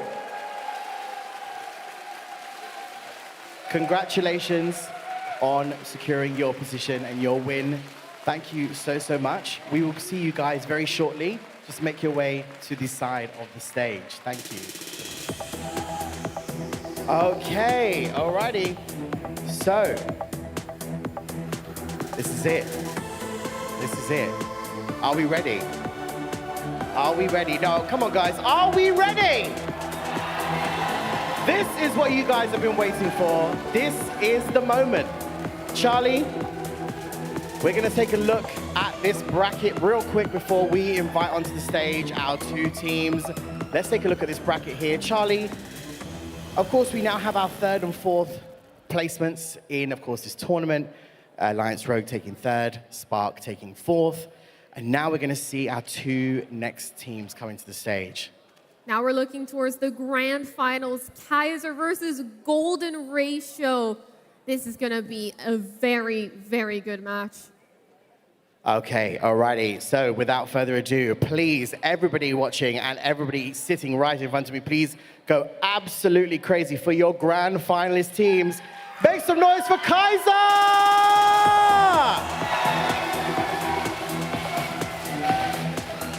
Welcome, Kaiser. Welcome back. And of course, going up against Kaiser in this grand final game. Please give it up for Golden Ratio! Welcome back, Golden Ratio. Welcome back, Kaiser. Okay. Alrighty. So we are going to get these guys set and ready to go for this grand final game. Charlie. Yeah. A couple of changes happening in this grand final now, aren't we? Of course, we're going to take a look at the maps and modes very quickly, but before we do, we just need to, of course, remind everybody watching at home and, of course, our live studio audience here, it's not a best of 5, is it? It's a best of 7. Aha! More games, more immense gaming, and everybody going absolutely crazy. We need to see that consistency coming out from these teams so we can crown our champion. Absolutely. Now, Bowie, we're going to take a look, I believe, at the maps and modes now of our best of 7, as Charlie just mentioned. So these are the games. The best of 7. We're going to start with the best of 3 as always, and then it's going to be first of 4 points for our grand final. So Wahoo World to open with Brine Water Springs, our second match. If it ends there, it ends there. But if not, Scorch Gorge will be our final turf war game. After that, we're going to be seeing splat zones on Barnacle and Dime. Oh yes, finally get to see that one. Rainmaker on the Humpback Pump track for game 3. Then game 4, it could potentially end here. Clamblitz on Crab Leg Capital, one of the new maps in this latest season. Game 5, Tower Control on the Inkblot Art Academy. Now that is not, if we get that one done, it could be the end, but that's not the guaranteed final game. We got splat zones on Macklemart for game 6. And should we go the entire distance, Rainmaker on Hagglefish Market will be our final match to decide our new European champion. Alrighty, so yes, as Bowie and Charlie just mentioned, folks, it is a best of 7. Will we go all the way to 7 games? What do you think, guys? I mean, I'd certainly like to. I mean, again, no matter what, we have a brand new European champion. Why not make it an absolute nail-biter? This is true. We will be crowning a brand new team European champion here today. Very true. I mean, both these teams, should I say, have really showcased some epic gameplay throughout this entire tournament. It's only fair to say, I don't even know where this is going to go. What's going to happen? What kind of? Do you think we're going to perhaps stick with the same strategic gameplay, Charlie? Do you think we're going to see something new? These guys have got some tricks up their sleeves. So far, we've seen both of these teams play incredibly well. We've seen on Golden Ratio that Ink Brush come out multiple times, getting some of those crucial splats. And same over on Kaiser, we've seen some very strong plays and just team movement. Absolutely. And again, team movement is key there, Bowie, because both of these teams, again, we had some surprises from Golden Ratio. Kaiser really strong all the way through today's games. I mean, what do you think? Like, what's going through your mind right now? What are you expecting to see in this final? Well, Kaiser are going to be really hungry for it because they were denied it 4 years ago. So there's going to be a lot of emotion, I think, from that team. Golden Ratio are going to do, I think, to kind of add into what Charlie was saying a little bit earlier about, the game plans and stuff. Both of these teams, you were saying with the Ink Brush, they have a player who is known for a weapon and going to bring something unique to it. And I think that is going to be really key here. I think, how do they utilize their unique aspects of their game plan within the overall meta to to go at each other? I don't know the history between these two teams. They've played each other a lot. Obviously the players individually know each other, but as teams, how do these two compare? It's going to be very exciting to see. Absolutely, exactly. Very valid points there, Bowie. Just to remind everybody watching at home, if you take a look at the screen just above you there, if you have not yet scanned this QR code, please do, because this is for everybody watching, of course, at home and our live studio audience. You can gain yourself a very special splash tag right here at our Nintendo European Championships 2023. This is, take out your phones, basically, and scan with your camera, and you can get yourself this incredible splash tag to use in your own game. I think we're almost there, Charlie and Bowie. We're almost there. It's definitely moving forward, yeah. Oh, just before the grand finals goes on, obviously, I think to say that, again, if you are interested in competitive Splatoon, to make sure to reach out, to your local community and, find, people and try and just play the game competitively. There are definitely tournaments and communities out there who are willing to want to have you join and be part of the community. Just keep playing the game. Alrighty, we are just making sure that everything is set and ready to go. This is the grand final, so we do need to do double and triple checks for both players on each side of our teams.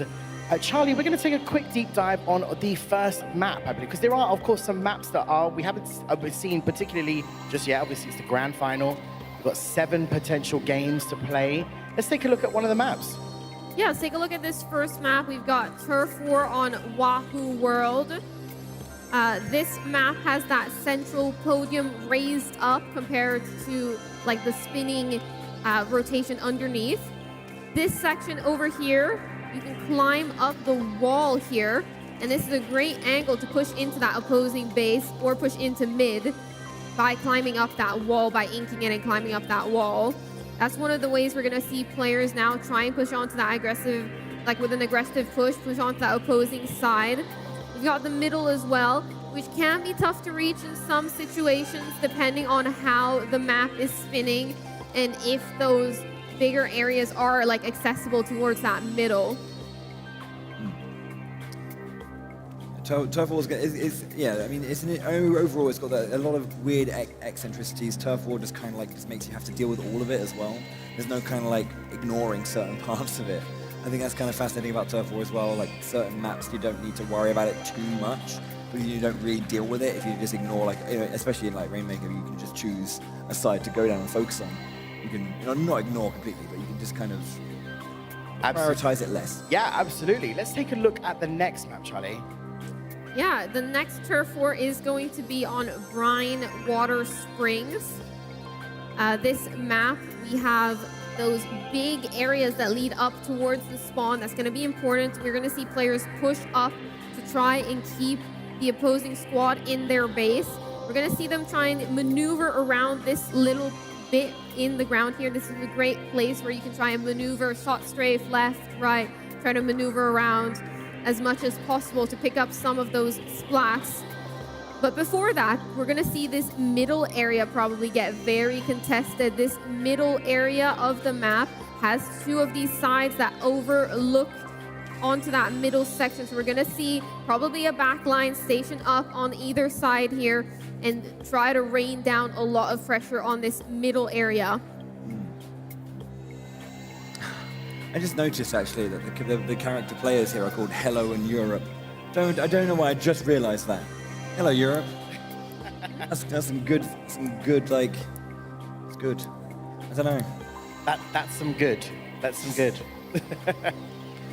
Okay, folks, we are almost there. As you can imagine, this is the grand final game. We just need to absolutely make sure that everybody is set and ready. Audience, are you ready? Oh, no. I'm going to come to the front for this. You can do better than that. You were shouting louder than that. I'm going to ask again. Audience, are you ready? All right. That's more like it. I want that level of sound throughout this entire grand final because we are just about to begin. Golden Ratio. We've got some fans for Golden Ratio in the house. Switzerland, are you in the building? There's some there, yeah. What about for Kaiser? Germany, are you in the house? All right, okay. So we are almost there, guys. If you're watching at home, this is it. This is the grand final for our Splatoon 3 European Championship 2023. Both of our teams, Kaiser from Germany and Golden Ratio from Switzerland, are almost set and ready to go. I think I'm getting the thumbs up. I think I'm getting it. Let me go over to Golden Ratio. Are you ready? Are you ready? Yes. Ready. Okay. Let me try over here. Kaiser. Oh, I see. Okay. Wait, we're like seconds away, folks. I know the anticipation is absolutely immense, but we're gonna get there. We're gonna get there. Oh, I'm seeing a thumbs up. I'm seeing a thumbs up. Yep. It's really important, Bowie and Charlie, isn't it? Because we've got to make sure that the teams feel comfortable, of course, playing these games. There's a bit of conversation going over there. I wish I could hear what they were saying, but I couldn't. But it looked like a very intense conversation. Is it there? Okay.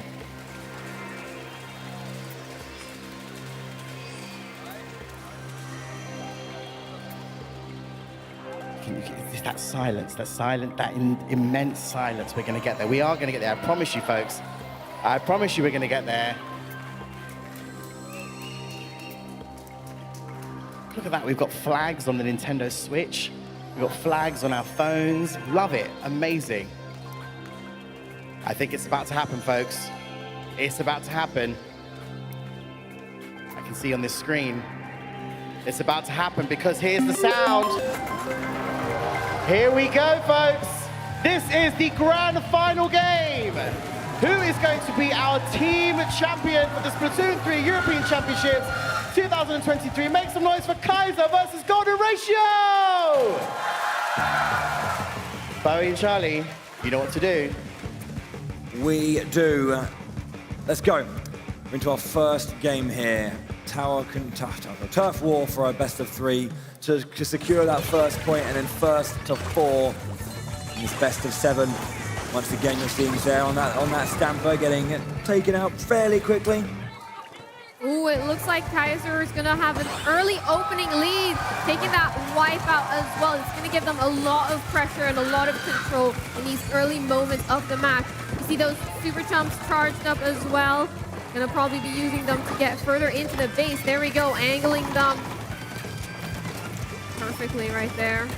We got the beacons set up right there. These dually squelchers being used. We haven't seen them too much this weekend. But they've got those beacons, which are great, especially if you've got some control. They're just trading back a little bit here, trying to grab a spot if they can, but they get away. Get taken down at the same time by Trizzy on high. Golden Ratio now fighting back, trying to take control yet again. Map is looking very split at the moment. Turfing very, very well, nice and clean, meticulous in that one, making sure there's no admin left undone. Tactical in the center, out to give a little bit of a boost here. Center looks pretty well contested. Kaiser pushing through and generally holding his Golden Ratio. Trying to find a way in here. 1.5 minutes left to go. Of course, you know that generally it's going to be pushing to that last minute that's going to matter the most. Both of these teams now trying to make their way towards the middle. We see that Splatana stamper being used right there towards that middle area. Trying to pick up some splats, getting some damage in. Oh, a bit low ink right here, being pushed by those dually squelchers. Yeah, Zero goes down there. Taken down.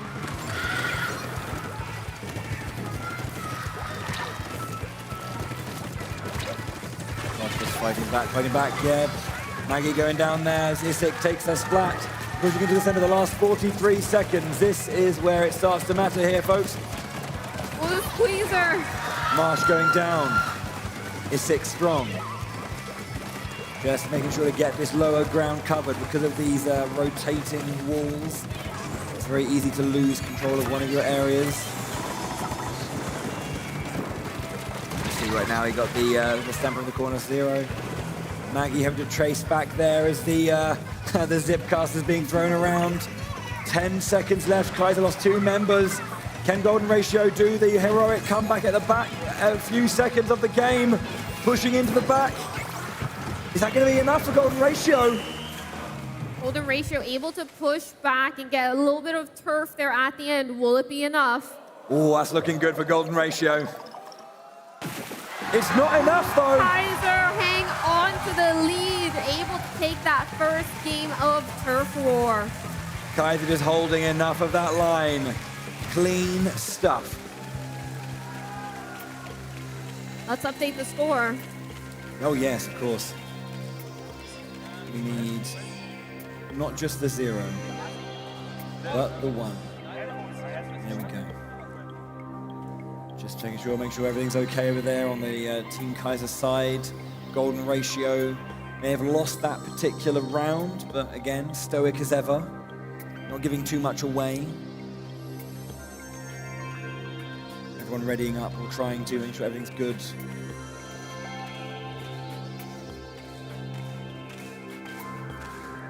As a round of applause is slowly building up in the audience for clapping. Both of these teams now looking forward towards Rhine Water Springs on Turf War. This first match on Wahoo World was incredibly close. Golden Ratio almost able to steal the win in those final seconds of the match. I think more and more people are getting Kaiser like screenshots on their phone. It's slowly making its way around the room. It's growing. Nice to see the energy there for these teams. Looks like we're just getting everything sorted. We've got a few players readying up. Seems like all of Golden Ratio are feeling pretty good. Team Kaiser to make sure. Yeah, opening start, it seemed pretty good. Like Golden Ratio, we've seen them do this a lot, where they kind of like have really strong plays in certain locations, and normally towards the end, you know, that's how they manage to get those over spark. Yeah, it's kind of, it looked pretty good. You know, it was pretty close, but it just wasn't enough to kind of like work back into what Kaiser had managed to build up. But here we go. It looks like we're ready to go, going into our second game of Turf War. The Germans, Kaiser, in that nice turquoise and the orange there for Golden Ratio. The Swiss, Rhine Water Springs.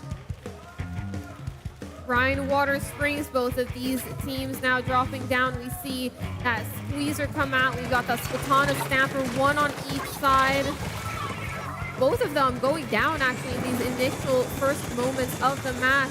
Both teams now just trying to make sure they've got everything in. We've got Tacticooler out already so early on in this match. That's one of the things we've been seeing in general all throughout this weekend. We've been seeing teams be able to charge up those specials so fast.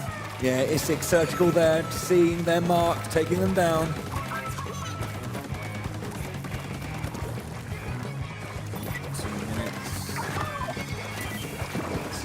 Build sometimes you got to a couple of members of Kaiser jumping into the center as Isik goes down. Marsh is trying to evade, but gets taken down eventually. Not enough distance. Phoenix in the back line, using that zip caster to jump around, but couldn't quite get much done there. All the work put into that, taken away. The Tacticooler coming down there.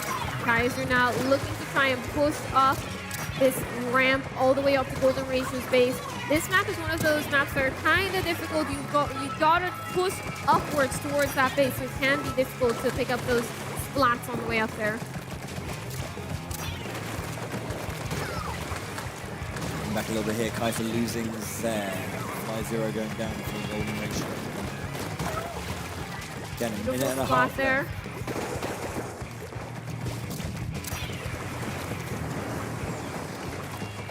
Kaiser now looking to push back into this corner. Looks like that Trazuka is cornered, does get taken down, but Maggie coming up with the cleanup, able to take control. Golden Ratio now have control of mid, have control of both of those side sections as well.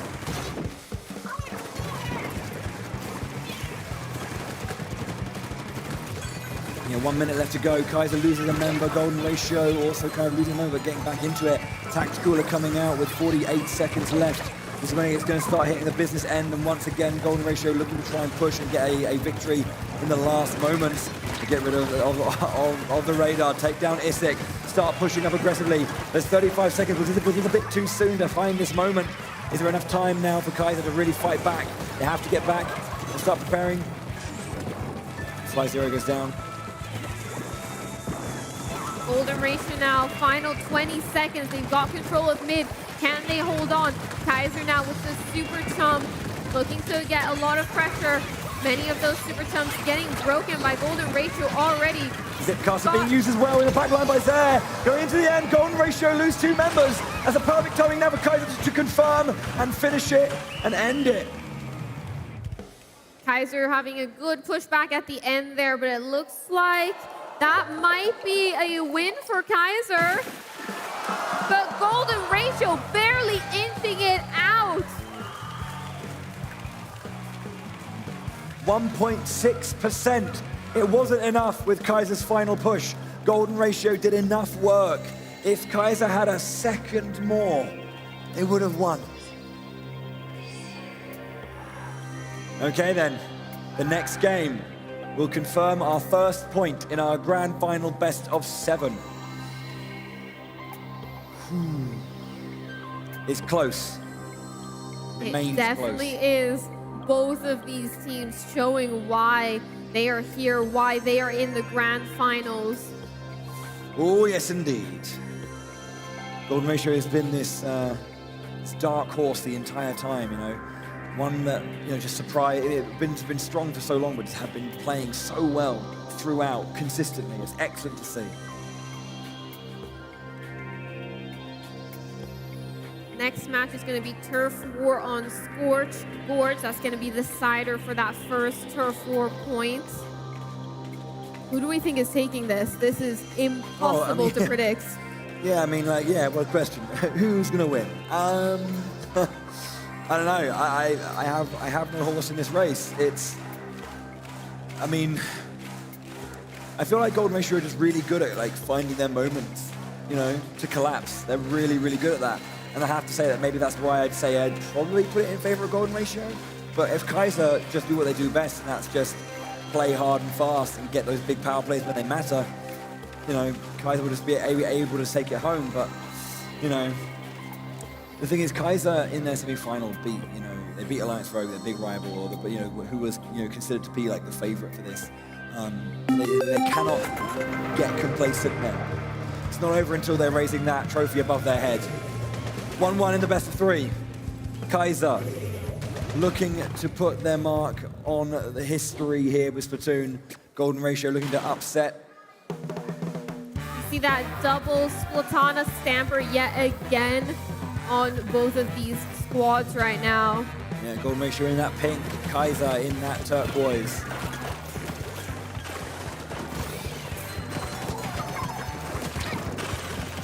Okay.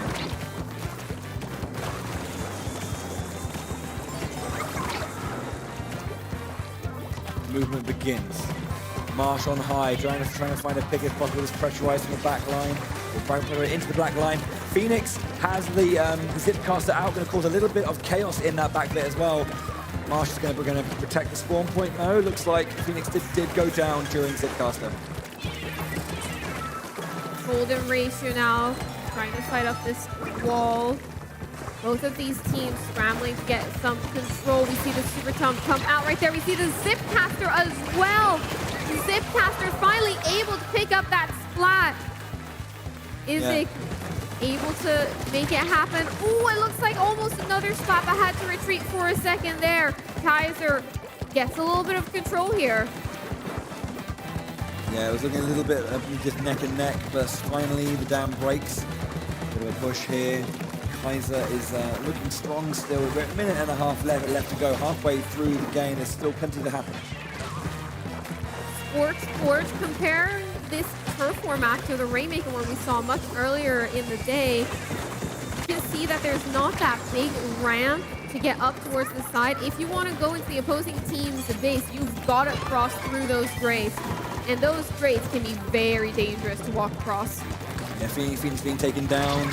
So does Marsh get taken down as well. Trizzy just trying to find something. Coverage here, so good. Both of these teams currently contesting mid, but it looks like it's going to be a splat there from the Splatana Stamper. Fly Zero now trying to pressure against March there. March in a tough spot, but manages to get out of it. Yeah. Beautiful aim with that squeezer. Fly Zero goes down as well. So looking here, again, this 45-second mark. Is this where Golden Ratio want to turn up the heat? A few seconds left, 30 seconds to go. And here's where your power plays start mattering. What can Golden Ratio do? Will they be able to do what they do as always, or can Kaiser hold their line? Can they stay strong? Can they push Golden Ratio out of prime position? I'm a lot closer here, a little less leeway to work with.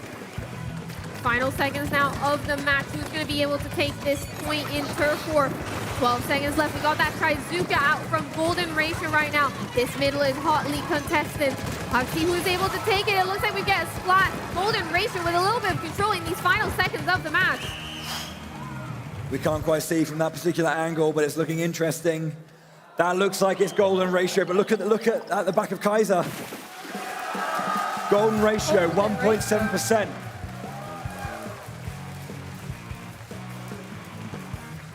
2-1 then to Golden Ratio, taking that first point in the best of 7. Ooh, up in the grand finals, 3 games away from that gold trophy and that trip to Japan and Nintendo Live. Whew. Yeah, definitely a very good prize that these teams are working towards. Getting to go to Japan, getting to visit the country Nintendo was founded in or is in. Yeah, that's where they are from. And it's always a nice place to go to. Very lovely country, of course. Tokyo, a very exciting place that most gamers have probably heard of and want to go to. So, kind of a dream trip. You can see there again the very specific, bit more emotion coming out of Kaiser. Golden Ratio showing, so letting the cracks, show a little bit. They are excited. They know what they're slowly working towards and what is possible here if they just keep at this quality. But they can't let themselves get excited. Again, complacency, anticipation can be the downfall of games like this if you just let it go a bit too much. Hold your ground. Splatzones on Barnacle and Dime is the next map mode combination. Yes, whilst we're just preparing for it as well, let's quickly just run the end of that last game to see how close it was. It was hard to tell from that position, but Golden Ratio were getting key splats and covering ground. So let's just roll it once again. This point here, there's 20 seconds to go. It was just so clean, just finding moments, pressure to the left, noticing that it's happening on the right-hand side here as well. That final Trizuka shot hitting that tacticooler. Unfortunate. And you have to say that key splat there against Isik was definitely the reason it happened. The audience though, tense stuff here in the grand finals.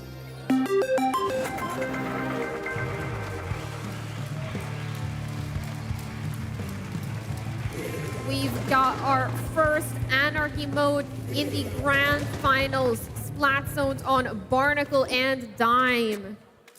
I think it's the first time we've actually seen this map this weekend. All of the games ended before it would show up in the rotation. At long last. Okay. Ooh, early control there from Kaiser as they're able to pick up a Splat right there. Not able to take the zone just yet, but they are now going to be in control. Golden Ratio, a little bit on the back foot. They've got that tactical now as they try and push in. Yeah, you see as well that it looks like Phoenix has stepped away from his Skatana Stamper, but they're staying on it. Change up in the loadouts here. Different modes, obviously. Kaiser now pushing forward, managing to line up their team, covering up all of the angles that Golden Ratio can take to get out of their base. Now towards that middle area, we've got that Ink Rush Trizzy getting taken down with the Ink Jet. Yeah, good stuff here as well against there on that Zipcaster. Baggy going down as well. Golden Ratio pushed really far back. That was a clean team play right there with the Zipcaster and the Ink Jet being able to corner that player. Reset now, you can see Kaiser is so far ahead. There's a trade there. Can Golden Ratio get back into this, or is time just ticking away? I mean, it is. But can Maggie and Marge find anything to go forward with? 10 points remaining. Golden Ratio have to get in towards this zone. There is this hidden jump there as well. Are they going to be able to take this? And it looks like Kaiser secures the win. Fist bumps abound. Nice clean game from Kaiser. After a hard-fought turf war, we're already locked back in.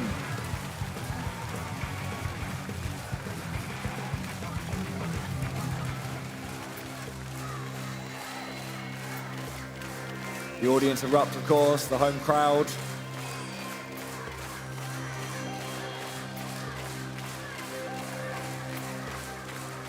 That was Whilst a we really ready- fast match right there. It all started from that initial push from Kaiser, being able to pick up some of those splats there in the beginning, and then they kept pushing. They made sure to spread out their players, some going a bit more to the right, some going a bit more to the left, to cover all of those angles that Golden Ratio can take coming out of their spawn. Indeed, yeah, they're definitely finding every single angle. And speaking of those angles as well, let's have a quick check at that lovely team play with the Zipcaster and Inkjet play. This was really, I think, crucial to kind of pushing back Golden Ratio so far back into their spawn. They made it a lot harder for them to recover here. Excellent job just to get out of the danger zone as well. And as you can see, you've got Zare going to be going in now as the Inkjet is pressuring to the right-hand side, and then double going for the 2v1 on that bottom left corner. Excellent stuff.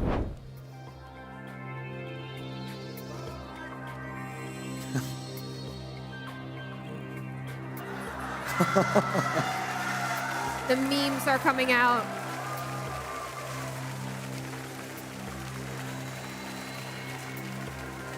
Okay. Now we memeing.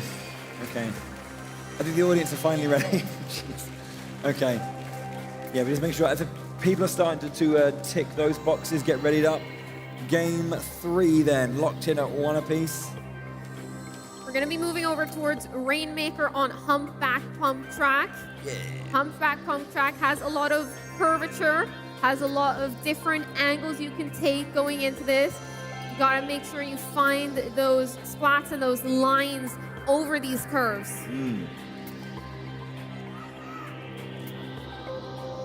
Big open AM space obviously in that mid as well, so a lot to contest. Hard fought as well, but have to see how it goes. There's the sound. Jumping into game 3. Ballpoint coming out there, as expected, I'd say. Ballpoint very strong in this meta. Has dropped a little, but still very, very strong. Trizzy bringing out the ink brush again. We've seen a lot of play with that, just to kind of confuse and go heavy on the lines. But a complete 3-for-1 in the middle means that Kaiser have an early advantage. Instant checkpoint. Wow. Sharp start for the German team. Not even 30 seconds into the match, Kaiser has already broken through that first checkpoint. Golden Ratio now on the back foot, forced to defend, forced to try and push them out. Drizzy with the aim thrust, able to stop that Rainmaker, going towards mid as well, trying to get picked onto that ballpoint splat lane, or at least force them to back off. Yeah, I feel like that opening play was a little bit too overzealous from Golden Ratio, and Kaiser made them pay. But now Golden Ratio can finally settle in. Just need to be a little bit calmer with this play. Need to just find their moments, find their time. Don't push too hard. Golden Ratio able to stop that first initial push from spiraling. Now trying to take control of that Rainmaker. Ink Crush being very weak. Does pick up that Rainmaker. I think that might have been on accident. Yeah, it's a little bit too much pressure. There was this ink coming in from left and right and forward. Just had to move back. Bit of an unfortunate one, but you know, Kaiser still have the Rainmaker pushing forward. They're getting past that line now, lowering those points, creating a lot of pressure. The Crab tank at the back, Zipcaster in, surging as much as they can just to get this. Oh wow, double in the middle, but gets one. Can Zar get two? Returns to a safer spot. Still working hard though. Trizzy gets taken down. Zar is just one-manning the entire team. Maggie taking that Rainmaker out of the danger zone, making sure to drop it down that ledge. Kaiser, though, with immense control right near this podium. They're going to be bringing it right back up there. Yeah, they're doing so much work, just completely controlling this front line. Nothing the Golden Ratio can do against him.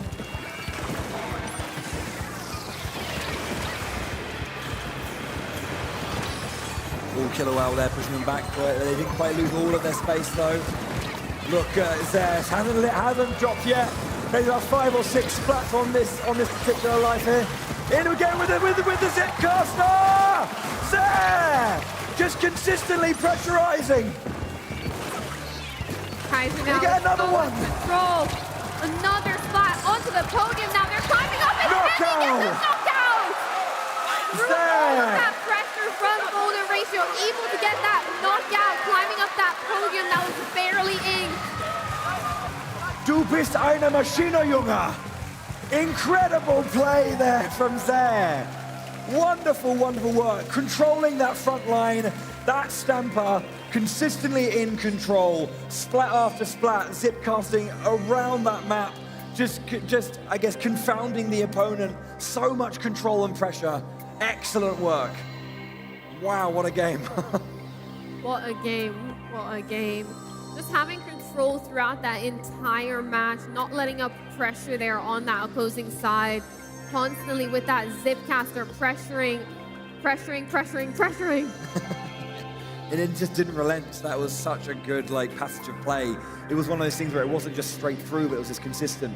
And it was holding, it was waiting, it was just biding its time, slowly but surely whistling down the defense of Golden Ratio, really just becoming more and more tired as that game went on, until they found their moment to just push straight through. There was so much pressure on the checkpoint as well, but they just couldn't take them down. Ooh. Yeah, speaking of Zare's excellent play, let's have a look at some of those zipcaster moments from Zare. Excellent work. Just, this is the kind of play that decides games, that as you saw here. Just waited, bided their time, got a splat down there on Phoenix, straight back up, had everything ready, and then pulled the trigger. Straight in, one. Pressures another one. And then down to the back line again, but it's just, and then they just continued it, just kept going. It was just so much, paved the way. Able to climb up that podium despite multiple players shooting at them there. Everyone going home and saying, that was sick.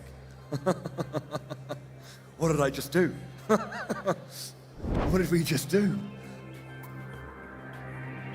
Golden Ratio now on the back foot. They've lost 2 Anarchy modes in a row. How are they going to adapt going into Clam Blitz on Crab Leg Capital? Yeah, they need to definitely just compose themselves, as I've said. Like, Kaiser have a lot of momentum here. They're a very momentum-based team, I feel. You know, you can see the emotion on their faces, how much they use that to kind of drive them, to just focus themselves. Golden Ratio, though, they have those moments, they do let themselves, you know, just enjoy that quality, but they need to find it again if they want to have a chance of winning this match. I think when we're just getting ready, maybe perhaps have a look at our next map.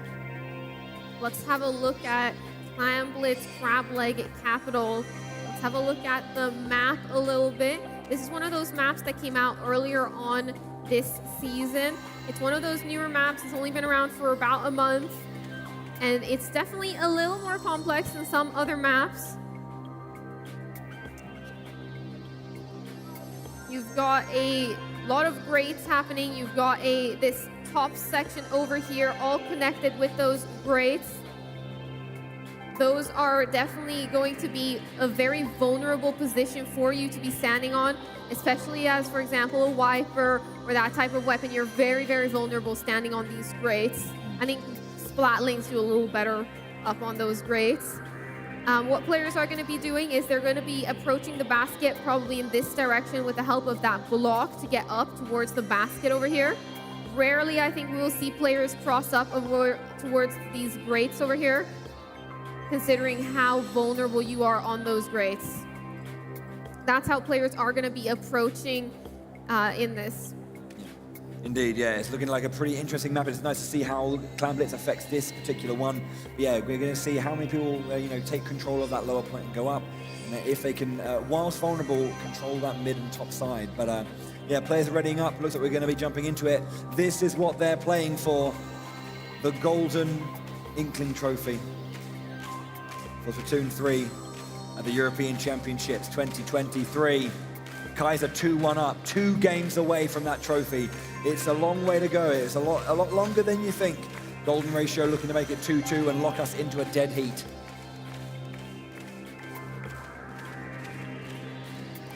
Our players now are focused. They want to get this win. They are hungry, and they are so close to it. Hopping into our next match here, Clam Blitz on Crab Leg Capital. Okay, the game is set. We've got the Germans in the pink, and we've got the Swiss. Ooh, the green. sloshing machine coming out. Yo, okay. down usual, yeah. Nice quick change, we're going into it. Clam Blitz. As you know, 8 clams, power clam into the basket. 100 points to go. Already got the Killer Whale 5.1 on deck. That will just try and get around this line here.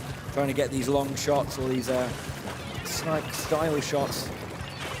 They're pushing forward. Oh God, splitting the sea there. We got that zip caster now charged up. Probably gonna see it get used in just a second here, and there it is. The zip caster able to get behind up towards that basket. Does manage to pick up a splat and squid roll out of it. But Phoenix, beautiful shots right there with that sloshing machine to pick up that splat. Yeah, nice attempt there, but again, Golden Ratio shutting it down. Good stuff. Trizzy just waiting in space. Being quite quiet then, just holding the line they can, trying to get a little bit of work, getting back there with the ink rush run. Here we go. So the Titans. Couple of trades back and forth. Golden Ratio lose a couple of members. Kaiser looking to push forward. They've got a few clans, not a ton, but a few. Down goes. Managed to break the barrier right here. Barrier seems to be closing down. Kaiser now trying to mount their push from this top grate section. We've got the Trizuka coming out, shooting through those grates as well. Yeah, all you can see as well, nice super doing the squid jump out to go. The barrier goes down now for Kaiser, finally getting some points on the board and getting a few clams in too. That timer is being kept up a little bit. What can Zare do? The enemies can see him, they're trying to push away right now. And as you can see, timer running out. Barrier's back. Trizzy with 4 clams on this lower side. Trying to just, oh wow, they're just counteracting each other. Doesn't go down there. Kaiser now with that power clam, able to start another push. We got the Trizuka though coming out from Golden Ratio, trying to stop these players and this push from coming. Izik now though going up really far with that power clam. It looks like they're in a dangerous position, dropping that clam, getting tossed up. Very smart play there to toss it to your teammate so they can break the barrier. Yeah, Kaiser excellently pushing forward with that power clam, going into the barrier, and they're going to get some more points on the board. More clams around there, just grabbing a clam, zip casting around, Trizzy down into the back line, up on the top there with Maggie. Cam's goal, and Zare gets taken down by Maggie. They protect their base a little bit longer. So the Kaiser lose all of their members now. Golden Ratio want to push forward. They have their power clam as well. Can they get some points back in there? They can. The barrier is open. What can they get here? Can they take the lead? They need just 6 clams in. Ooh, beautiful splat right there. That wipeout into that counter push. Oh, wow. A couple of clams away now from Maggie taking there. that lead. Maggie But comes take up the in, lead. and that's the lead. Maggie finding enough space there, and Kaiser couldn't take them down. Golden Ratio with the lead with 1 minute and 40 on the clock. Excellent work from Golden Ratio to hold it. Kaiser looking like they could have just run away with that, but they aren't now. Kaiser now trying to mount this push. Golden Ratio having a lot of pressure. Gonna try and maybe sneak up that block, but Kaiser spots it out. Golden Ratio yet again with another power clam, trying to mount a push. But that Trizuka coming out. 3 players down, and it's a wipeout. Team Kaiser have a chance to push up and break that barrier. Yeah, 2 power clams are going to get rid of their penalty points. They take the lead once again. Maggie here with the penalty with another clam in the back. 1 minute left. Barrier's back up. Trizzy goes down. Maggie loses her clam. Fly 0 and Zare pushing forward. Can they reclaim that clam, or is it gone forever?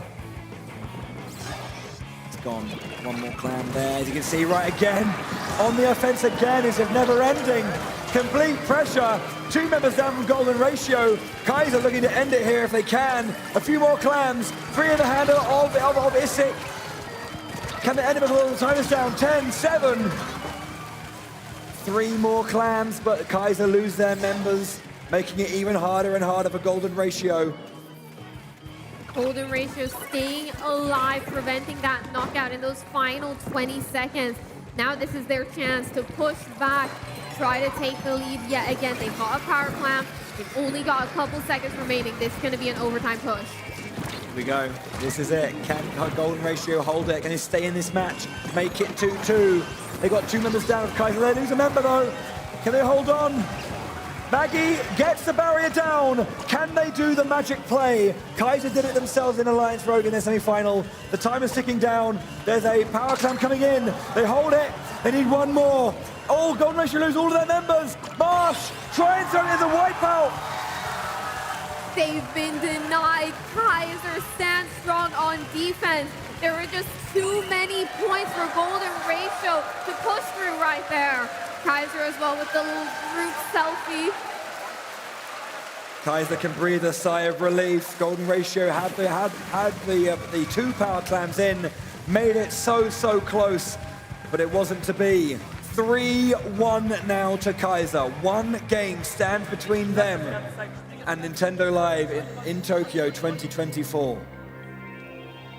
Golden Ratio have a lot of work to do. They cannot afford to make any more errors here. They cannot let Kaiser dig their heels in any further. What a close game right there. Those final moments in overtime could have been the difference. Golden Ratio were so close right here. They really were close. Speaking of close, there's definitely some nice moments that we want to capture again. Let's have a look at some of these 1v1s that happened in this last match. Some extremely close fights happening everywhere. This back and forth here, just couldn't find a shot. Trading blows, and then eventually the flank comes in to support. That kind of team play is nice to see. They're enjoying themselves.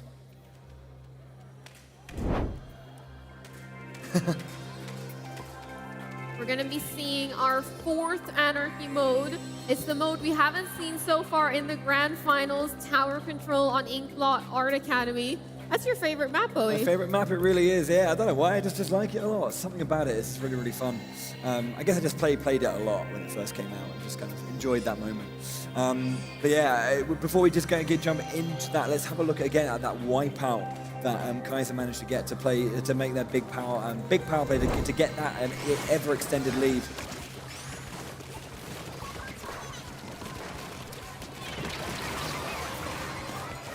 Tryzuka coming out once again, and of course the wipeout and play. How quickly you can push down that line, you know, get the lead once again. Thumbs up emoji. Ooh, but yeah, looking forward, Tower Control, as you say, on Inkblot.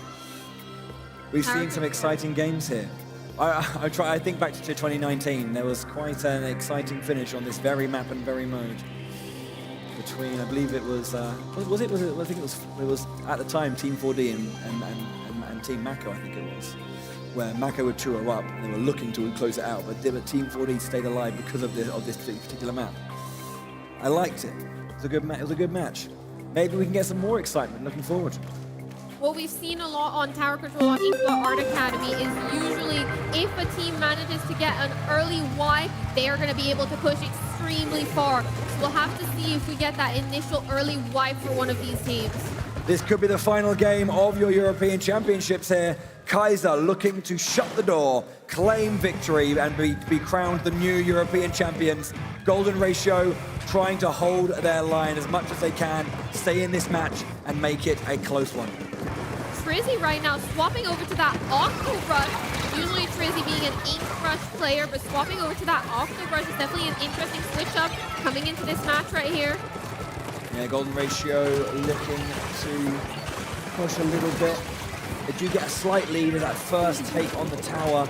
Golden Ratio lose 2 members though. Kaiser have the control. They're pushing forward. Just throwing artillery shots over that wall, keeping Golden Ratio at bay.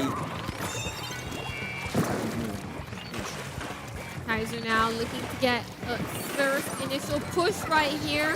Lots of pressure coming out. We see that Zipcaster through the stage.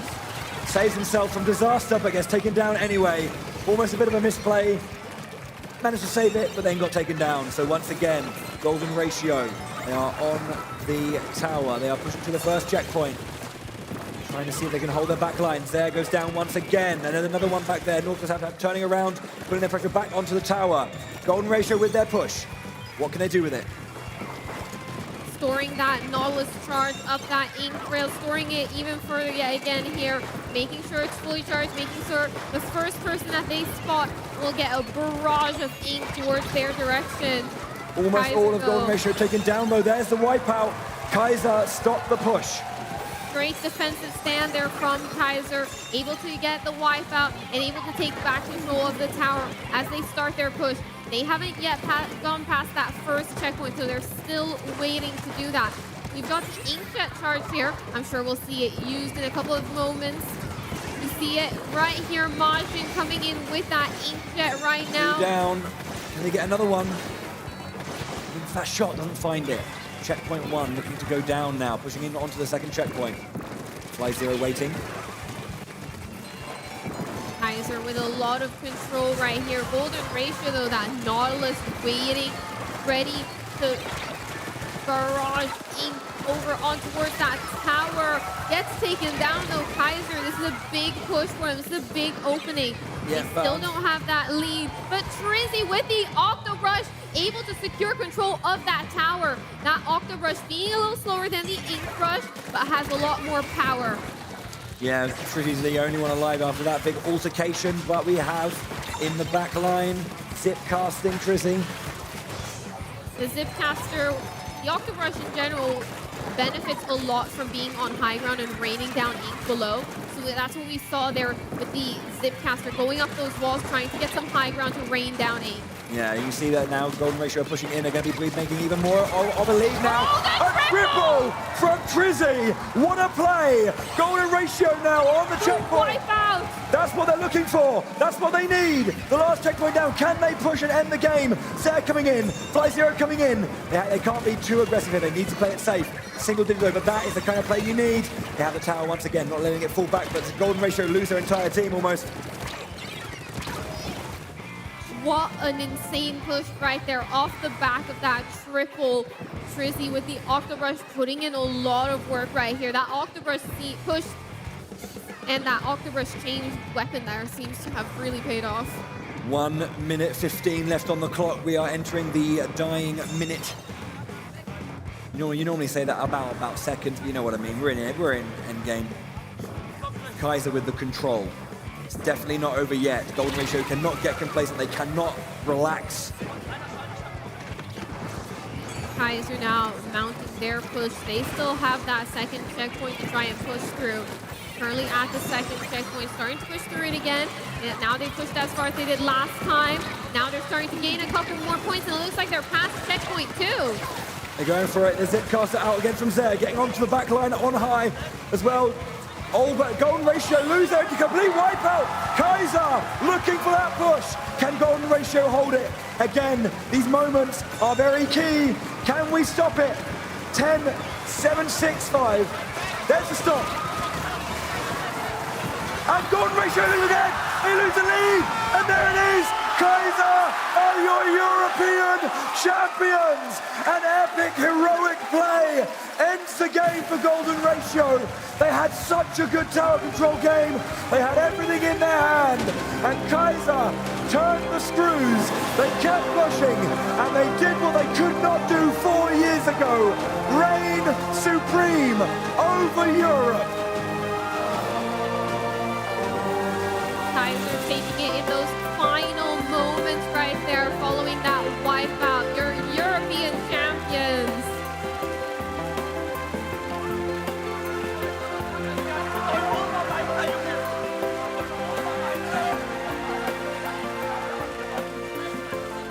Ladies and gentlemen, give it up for your winners, Kaiser!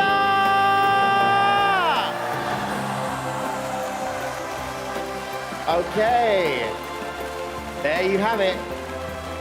We have our winning team. Amazing stuff.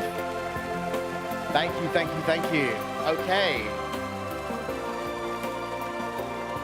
Whew.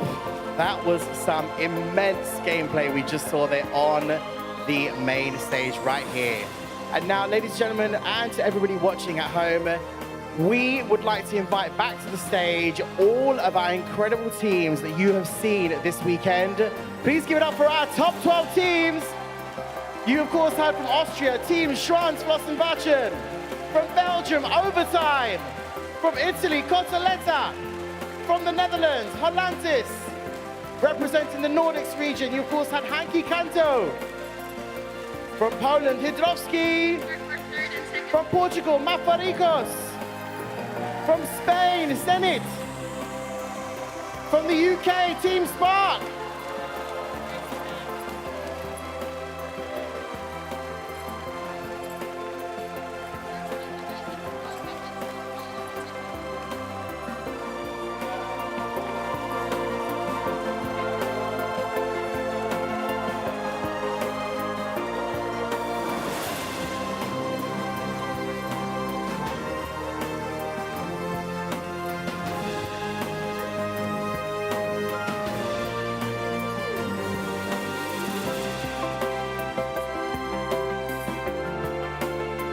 Alrighty, I'm going to ask all of our lovely players just to take one more step down for us, because there's a lot of Inklings and Octolings on this stage. We just take one more step down for us, we can get everybody on stage. There we have it, there we have it.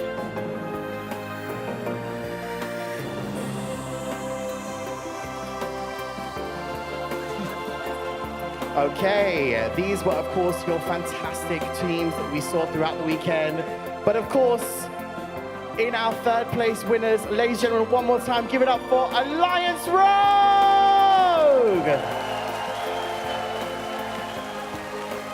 Alliance Rogue, congratulations on your third place victory in our Splatoon 3 European Championship. We of course are going to be handing you guys some incredible medals. Yes. These are for you guys over here. GG's.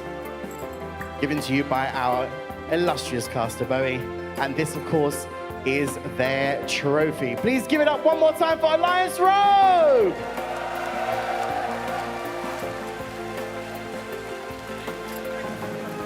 Okay. You amazing people over here. Of course, we have not forgotten about the amazing games that you have played over here. Ladies and gentlemen, and to everybody watching at home, your second place winners, give it up for Golden Ratio!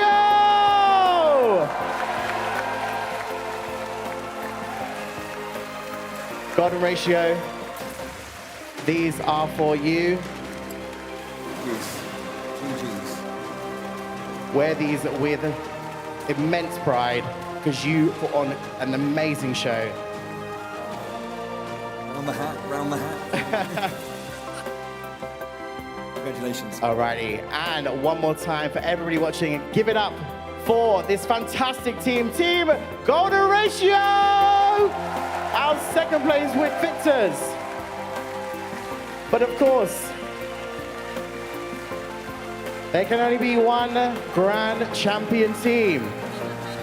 You saw these guys. They put on quite the show all day yesterday and today. You guys did it. You did. Yes, sir. You guys did it. These, of course, are your medals. Please wear these with pride. As these medals are being given to them, please give them a round of applause once again. Congratulations. There we go. Brilliant stuff.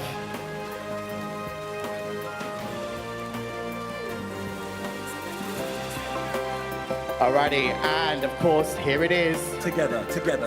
Okay, ladies and gentlemen, everybody watching at home, and to this fantastic audience right here, I give you the grand champions of the Splatoon 3 European Championship 2023, Team Kaiser! Congratulations, Kaiser. You did it. You are our European champions. And of course, not only are they our European champions, they will now go ahead and represent Europe in the Nintendo Live 2024 Tokyo Championships for the Nintendo World Championships, should I say, next year.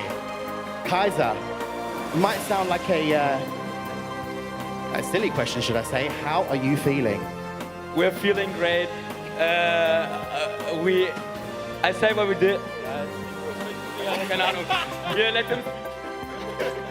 I think we had great synergy in the finals, and I think that is what led us to the win. And I'm so grateful that we won this tournament. It's amazing. Amazing. And I'm going to ask you over here, you were quite confident in your semi-finals. You proved it. You were going absolutely crazy in this final.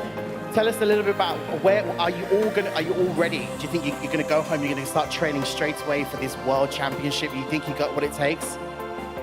We got it, obviously. Like, we have the potential to win it, but first things first, we will take a break. It was too much.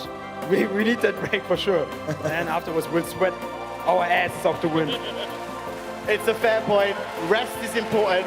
You do need to rest because you guys will be, as I said, representing Europe in the World Championships next year. Ladies and gentlemen, and everyone watching, one more time, your team grand champions, Team Kaiser! All right, okay, amazing stuff.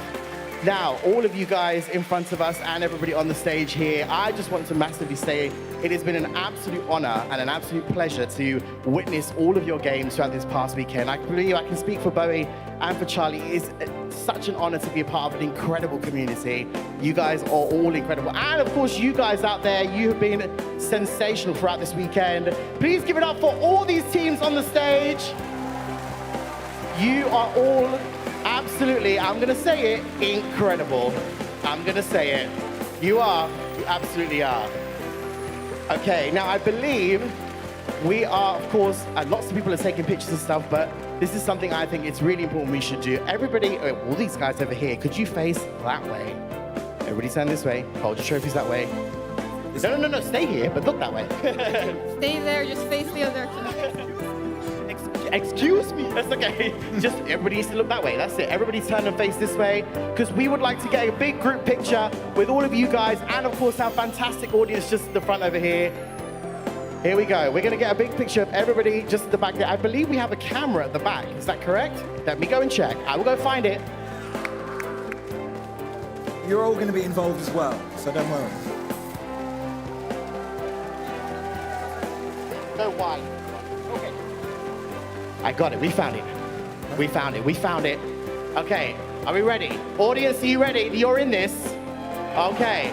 After 3. 1, 2, 3. Yay! Thank you so much. And once again, everybody watching, please give it up for your top 12 teams and your grand champions, Team Kaiser! Thank you so much, everybody. Can I ask you all to safely make your way to the back of the stage? Thank you. Thank you so much. Make your way.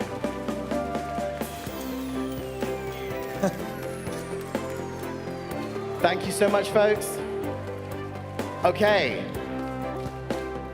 Audience, how are we doing? We had a good day so far? Amazing stuff?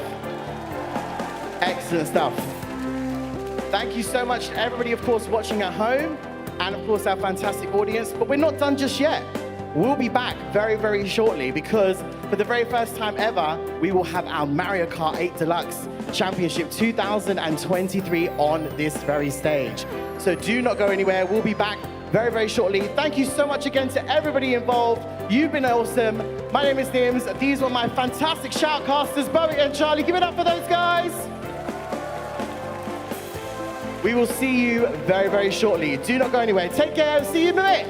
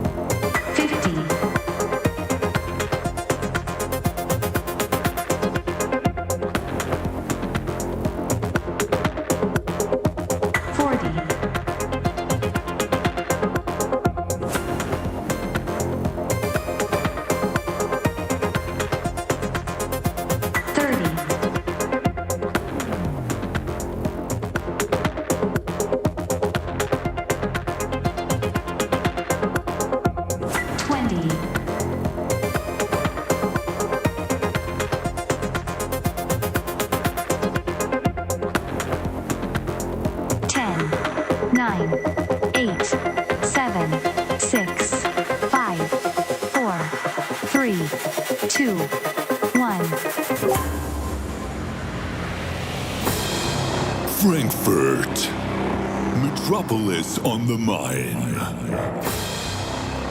Nestled in the very heart of Germany, where soaring skyscrapers kiss the sun, and where history connects with the promise of tomorrow. Well, that's almost where we are. Bad Vilbel, a tranquil oasis where time seems to stand still. But not today. For today, Bad Vilbel is transformed. Today, it becomes the epicenter of gaming glory, as it proudly hosts the Nintendo European Championships 2023.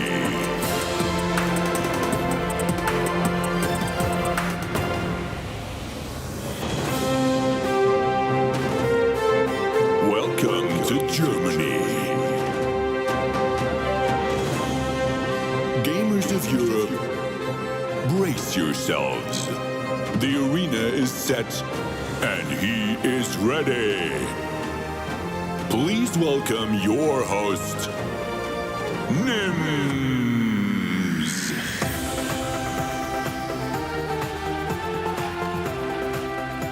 Hello, hello, hello.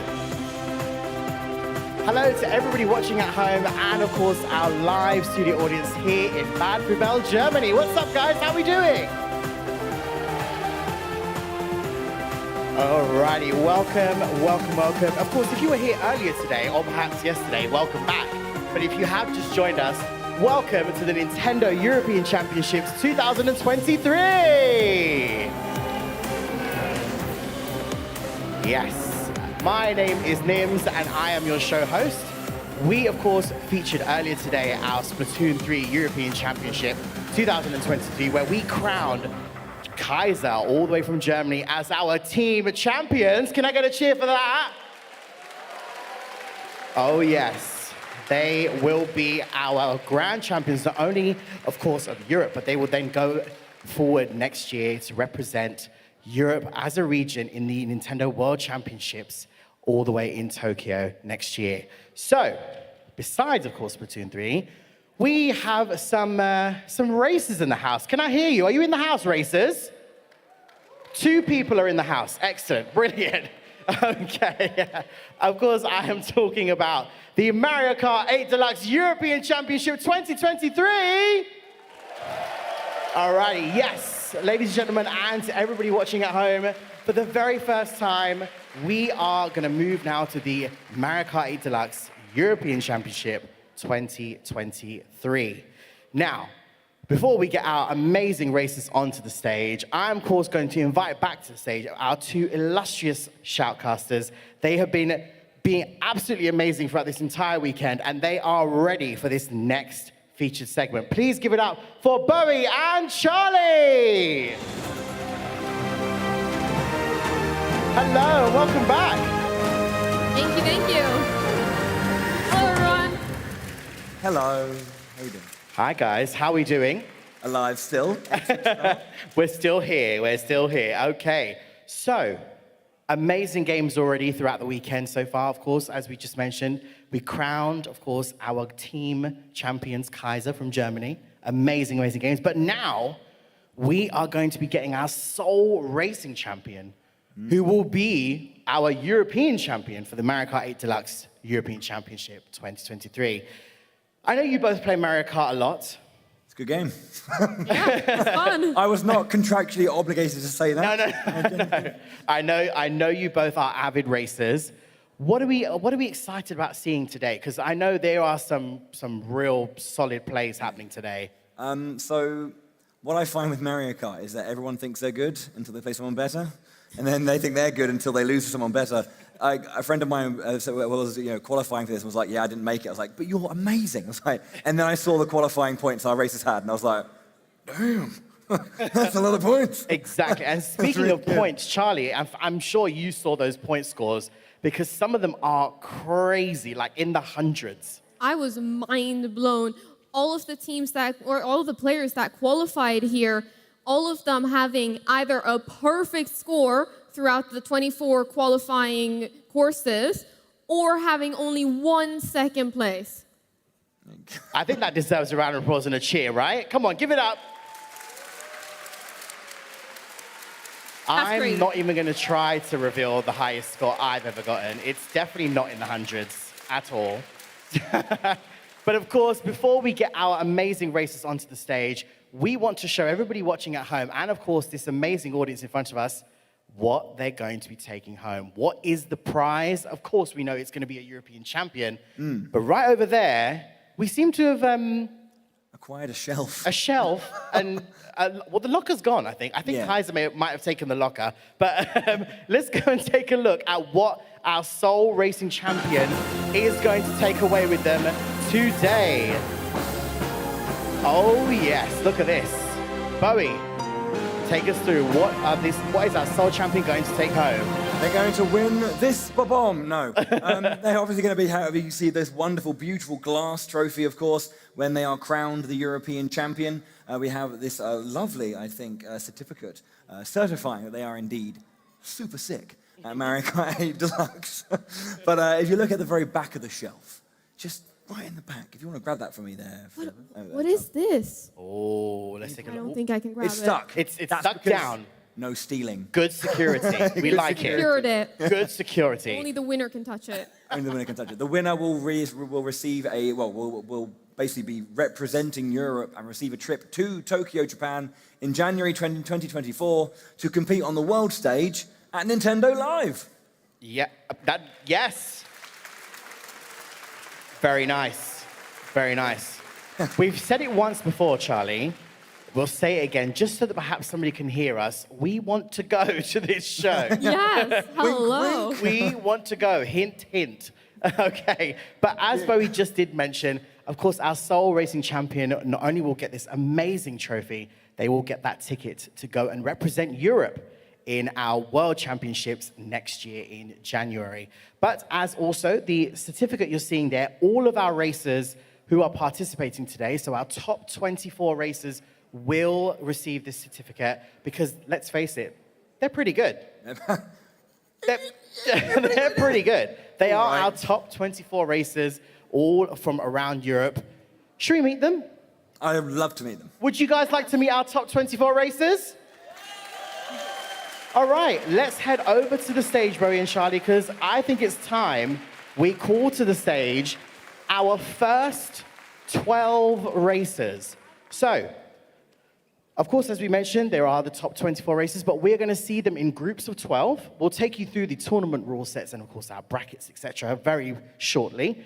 But we are going to invite to the stage the first top 12 racers who are going to grace us on this stage.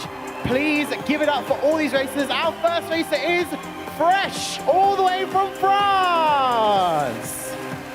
Fresh is a big fan of Bordeaux. Enjoys a bit of Mushroom Ridge. Let's see if that is going to come up today. Welcome to the stage, Fresh. Up next, all the way from Belgium, please give it up for Noel. Noel's favorite course is Coconut Mall. Also likes to race as Waluigi. Maybe we'll see that today. Alrighty, and all the way from Germany, please give it up for Mio. Mio's been on the competitive scene for 15 years. Plenty of experience here. All the way from Spain, please give it up for Michael. Likes to race as the light blue Yoshi. And representing the Netherlands, please give it up for Alpaco. This racer currently holds one of the world records in 150cc time trials. Good stuff. Our next racer is from France. Give it up for Tanguy. Favorite course is Wario Stadium, but actually stated that it's Baby Park. Our next racer from Spain. Give it up for Alicia. Big fan of the Black Yoshi and enjoys a bit of water park. Good stage. Another legendary racer from Spain. Please give it up for Caesar. Loves racing on the Mario Kart Wii DK Summit. All the way from Italy. Please give it up for Marcus. I like this. Marcus is a big fan of the GBA Mario Kart, one of my favorites. Good shout. All the way from France, please get from Mars. Favorite track is Tick Tock Clock. From Spain, please give it up to El Quito. A quote to live by when you're a Mario Kart competitor, the best don't always win.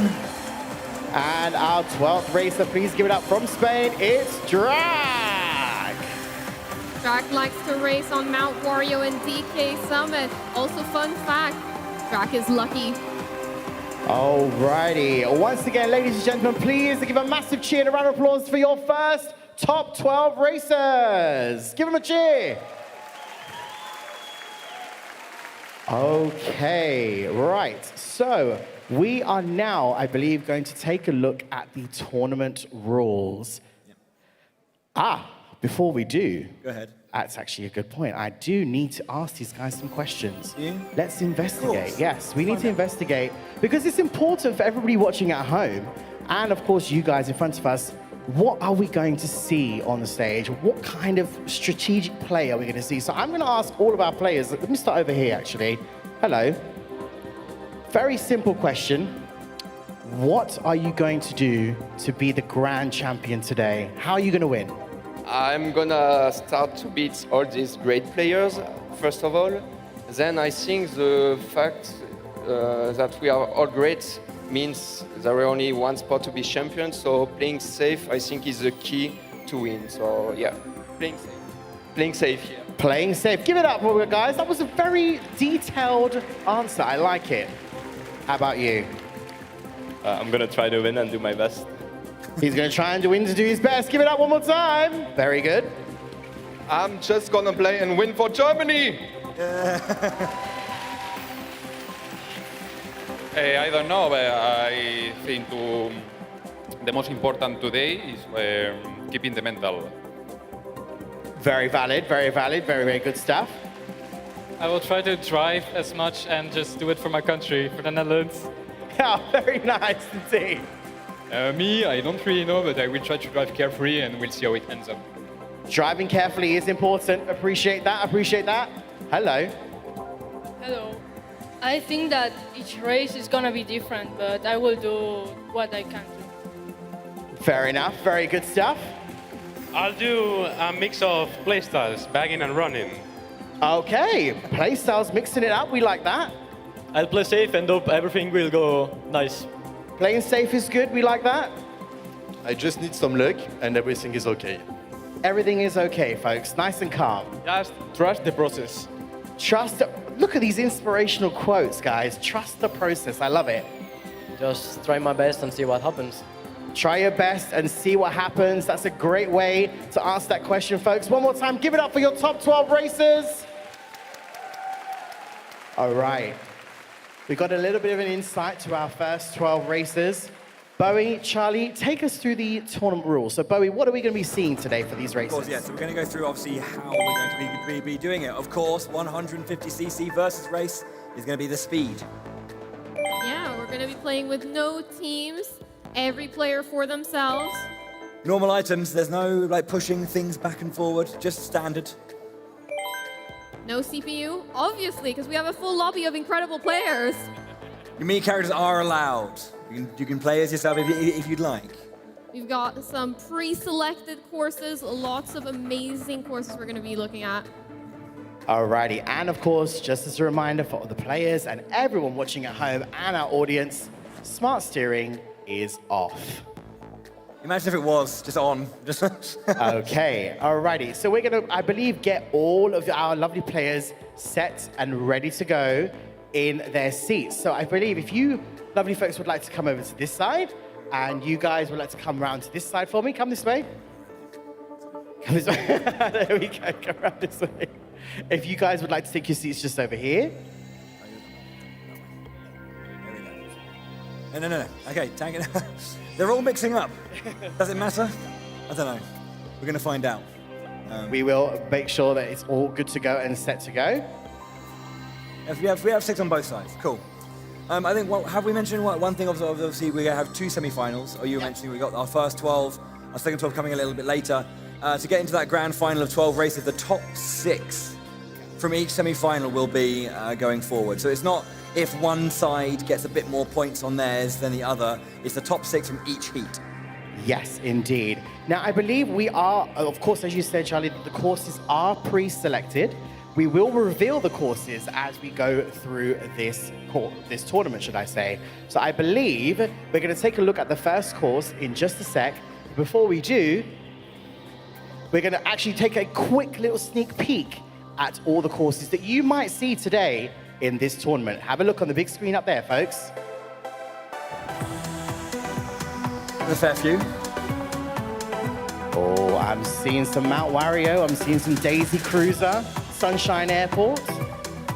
Big fan of the Daisy Cruiser. Nice. One thing I noticed is that all of the I guess city courses from Mario Kart Tour are all of the European ones.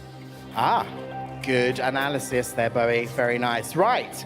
Without further ado, you guys know what to do. Let's head over to our amazing little commentary booth at the back here. And let's take a look at what course we are going to see first. Where are our racers going first? Mario Kart Stadium is it's a sensible choice, I believe. It's a great way to start a game. It's the first one, right? It's the first one, indeed. All right, so we're going to just make sure that all our racers are set, ready to go. They've chosen the right kart, the right wheels, the right bike, the right glider, because those things are important. Okay, of course, checking that all our tournament rule sets, as we mentioned before, are set on all our players. There's the magic sound. Ladies and gentlemen, please give it up for the first race from our top 12 racers. This is the first semi-final. Here we go. Bowie and Charlie, take it away. Okay then.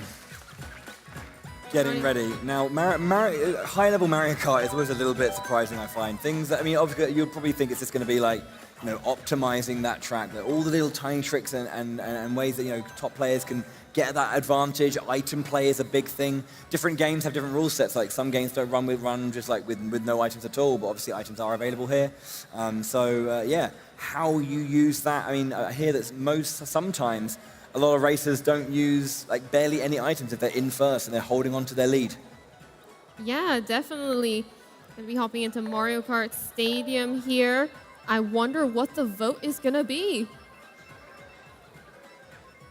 Okay. I think we know which map it's gonna be. Oh, that's a surprise. Mario Kart Stadium. Right then. Hopping into this first match right here. One of the key things, we're gonna see a lot of Yoshi, the full lobby of Yoshis right here on that Teddy buggy, but it looks like we've got one player potentially there on that Yoshi bike. Am I seeing that correctly? We do. Alicia on that inward drifting vehicle. I am team inward drifting, so I love to see that. Yeah, you're gonna be seeing a lot of this meta when it comes to the builds. And characters are going to be going for these kind of like slight moments to try and snake if possible. It's not quite as powerful as it was in DS, as you may see. But yeah, trying to get those coins and increase that max speed and just hold true with the items. Definitely looking here at this little glider section. We've got some mushrooms trying to take that shortcut, trying to take those lines, making sure you're keeping yourself safe. Nope as well in first place with that horn. We'll be taking that shroomless shortcut right there. Beautiful job there from Nope. Currently in first place, has the horn. Yeah, we're now into our second lap here. We've got a couple of players overseeing here, back in those lower our side. Obviously going to get more powerful items to use in their lead up. We see some players now trying to use these really powerful items late game to try and get some control and get back into the swing of things. Yeah, obviously great item play there just to get around the gravel and stuff.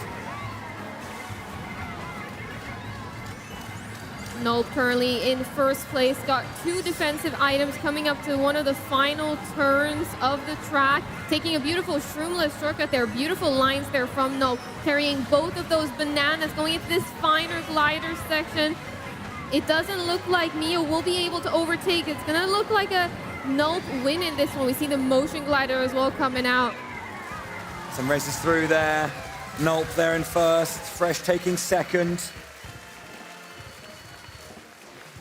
Nice first race, positions being locked in.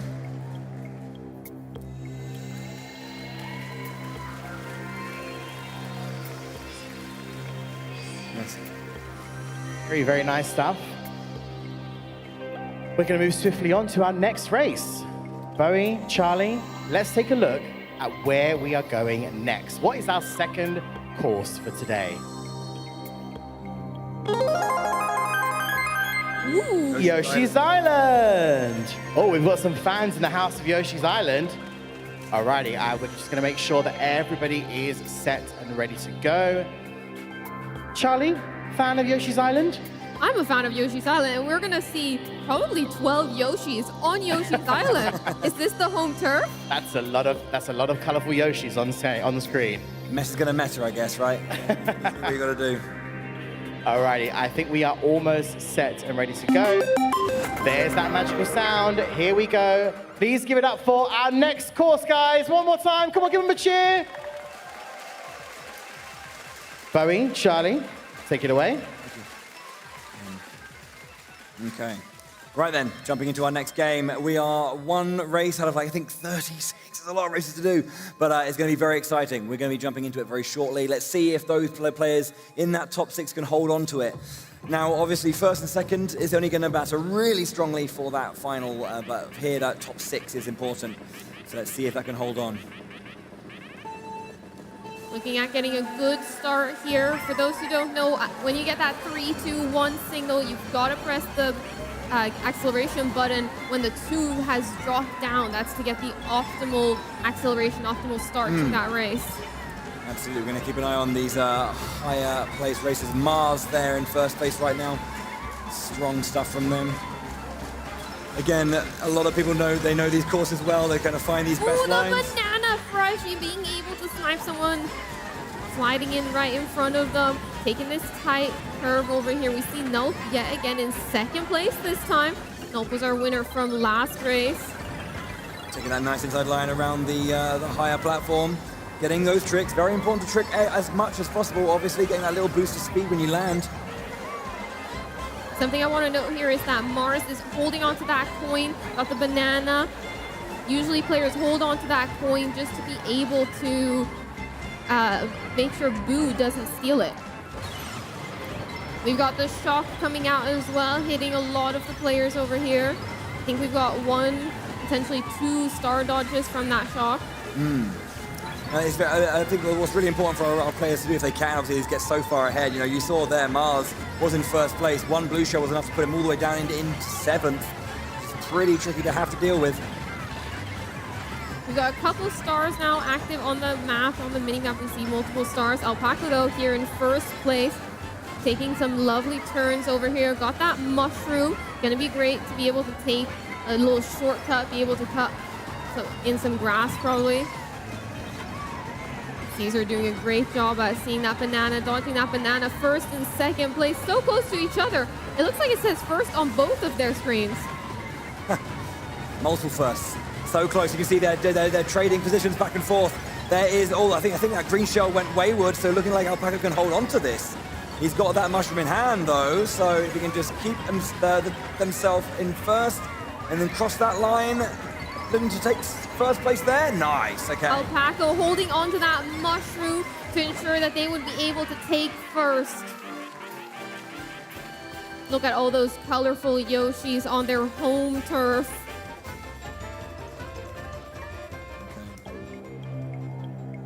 Okay, let's you see the focus here.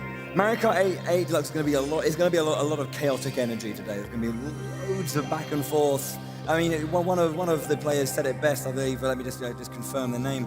I believe it was oh gosh, where am I looking? I'm looking the wrong way. There it is. Enriquito, one of our Spanish racers, said the best don't always win. I think it's very, very true. It also on stage said trust the process. But I think it was kind of funny because you don't know how it's going to go.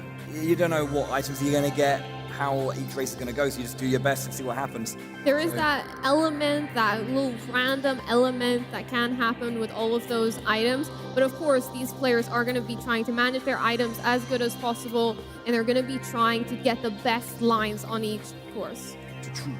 Alrighty, yes indeed. So before we go into our third course, we're going to take a quick look at an action replay of that banana hit that we saw on the screen here. It was quite intense, that little banana hit.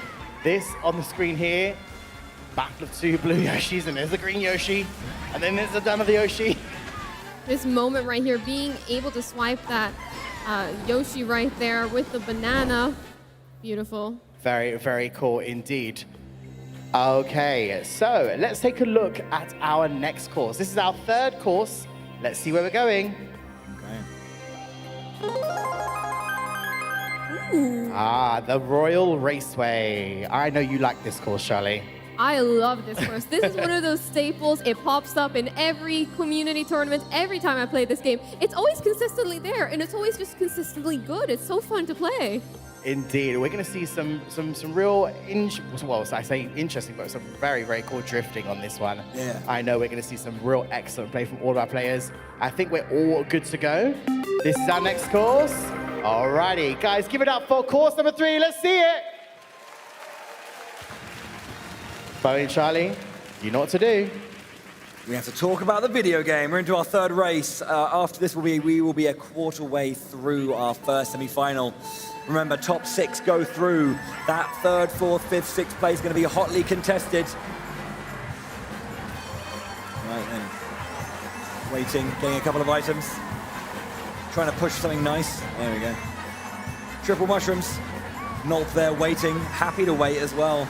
There's going to be a lot of item chaos going on, so there's not too much of a loss to be a bit back on the first lap. Caesar now currently in first place, manages to hit Marcus into the water over there. That's going to be an unfortunate drop in placements there for Marcus, all the way down to 10th from 2nd place. Now in first, you see Caesar there, doing some excellent work, just holding on to that coin. Max coins currently as well, trying to get as many of these like mini boosts as they can, these slight hops to get that angle and then boost round. Red Shell coming out from Alpaco puts them into 2nd place. Mushroom in hand as well. And you use that either to get a bit more speed or to boost it down that racing line through the grass. Beautiful work here, Caesar taking some great lines, snaking, making sure to charge up those mini turbos. That's one of those techniques we'll see these top players use. Alpaco now with the glider section, going off of it, instead of tricking off of it, going off of it sideways to get that diagonal speed inwards. It's actually faster than just going straight forward and doing a trick. Lucio went through a little bit of a couple of changes at the front row though. We've got our yellow Yoshi currently in lead. That's Tandai over there. Ooh. Tangi now in first place, has that banana. It's an offensive item, but definitely wanting to get maybe something else. We'll have to see what they roll. They managed to roll a Bob-omb, actually. That is an interesting item coming into this final lap right here. We see that turn over to the side to get the speed, choosing to toss both of their items to roll new ones. Ooh, manages to get hit by that item. Tangi, maybe not the play. With that green shell going, it was nullified. Making their way through. Some nice finishes there.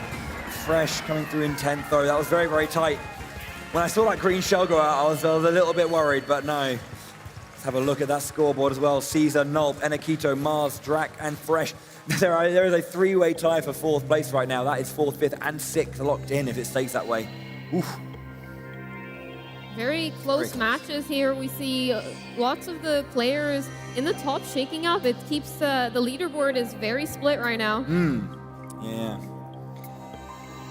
Lots of anything can happen, of course. We need to move on to our next game, though. I'm going to welcome back my good friend. Hello, good friend. Alrighty, excellent racing happening there. Let's take a look at where we are headed next, folks. This is course number 4. High roll circuit.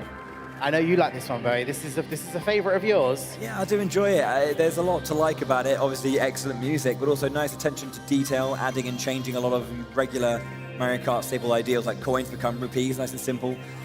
Quite, it's not an overly complex track, but it's got some tricky moments here and there that you can feel really good when you execute it well. So, good track.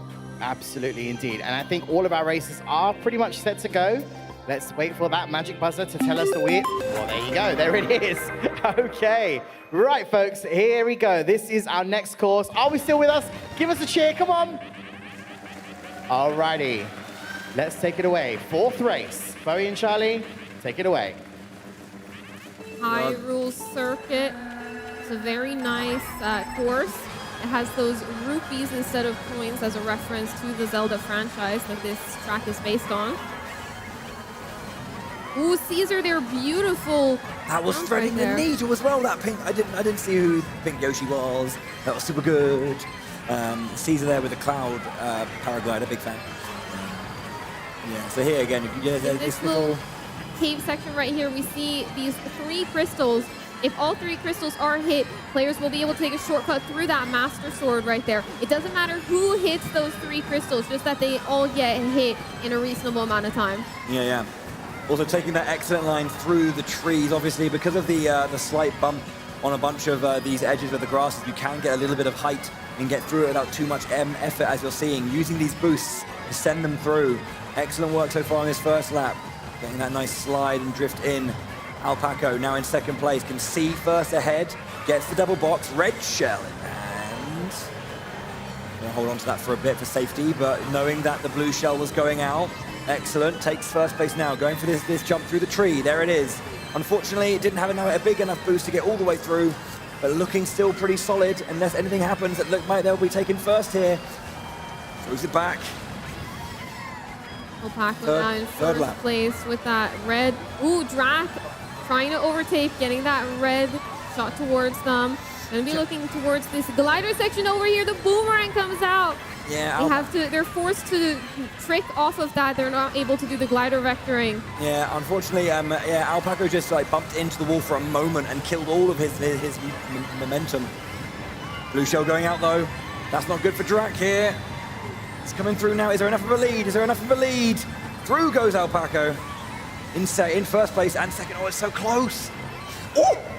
Alpaco getting hit right after that finish line, but able to secure the game win. I don't know what noise came out of me there. Ooh! Look at that. Again, close races here. Very tight scoreline. Your mic's not on. That was pretty close. It is now. All right. Let's move swiftly on to our next course. Course number 5. Let's see where we're going. The Paris Promenade. We're going to Paris. Yes. Now this is, I believe, from our Mario Kart Tour title. This is Paris Promenade. Both of you guys, of course, have seen a lot of this before, haven't you? Yeah, of course. I think this is going to be seems like the French map over here. Maybe we're going to see some domination there. Maybe the home turf. That's fair enough, yeah. We know these streets well. Could you imagine? I know that shortcut. I take it every day. I think we haven't really mentioned it, but there is obviously a lot of French and Spanish representation here at the event. I think it was of the 24, I think it's about, maybe 17, 18 races are from either France or Spain. Excellent performance from them in those qualifiers. Oh, yes, indeed. And as we said earlier today, some of the scores for some of these races is insane. Speaking of scores, it's time to get more points for all of our players, should I say. Give it up for our players one more time, folks. Give them a cheer. All right, here we go. 5th race. Bowie and Charlie, take it away. Going to be heading around the old the arc there.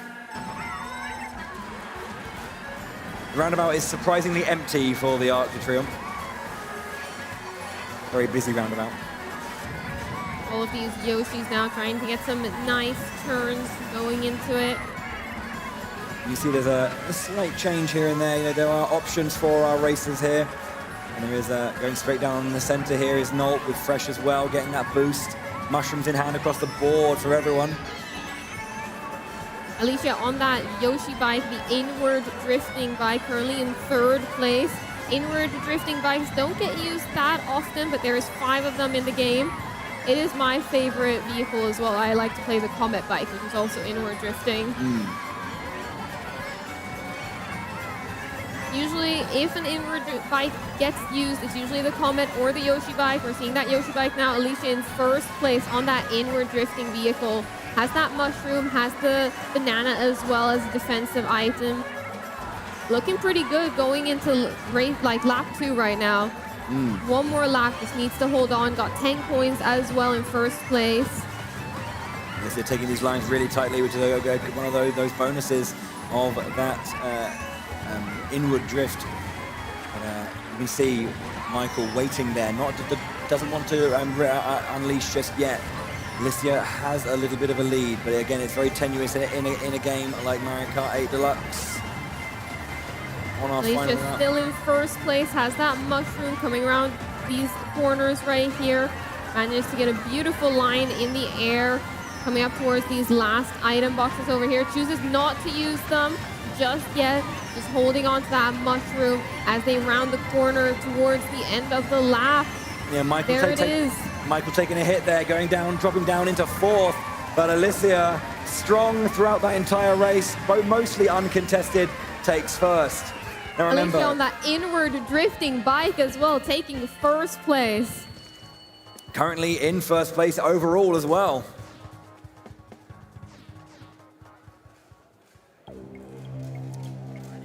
No? There I am. I'm back. Okay. So, straight into it, folks. We're going to go to course number 6. Let's have a look where we are headed next.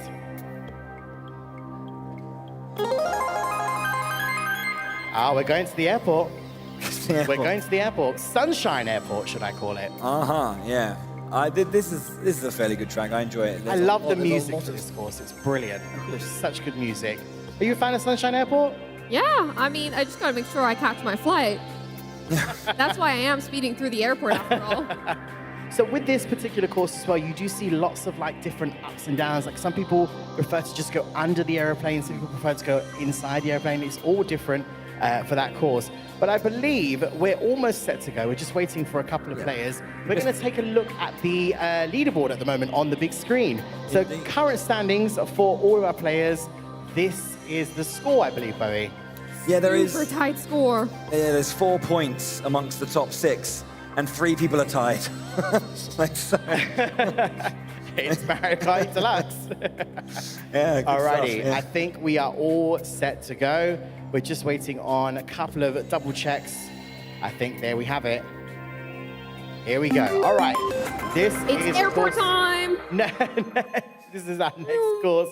Ladies and gentlemen, please give it up for the 6th race. Come on, give them a cheer. Give them some support. Okay. All right. Bowie and Charlie, take it away. 12 Yoshi's enter. This will be the halfway point of our first semi-final as well when this race is done. We're halfway through. And yeah, remember, top 6. That's what everyone here is aiming for.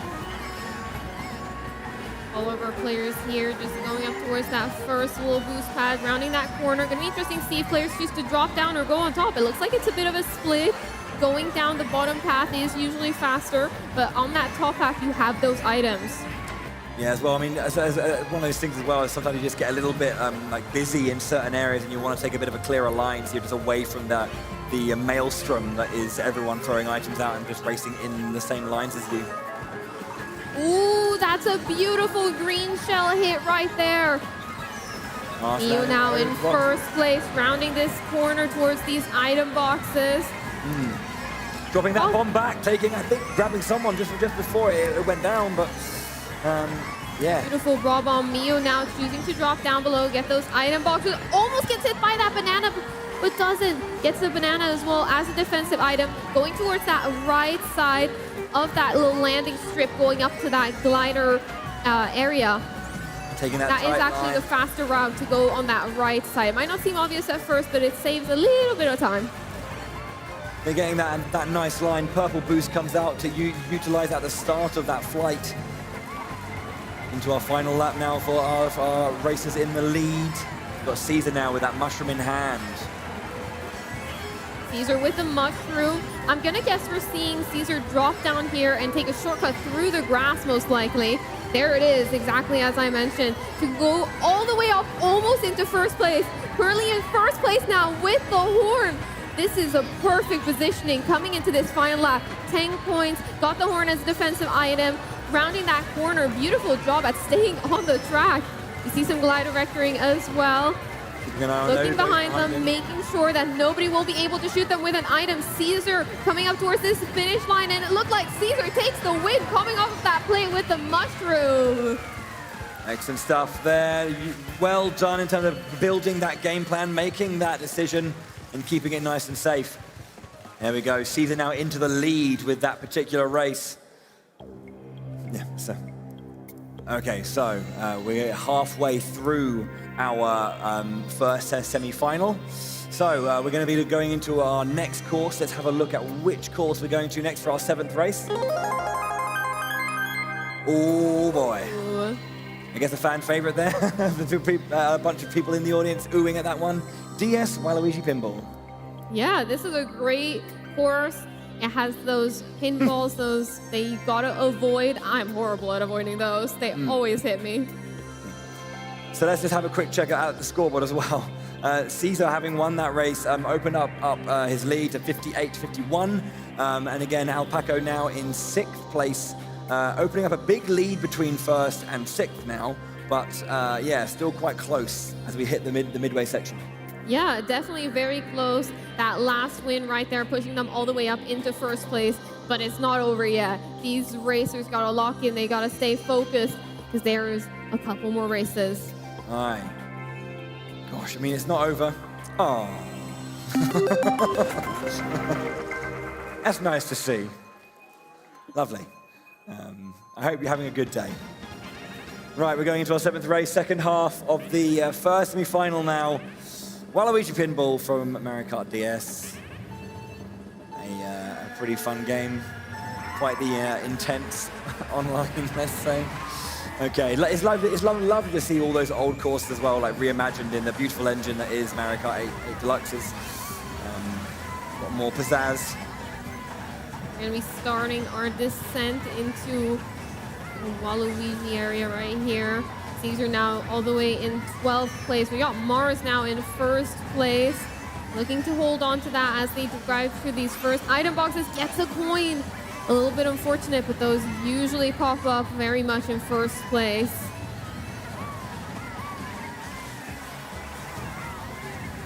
Okay, here we go, making our way down through the actual pinball section. Lots of chances to maybe get whacked around as the ball enters the zone. Back in 12th place there, Norby's having to be a bit careful. As I say, that gets hit by the ball from the bumper. And over in 2nd place there, Drac chasing down Mars. Green shell in hand. Throws that backwards, coin out, another green shell, okay. Mars still in 1st place. Doesn't make it around that, looks like they made it around that corner right there.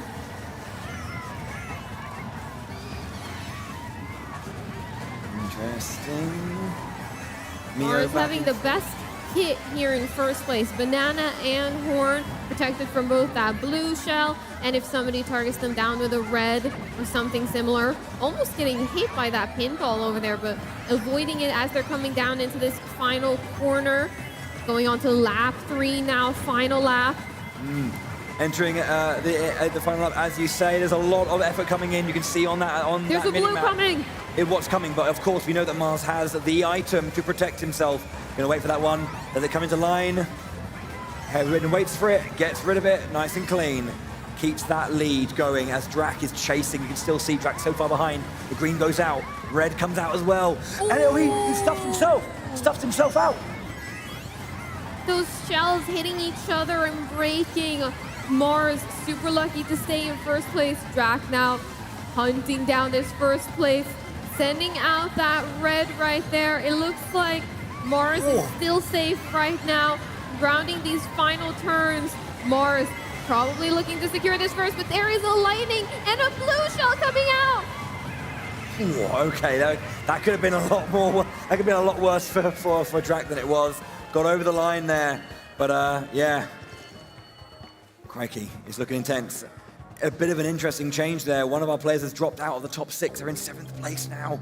Looking at that leaderboard, we will get that leaderboard check again. There you see it. That's how it stands after the 7th race. Drac holding first. Mars pushing up a little bit with that win on Waluigi Pinball. Yeah, definitely. Mars trying to secure their spot here in this top 6 now. The top 6 being very contested. All of these scores are so close. It's about margins here. It's about the trying to place as high as possible. Those points are massive. A 5th place compared to an 8th place, massive. Indeed, indeed. Speaking of 8th, we're on to our 8th course. Let's have a look at where our racers will be racing next. Oh, ooh, Ribbon Road. GBA Ribbon Road. Yeah, excellent track. I do like this one. I'm a bit of a fan of Super Circuit. Though, like that. just big fan. I'm not sure if Luke agrees. Do you really look at Super Circuit? No? No. Anyway, but yeah, it's got a nice little bit of a makeover here, so let's see how our races are doing. We're getting into the business end. Race number 8 now, so 4 left after this one. That top 6 is what everyone's gunning for. Even if there's someone like quite far out, a good few races can put them back in the running here. As you say, the weighting of the points is quite stark in certain places. There's like little break points where you get a good amount of points. Just got to try and keep it. Ribbon Road now. I love the scenery, just the decoration around this course. There's so much beautiful stuff right there. Okay, we're into our next one. We've got our 4-way screen. As Mars drops down into 12th place. It's early doors. Obviously, there's very powerful items at the back, so it's not impossible for you to recover from this position. Going on to this ribbon section, Caesar right there, taking that little shortcut over there. That one can be quite hard to time and position yourself, align yourself right so you hit that shortcut. That wavy ribbon section over there is different every time you take this map, is different depending on how fast you are getting to that section. Always keeps it a little bit different. Hopefully you're going to find a general pattern feel each time, but as we go, throwing a load of fireballs backwards there just to keep everyone off. Blue shell comes through. Caesar is unprotected after being lightninged. Down on this, and gets, oh, that was very close. Well held. Well held. Mio now in first place. Looking to take this shortcut right here, get that double item box as well. Point and Banana looking pretty good in first place right now. We've got some players chasing down. Caesar gets knocked down whilst in the air, so loses a bit of time there. As we have Alpaco going really far into first. Got a boo in hand as well.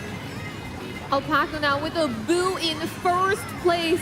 That is an incredible item. Prevents you from getting hit from anything. And it also makes sure you can grab an item from somebody else potentially.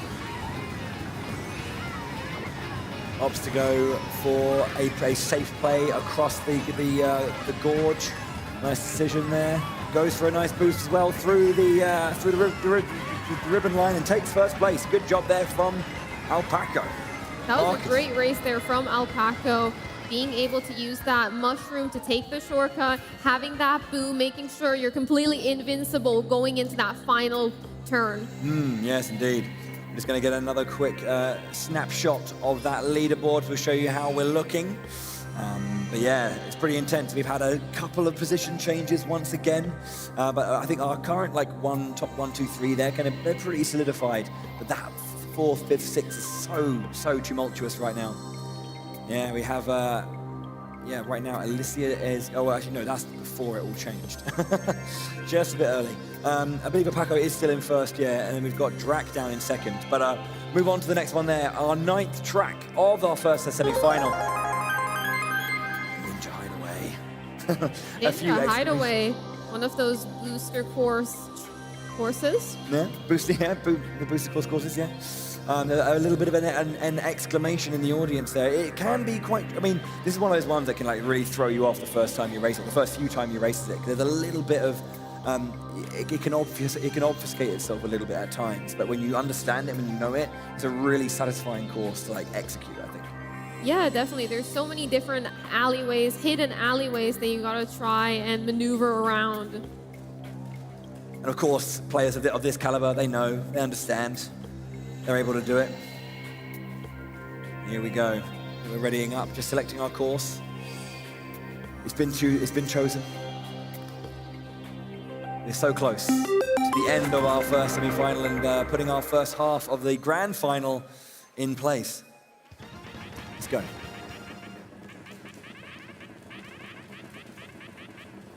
Okay. A few horns coming out there.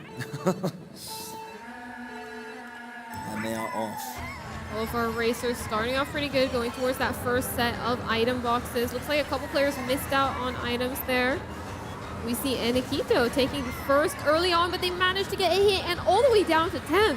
That just shows the caliber of all these players being so tight together, especially at the beginning of the race. Yeah, Alicia down in 12th, unfortunately got knocked out of the air and had a long fall before the grab, so a lot of time lost there, unfortunately, for Alicia. Okay, we've got these air vents, going to try and stick close on this lower pagoda section. Get these nice lines, get a couple of tricks here and there. Ball bomb coming out there as well. You see that red shell as well. Caesar, unfortunately, getting a bad line, drifting off the map a little bit. Instantly throws the horn out just to get some new items. Gonna go back a little bit. We got Marcus and Drac at the top. Oh, there it is, the shortcut. Nice. He saw Marcus there, but make sure to bang into the wall so that they have the perfect angle to remove that little wooden figure that was guarding the shortcut. That's the setup that these players use to try and get it when they are in first place with no items to break it. Okay. Marcus now still in first, holding on to a couple of items. Got a mushroom in case anything happens there. There's Drac just behind as well. Not letting Marcus out of their sights. Going over the pond, up the stairwell here. Got blue shell coming out, but Drac has the horn, takes it away. Oh, gets hit by that lightning right in front of that wooden shortcut there, Drac. Being able to get to this glider section over here. Now we've got Marcus Holly chasing the person in first place right here. Gets a little boost off of those wind tunnels. Okay, he's nice and tight between these races. Second place again for Marcus, coming around to the last couple of turns. There's it's quite a tight little area. Drac getting the line that they wanted, crossing the line there. As we also have that was a fairly clear finish for Drac. Managed to get away from the pack quite nicely. Let's have a look and check the leaderboard here. We'll get a quick cheeky little snapshot of that. And we'll see exactly how it looks like. We'll go through it all, but a fascinating race. And a little bit of drama here and there. Let's have a check. Okay, so this is how it's currently looking. Yeah, Drac and Caesar still up top. Marcus having a good race there, got a few more points, but still on that lower side. But you can see 8 points is the difference right now between Marcus and Tangai, who I believe has just jumped up into top 6. I think that was for their first time. I may be wrong there, probably am, but they've been out of it for a bit, but now they're back in. This leaderboard is looking so close, but let's look at our next course. Number 10. Oh, baby. A Big classic fan. Rainbow Road. Big fan. Rainbow Cup when all rainbow roads. Just, all the rainbow roads combined? Yeah, just in one rainbow cup. I don't know why it hasn't happened yet. Just give us all the rainbow roads. But no, excellent. I mean, it's kind of like one of those like iconic tracks, you know, from the very, very original Mario Kart, Super Mario Kart. You know, very different game. Competitions of that, the time trial competitions are intense. Very, very fun game to watch. So anyway, we aren't playing that game. We're playing Mario Kart 8 Deluxe. But yeah, here we go. SNES Rainbow Road. Let's hop into our next match right here. Rainbow Road, the SNES version. All of our players off to a good start here, looking through to get those item boxes right here. Drac currently in first place, is able to get some of those coins. Look at this beautiful line. Does get bumped out now, sadly, unable to get more coins. Building up your coins is really important in this game and at this top level. You get a considerable speed boost when you are at the maximum of 10 coins. So it's very important to get up there fast, and we see Drac already lap 1, 10 coins, picking up a couple extra, making sure their opponents can't pick up any because there aren't any left. Drac now snaking, taking these beautiful turns. Inkito, though, in second place, has 2 items, could potentially make a push now for first. It looks like they're sending out that first one backwards, it looks like. Getting that, using the jump and tricking over, getting a nice little boost of speed as well, just kind of covering the line a little bit. Excellent stuff there. And Enakito now into first place here, going around to that final lap start. Gets a little bit clear. Look at that space opened up as well. Enakito looking strong. Has to just hold that line, hope not for a blue shell, whilst the rest of the pack are just smudged together. See a couple of stars now on the mini-map, a bullet bill as well on the mini-map. Enakito now rounding these final corners. One more corner, but there comes the shock. Interestingly enough, the bullet bill hadn't ended when that lightning came out, so one player managed to avoid it, hasn't pushed all the way into second place. Caesar coming through and takes first at the end there, away from Enakito. Caesar stealing that win over there in those final moments. Excellent, excellent last lap there for Caesar. Puts himself into first place overall as well. Some smiles here and there. They enjoyed that race. That was a good one. There was a little bit of back and forth there. I liked it. Some nice moments. Let's have another quick look at that leaderboard so we know how it's looking as we're going to be entering our final 2 races of our first semi-final. So yeah, Caesar taking first place. Drac was up there, Enakito also in third. But let's have a look at 6th and 7th. Tangai has an 8-point lead over Alicia, who's currently in 7th position alongside Mars. Oof. This is a very close leaderboard. This could go either way. We've seen it shake up now so many times. Yes, indeed. With 2 races to go, let's see where we're going for race number 11. Ooh, Daisy Cruiser. The double dash fans, just arms aloft. Let's go. Excellent stage. Big fan of this one. Second to last course. These players are going to be racing on. It's going to be important now to have to lock in those placements, those high placements, to lock in those points to get the top 6. Nice Luigi hat. Big fan. Okay, here we go. One more race after this one. And there's still all to play for. It's not over yet. Big scores can make big changes. Those 7th, those 9th positions, they can become 6th with enough quality here. So here we go. Daisy Cruiser. Taking this first turn here up towards those first item boxes. Alpaco now in 5th place. Gets that slipstream. Oh, unfortunate though. Unable to get that proper turn. That was slipstream. If you stay behind another vehicle, you will be getting a speed boost, kind of like how professional cyclists do. Yeah, the old slipstream. Yeah, it's just kind of pushes the wind out of your way and you get that speed. It's super nice. Yeah, it's kind of hard to find those moments when everything's going so fast, but you get them and you can hold it.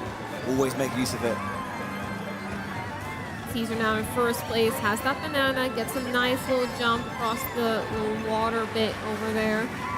Tangy now in second place is going to have to get hit by this red, has no defensive items, but maybe they can get an item box here. It looks like they kept their coin through that item box just to ensure that it wasn't another coin. If you're already holding a coin in an item box, you're guaranteed to not get another one. Yeah. Tangai as well is in 6th place on the leaderboard, so their position is going to be really, really important to follow because they could drop out if they kind of perform slightly poorly on one of these last 2 races. They're trying to stay in this one and make their way to the finals. And Enakito now in 4th place, has that boomerang. Wants to try and get a nice angle here, see if they can get a nice hit with that boomerang. Looks like they might have been able to.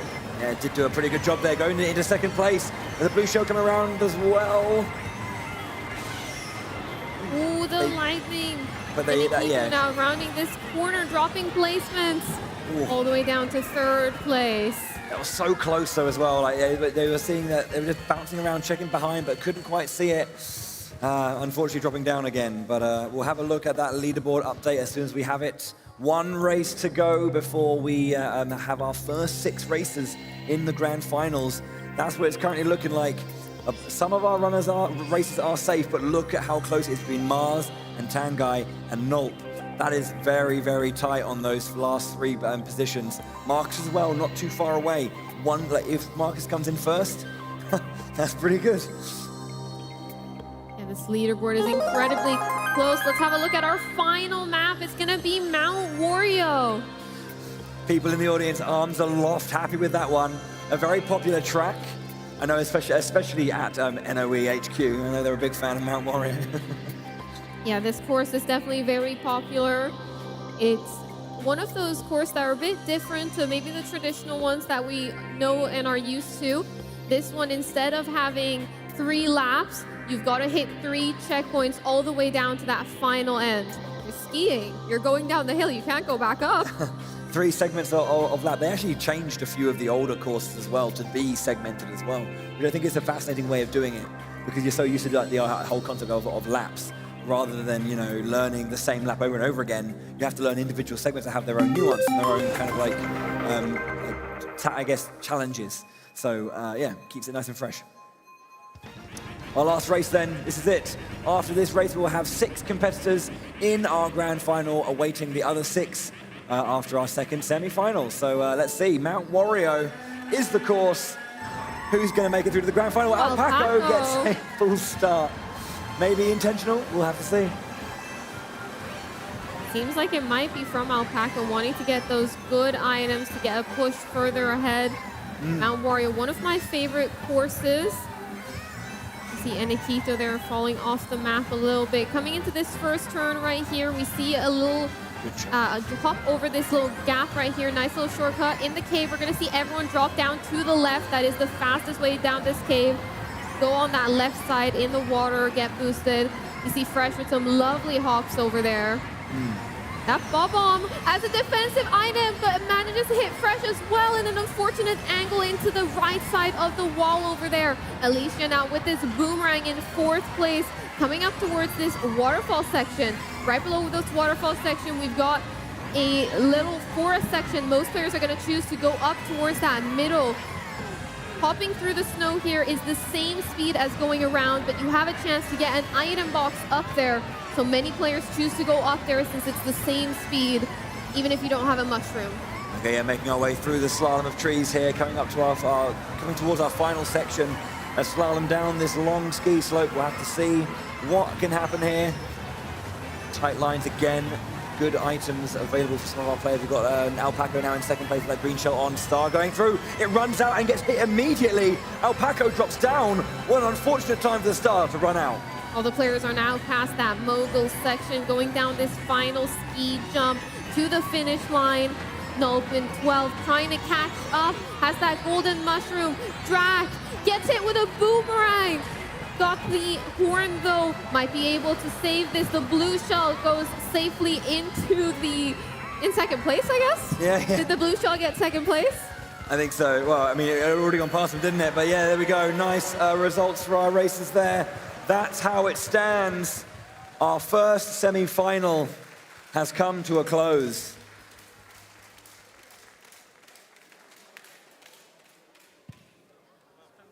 Alrighty, please give it up one more time for these fantastic top 12 races, guys, in our first set of semi-finals. Amazing, amazing games. For all of our racers on both sides of the stage, please, would you like to stand up? And please make your way to the side of the stage for us, please. If you'd also like to stand up. And please make your way safely off. As they leave the stage, please give it up for one more time. Give them a cheer as they leave, guys. All right, so they were your first 12. Of course, we have our top 24.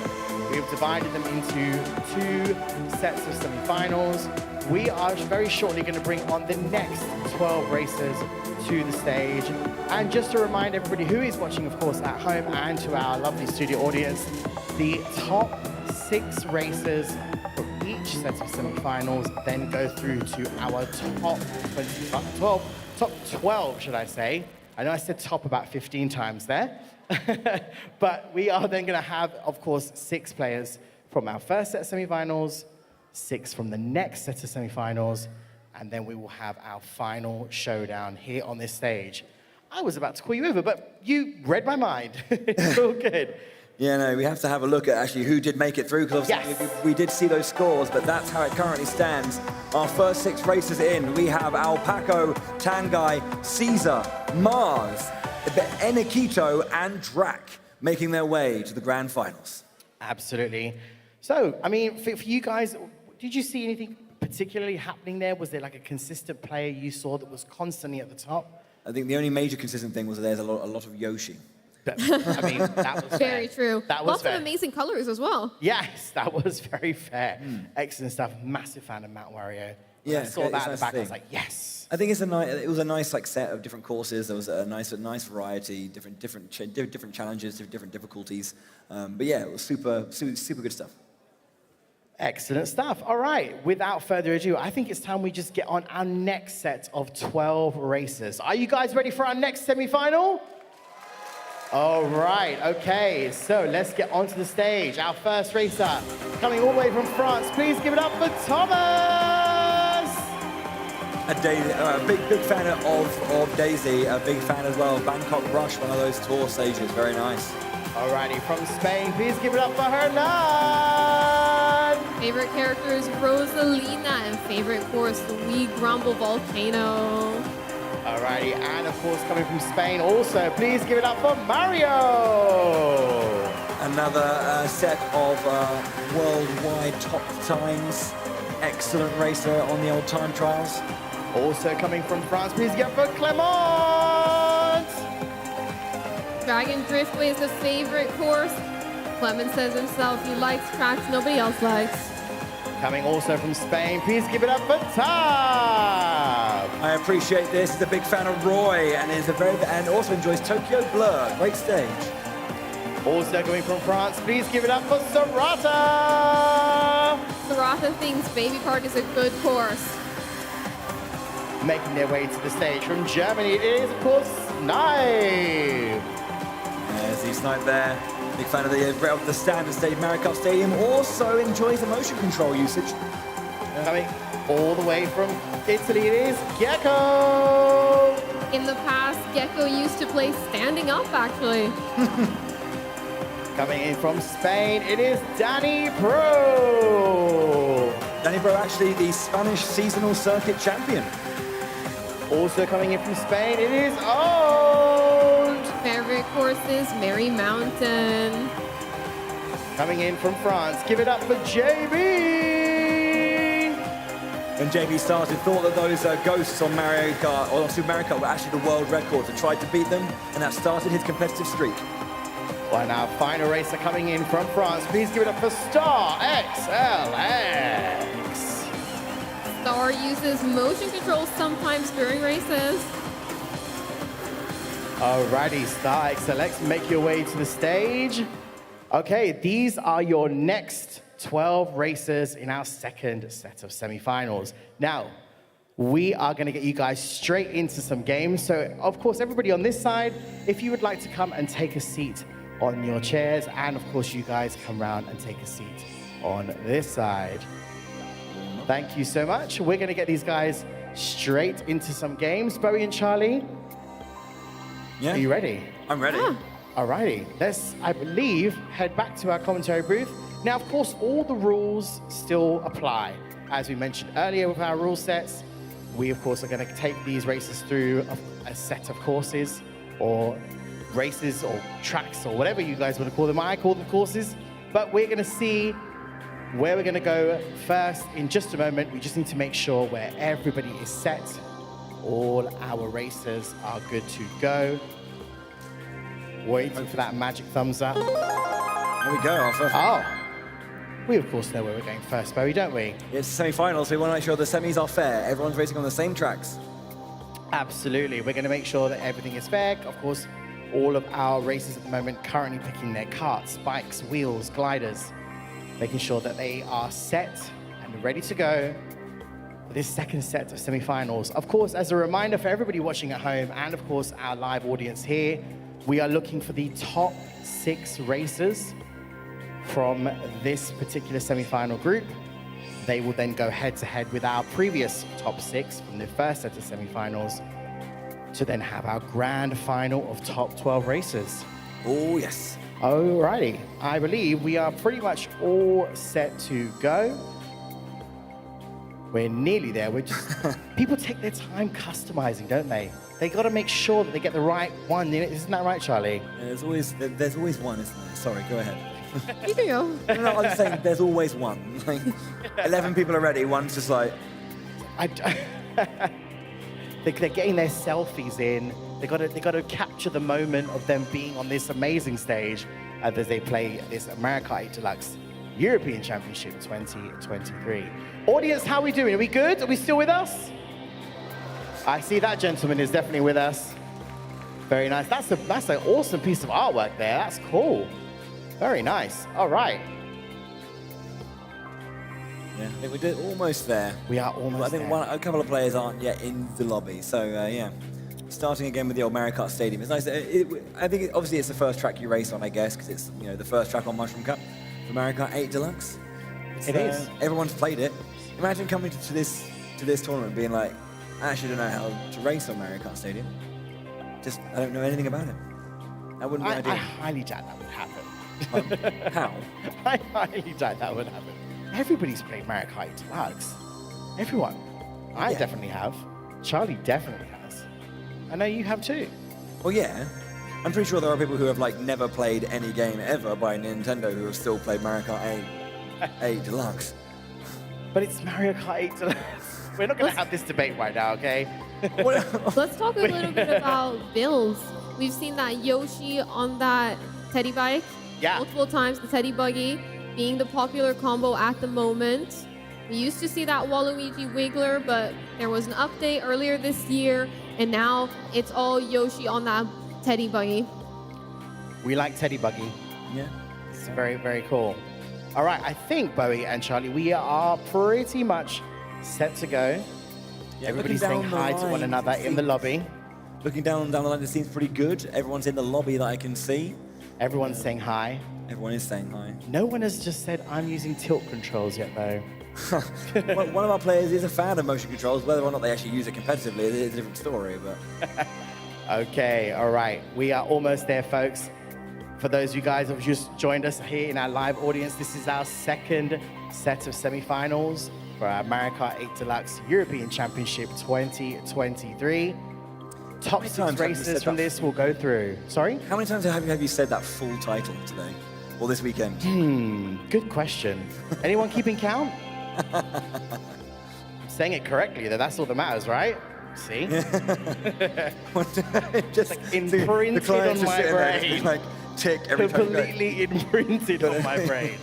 All right. Okay, I'm going to come and have a look over here because I think it's somebody over here. I'm not going to point them out. They've got to make sure they're being very oh, there we go. We've got the countdown. The magic countdown's about to happen. We're going to hear that magic sound. I can feel it. See? There it is. All right. Ladies and gentlemen, please give these racers a cheer. Come on, it's their first race. It's the second set of semifinals. Here we go. Bowie and Charlie, take it away. Back onto Mario Kart Stadium, as we say. We do have a different character choice down here from. We've got two daisies. We've got an inkling boy as well. We've got 3 inward drifting bikes here, the Yoshi bikes. I like what I'm seeing. Maybe a little bit of comfort stuff there as well. These inward drifting bikes, not as popular as those outward drifting vehicles, but they have some benefits to them. They are able to take some really sharp turns. They're especially able to look behind them very, very well. With an inward drifting bike, you can't see ahead of you when you're drifting across a corner that well, but you can see behind you, which enables you to be able to look behind you and throw a bunch of items. Indeed. So small bits of nuance, it definitely just comes down to play style for the most part and comfort. Taking that little shroomless shortcut right there. It is faster if you get a nice little hop across the grass there. You're able to do it. Mario being able to hit some players with that horn. Yeah, playing quite aggressively there. Got Enan in second place with a red shell and banana as well. Just a little bit of option there. They're well defended there from Z-Snipe. Although we do have the big boy coming. Down it goes. Z-Snipe does seem to get away from that one. It looks like, oh no, did get hit. It was a bit weird there. Very close now between Mario and Enan. Hernan now in second place. Mario in that first place. Has that green shell as a defensive item. Has rolled a coin. Takes a nice little shroomless shortcut over there.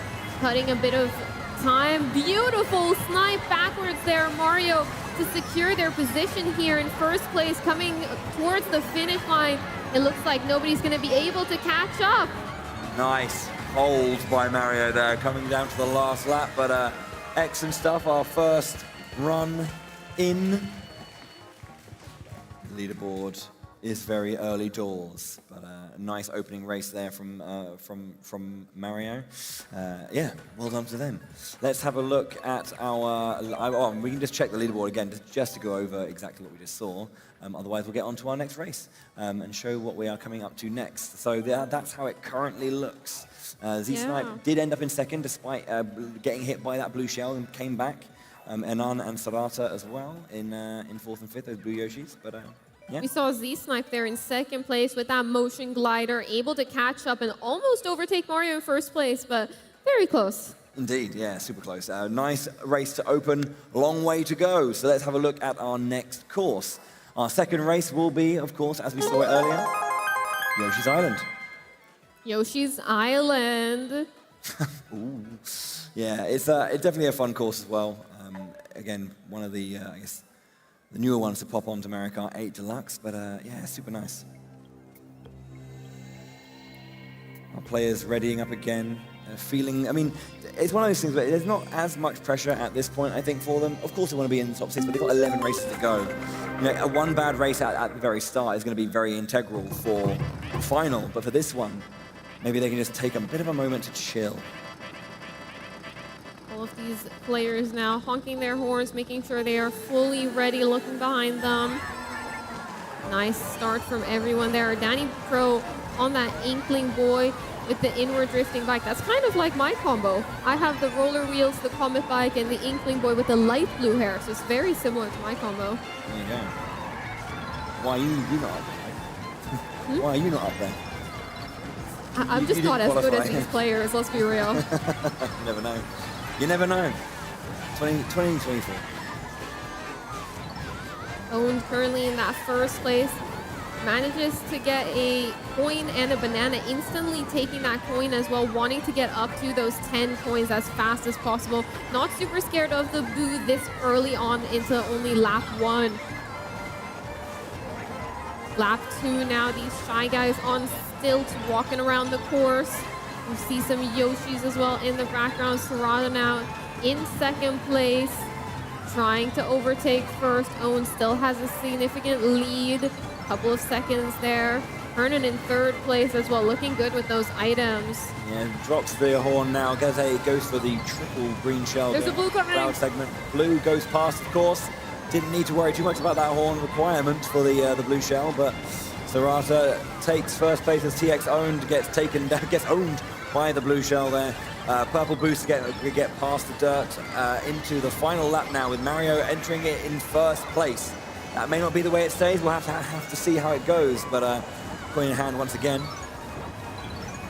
Mario in first place now with a coin, choosing to go through that double item box to get 2 items. It looks like they've rolled a coin and a shell. They're gonna hold this coin, make sure Boo cannot steal that shell. Boo can only steal the items in that first slot, so want to make sure they keep their defensive item protected.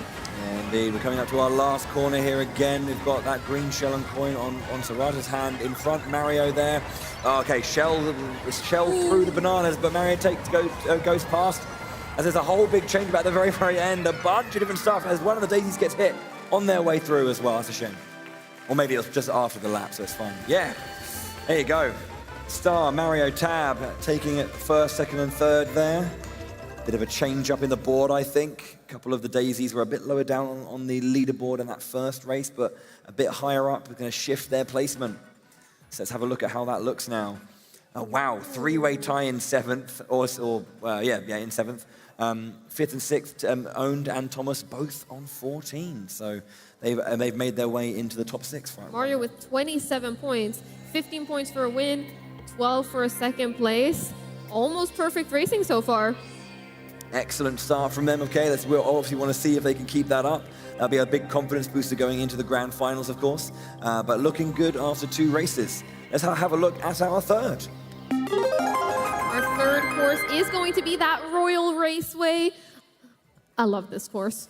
It's a consistent one. It's always there. It is, yeah. It's very, very nice. I think there's a lot of nostalgia for it. You know, MK64 was a big one, and you know everyone really enjoyed it. And I think that course had a lot of fun to it. Obviously, it's great now, but again, for a lot of people back then, had a few like fun nuances to it. And it's nice to see that consistency of track. It's a safe course pick. Yeah, it's a really well-designed track, and it has enough fun engaged in it to really enjoy the race, but also has enough technical necessities with like certain bits of grass and corners. So we're approaching that first set of item blocks. Tab in second place, missing out on getting an item, it looks like. Rounding these corners now to try and take a good line. Tab having to be a little bit careful there of that banana on the back side of Star. Getting around that corner, picking up a couple of coins, trying to just get as many as they can to get that 10 early as possible. Going for that draw with the paraglider. Beautiful glider vectoring over there. How you do glider vectoring is you drift off the ramp with a mini turbo instead of tricking, and you propel your diagonal movement back to the track, which gives you an increased speed compared to just tricking and gliding straight. That's the strat many of these players are going to be going for. Star does have a horn available. We'll get rid of that as the blue shell primed for striking. So safe for now is Star. Tab in third as well. Looking down the line of sight, can see both of their competitors in front of them. Goes for a nice boost up onto the speed, onto the speed boost round the corner, and staying in line with the rest of their opponents. Although you see owned in fourth place with a star, a very strong item for that high of a placement. All of these racers now opting to use these really strong items, knowing that they have to speed up. Mario in that bullet bill as well. Fun fact about the bullet bill is you can actually steer it to take tighter corners than if you don't press any buttons on your controller. Red shell in hand for Z-Snipe and owned. Mario in second, Star round to that straight line, gonna go for the, that's an unfortunate time to see a blue. Is Star gonna land in time? Yes, just about. That'll do. Definitely not the complete wipeout. Just a little spin there coming in, so didn't actually lose a position for that. They have a bomb to drop at the last minute, but Serrata goes past with a Star. Super close one there. Serrata making it through to first place, Thomas as well, and Clement all going past at the same time. Star losing a bunch of placements at the very end. Wow, what a finish there. Serrata, Thomas, and Clement at the top of the leaderboard right there. Yeah, that was a big sweep and change, but we'll have to see how the standings last. We have Thomas going into second, Star dropping, joint second for Thomas and Star now. Mario holding in first place there, 34 points. Yeah, Mario still enough points to be in first place, but definitely doesn't have that huge lead over second as they had previously. Tight stuff. Race 4 though, coming up. Harold Circuit once again. We saw some nice lines being taken, a couple of unfortunately flubbed corners, but it's again pretty simple in certain locations, but enough technicality to to find moments to really push ahead and put your stamp onto a race. So we'll see how it goes. See how our races are feeling. The map is connected, or being selected rather, and then we jump into game 4 or race 4. Course 4. Yeah, hopping into the fourth course right here. All of these players getting ready to race. This is it. Hi, I'm Daisy. All of these players now managing to get a good start, get that turn outwards. Having a look at everyone's coin counters right now. Hernan 5 coins, 6 coins on owns, 8 coins on owns now. That's going to be really important in this matchup. Clement now in first place, a really experienced French player. Around the stairwell now. Obviously pushing around these left-hand sides. No need for the boost through the center. And we've got a mushroom here on Tab. He's going to get through. Does unfortunately not knock into the tree, so uses the mushroom to make up for the drop. That shortcut there that we just saw Daisy take, you can take it shroomless, And I think that's what Daisy was going for there right in the beginning until they managed to hit one of the walls there. Going into this little underground section right here, these players seem to be opting for not activating those crystals to take the shortcut, since it enables everyone behind them to also take the shortcut. Here we see it now, Shroomless shortcut right there. That's one of those shortcuts that's pretty tough to hit. You gotta make sure you've got your angle correctly. You gotta make sure you get a hop as well right after you land on the grass. Hernan in second here, after having a couple of tough races, positioning quite well into the final lap here. Wants to hold on to this to maintain a good position in the leaderboard as we approach, those later races. So here we go, coming up to the last few corners. Hopefully going to be going for that tree skip as well, the Shroomless shortcut. Everyone here going for that Shroomless shortcut right there. Hernan in first place, got 2 defensive items as well. It looks like they're going to be able to secure the race win right here. That has to be a good feeling. Hernan has definitely been on the lower end of a couple of races there, so it's a big jump in points for them, I'm sure. Tab and Thomas having a big drop. They were quite high up for a little bit there, but they do drop down. So there must have been a few changes. So definitely let's get a recheck on that leaderboard to see what that last race did to our scores. Thomas dropping down from second all the way down to joint 5th. Mario's still in first place with a massive lead as well. Yeah, that's going to be pretty tight. There's actually 7 racers who are in the top 6, if you will. 3 5th places. So very, very tight after 4 races so far. Mario, as you said, still leading, which is nice. Yeah. Okay, race number 5. What is our 5th course for our 5th race? Our 5th course is going to be Paris Promenade. Ooh, yes, back onto Paris we're going to be going. Again, lots of Spanish and French races here. So, the French races definitely have the advantage of knowing these roads very well. Yeah, racing under that Eiffel Tower. Nice and focused as always. Mario Kart is serious business, or it can be serious business. Yeah, Not always it is. Let's hop right into it. Let's go. Game time, race fight. Beat. All of these players now looking to get a good start. Something to note as well in Mario Kart that's really important, especially at this top level, is item management. Deciding when do you choose to go more aggressive, when do you choose to hold an item behind you in that more defensive position right there. One of the things as well, items are determined, the probabilities of items are determined based on how far you are from first place. So if everyone is really grouped together, as we see right here, even 11th place won't be getting that great items. But if we see that first place is able to pull away, there's going to be a lot of frantic items in the back. Ooh, that boomerang, Hernan getting hit by that boomerang right there, but does manage to get someone with that banana, and then the green shell coming in. Yeah, unfortunate there, just a little bit of horizontal movement. Quite hard to see as you're making your way around sometimes. But yeah, Serato getting green shell go. That throws that one out. It's going to be going around this line. Is it going to connect onto Thomas? Oh! Thomas just getting away with that one as Danny Pro crashes, and that fixes Serato as well with a little bit of a knockback. All of our players, they're choosing to drop into the fountain, choosing to get an extra little trick off of that to get some speed boost. Tab now in second place.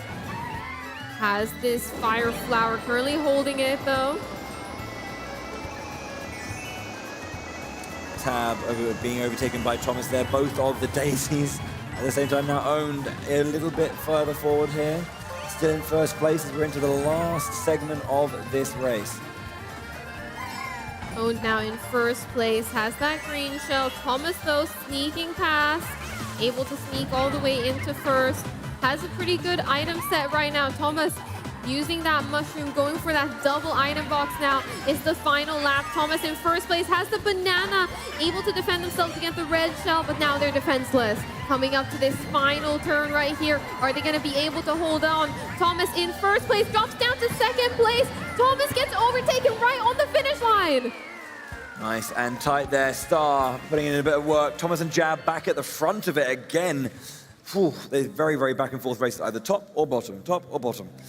Nice and tight there. Gosh, electric final race or final lap. Let's have a look at that board once again, see what the scores look like after that one. Thomas is back up into 3rd place, Tab down in 8th. I love that Daisy is waving as well. Hi, Daisy. Hi, Daisy. She's a bundle of joy.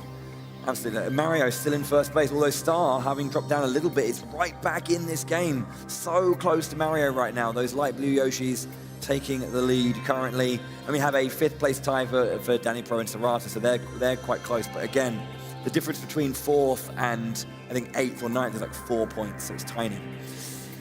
With that, it's time for number 6. Sunshine Airport. Gotta make sure we don't miss our flights. No, we can't. You know, it's really stressful if you do. I've done it once. I wouldn't recommend it. Really, really stressful. But yeah, the Nintendo European Championships 2023 into our final event of the day. We've had Splatoon 3. It's now time for Mario Kart 8 Deluxe. On to our second semi-final.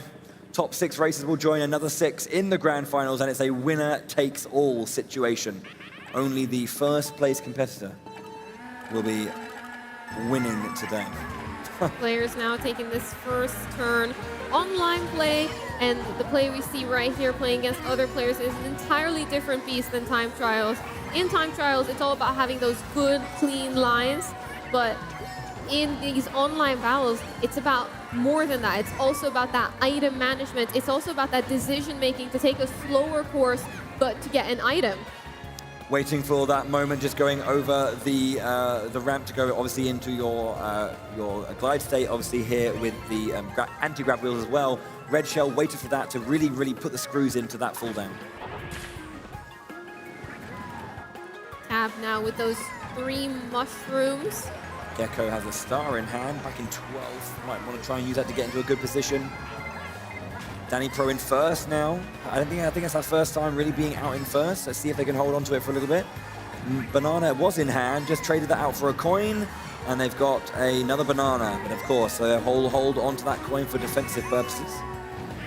Hernan now in 3rd place, going to the right side of this course, as I mentioned, on that section right there, going to the right side, making sure you're always on that right side is much faster. It saves you significant amount of time. I know it's one of the things I hadn't thought about when I first played this game. So it's interesting to learn those slight nuances about certain maps that allow you to be like, oh, right, okay, that tiny thing is actually better. You know, when you learn the course and learn what's coming up, you can prepare better for it. We've got the Inkling representation in 1st place right now. Still there, yeah, onto our 3rd lap again with that coin in hand still. Quite fairly far ahead, you know, you've got Daisy just behind. Where it's, yeah, Thomas. Oh, the lightning coming through. It looks like they might be able to land safely. However, it didn't seem like they fell into the water. CEST now in 3rd place, trying to make something happen around this last corner, but Danny Pro holds it, yeah, keeps it. That was very lucky at the end there. That lightning came a tiny bit too late. Had it come a little bit earlier, I think Danny Pro would have fallen into the water and lost a lot of placements right there. Indeed, yeah, the little fist bump there. They knew that was quite tight, but managed to get through it. So, yeah. Also, Thomas as well, being back on that higher line, raising up a little bit through the ranks again. Mario still in 1st. Haven't really seen them being at the absolute 1st place, but they just had such a good lead at that start. They've been placing consistently that the lead is growing and shrinking rather, but they're still there. Thomas and Star, 51. There are 2 points between 1st and 4th. Such a tight race for that one. Yeah, this was a very big game there for Danny Pro, taking that win and also putting them in 4th place now. Huge. Indeed, indeed. We're now into the second half of our second semi-final. Our 7th race, of course, Waluigi Pinball from Mario Kart DS. Yeah, this course is very fun. You've got that beginning section where you go up, up, up, up, up, and then you're back down.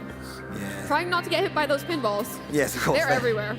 Yes, and a lot more volatile than you'd think sometimes. Obviously, all those bumpers, and obviously the paddles in that lower section can sometimes surprise you. We saw a couple of races did get knocked down by 1 or 2 in the last semi-final.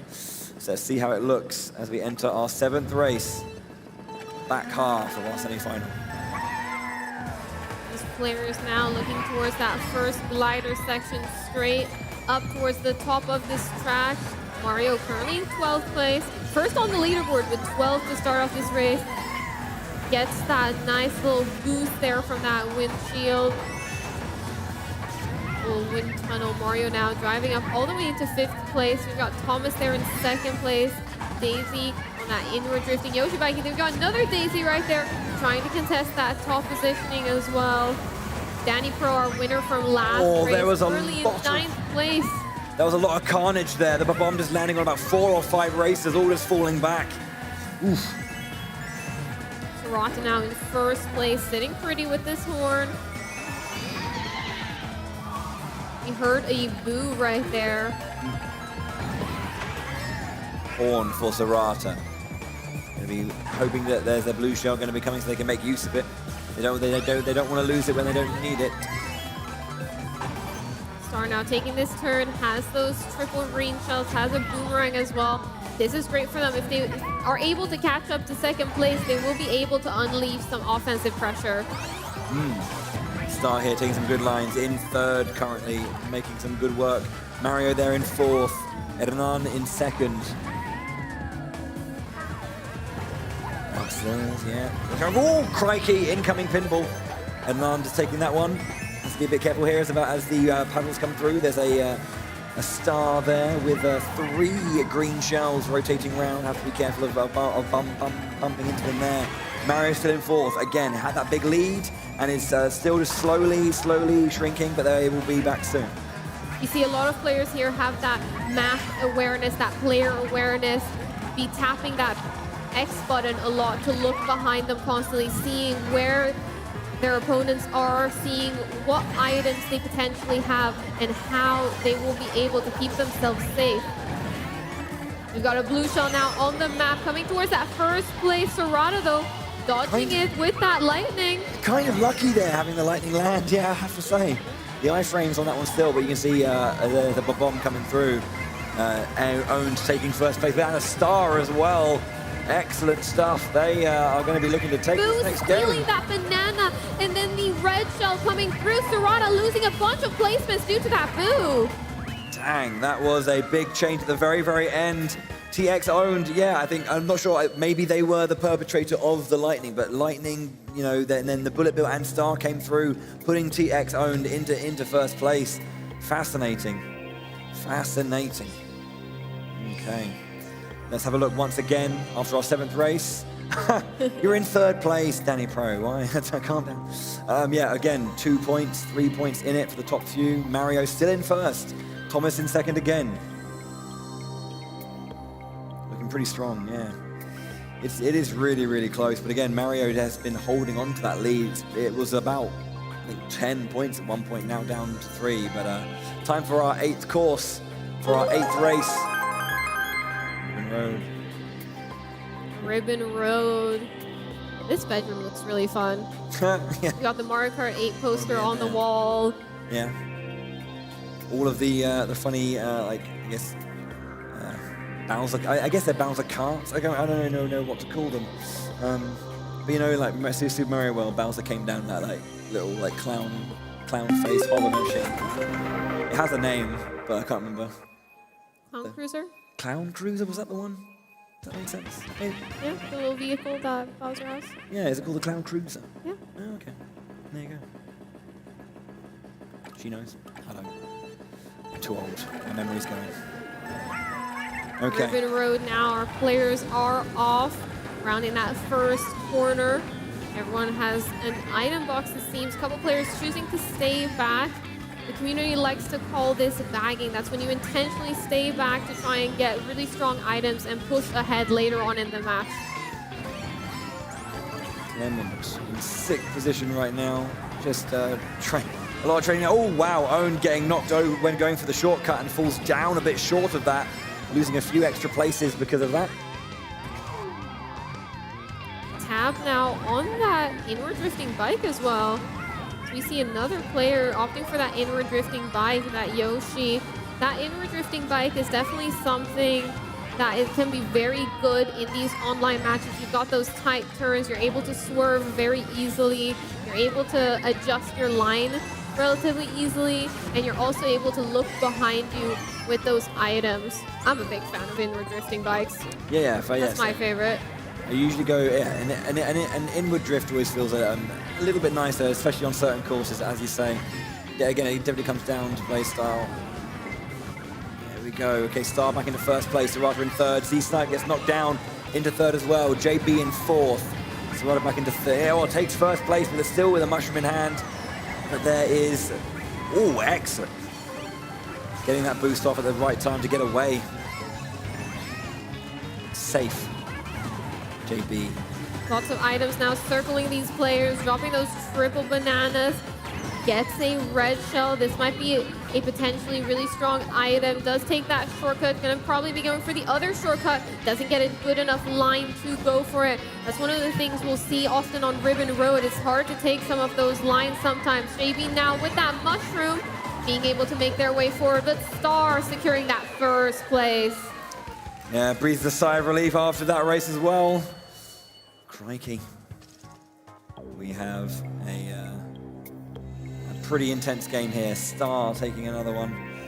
Must be coming up close. Yes, indeed. Star is on the top of the board, and Mario drops down into fourth.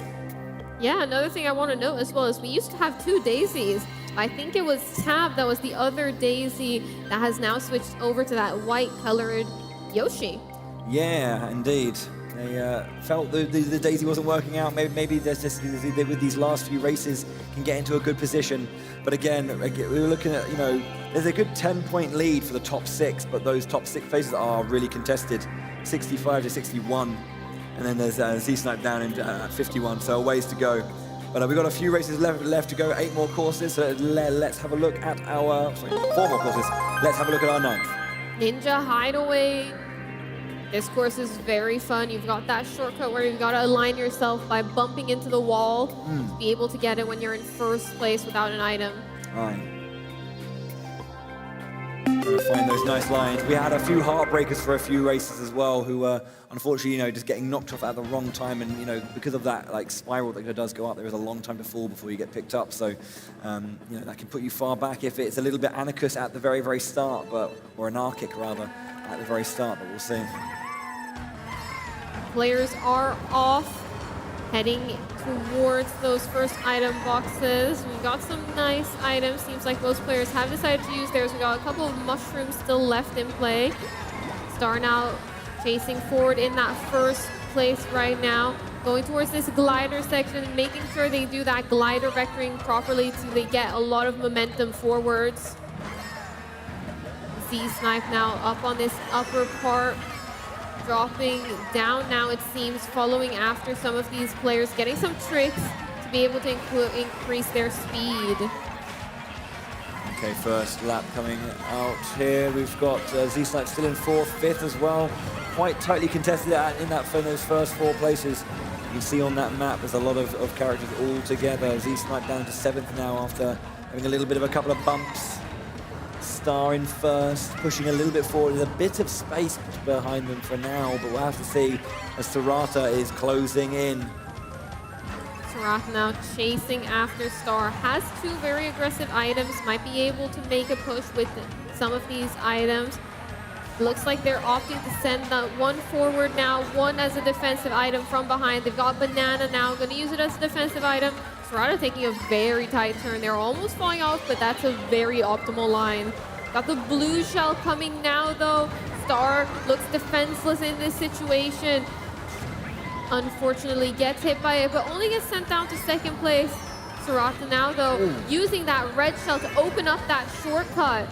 Yeah, Star drops down a few places, getting hit again when making his way down to that shortcut. So now in 5th, Tab still in 2nd here on that, the sole remaining Daisy. In 1st place as well, looking pretty intense as we're going around to the last corners. There's a lot of players all back to back. Tab still pushing forward. Looks like they've been overtaken at the last bit as well. That's close up on the thing here. Hernan crosses as well. Serrata in 11th. It looks like Owens takes the win. Yeah, at the very, And very it looks like we're back on the double daisies now. Yeah, excellent. We love double daisy. Maybe just tried it out, didn't work out for them. You know, everyone's using Yoshi for a reason. Can I just make it a little bit better with it? Doesn't work for me. Swap back. So, yeah, Tab in 9th. Thomas, wow. Wow, okay, 66 twice at 4th place, and then 65th twice at 6th place. That's down to, I think, 7th player position. That is so tight.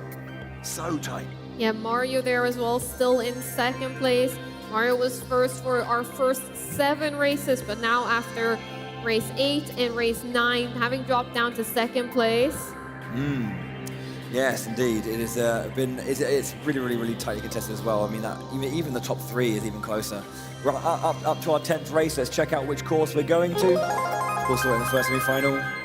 Rainbow Road. The GOAT. This is one of those maps that I think everyone growing up just have those memories on. Just, at least me, I always feared the Rainbow Road. Yeah, I think it's one of the biggest things I think about the original Super Mario Kart. It was one of the first ones that had literally no barriers. It was either you were on the main track or you were off, and that was so scary. So scary. Yeah, I mean, there are no barriers here. You're either on the track or you're falling into the void. Not even any gravel. It's just road. Just road. Okay, let's see how it goes for our first lap here. Owned once again in first. I'm being able to hit someone with that red shell behind them as well. We're gonna have a look at the coin count of our players here. Pay attention to the coin count. All of our players opting to aim towards those coins, even though it gives them a worse line. They want to make sure they are able to get to those 10 coins as fast as possible. Indeed. Ooh, that bomb being able to hit multiple players right there. The ball bomb. Yeah, a lot of coins on the field there. A lot of people lost a lot of top speed. Thomas now in first, just breaking away. There's a little bit of space, at least one corner round. Not opting for that shortcut there with the inward drift. Thomas staying there. Zisab in third. Mario still in second. Hasn't really been in first a bunch, but after getting that lead, has just been always in that top 4, top 5. Positioning very, very consistently, and consistency is key in these semi-finals and in general. It's the same. Z-Snipe trying to catch up, making sure to snake. Snaking is a technique for experienced players that allows the user to continuously drift back and forth to perform mini turbos on a straightaway. Yes, indeed. You see that often used here to try and gain as much speed as possible. Yes, indeed. A couple more turns here. Thomas making their way forward. Mario in second. Doesn't need to try too hard. They've confirmed second position. Thomas is through. Daisy in first place. And then there's a bit of a maelstrom towards the back. A couple of bob-ombs and yeah, excellent stuff there. That's a big win there for Thomas on that inward drifting Yoshi bike.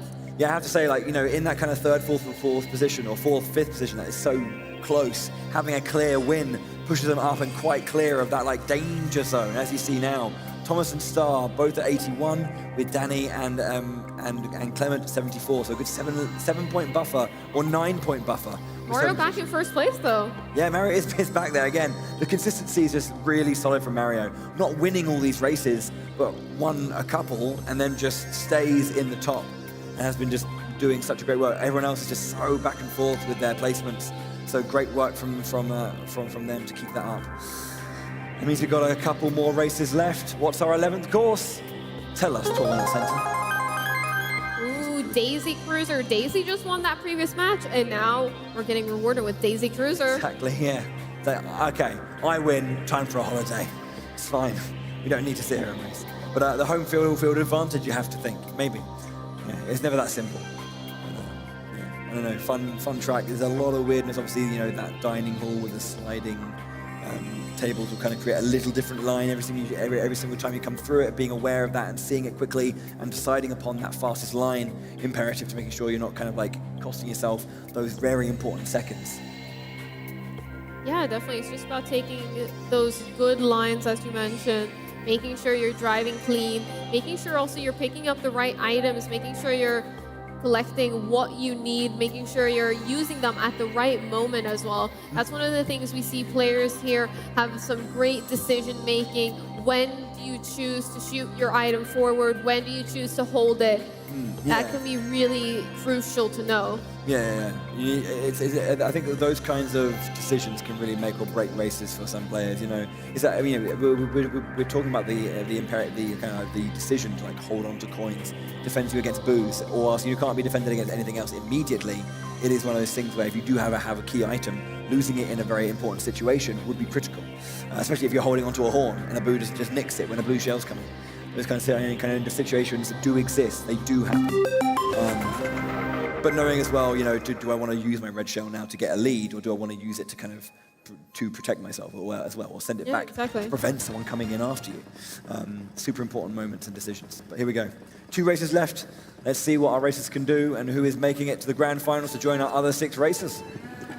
Yeah, the leaderboard is currently very close. Ooh, Tab there.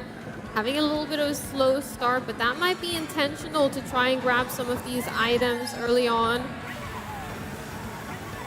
Mario now in those top positions. Z-Snipe in 9th. Clement and Sarata around that mid-zone. Mario, with that consistency, have been in 1st and 2nd place throughout the entire tournament. Ooh, Mario unfortunately hitting a couple of the walls here, but recovering very nicely. Taking a wide turn, actually, to grab some of those coins to make sure they can get up to those 10 coins and get that speed boost as fast as possible. Excellent decision. It is a bit of a time investment, but it will work out hopefully in their favor. Owned has a Bob-omb trailing behind. Going to try and find a nice time to use that if possible. Dropping it into the center, forcing JB to go wide. Good reaction from JB. Danny Pro now there in 1st place, opting to grab another item over here. Looks like they get a green shell yet again. Our boy Blue coming through.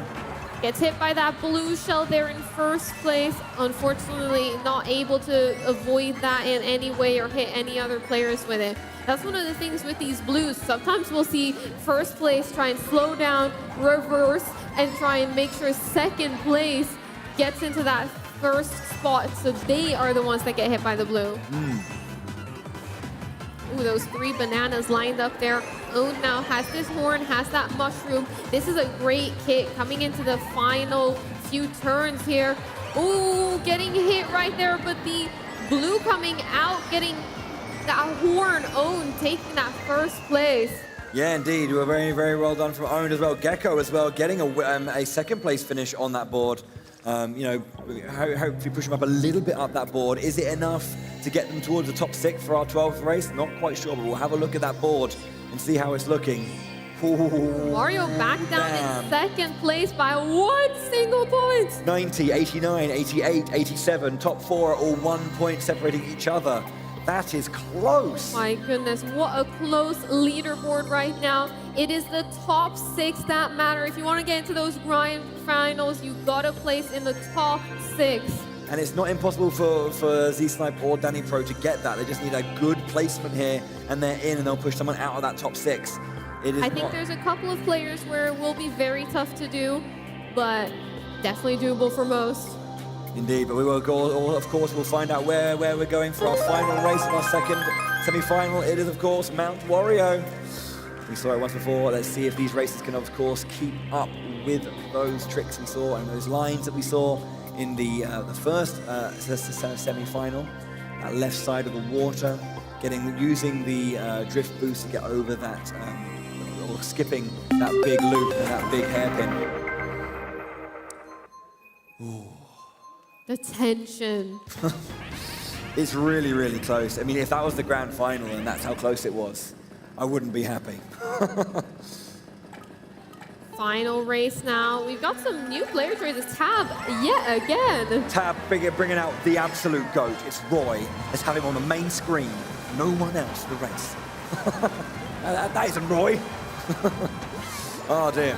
Okay. Different character picks there from Tab. We love to see it. All of the different characters getting shown some love here. The reason I think a lot of players like picking that Yoshi is due to the weight class being good, and also due to the hitbox being very small in that weight class. Out of all the characters that are very similar.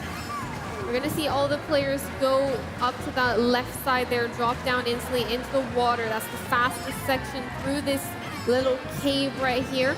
We've got some cones. They are knocking over the cones on their way over to this waterfall section right here, getting through the boost pads. Yeah, here we go. We're making sure to grab these on as best of line as possible. Using it. Oh, wow. Gecko getting caught just for that last one as well. We're now going to be entering our forest area. Again, you can go up to this center bit, and hopping through the center is a little bit strong. It looks like, wow, we have a bit of a weird bit at the back. Thomas, though, second, third, fourth is all kind of falling behind, looking through to get around this slalom.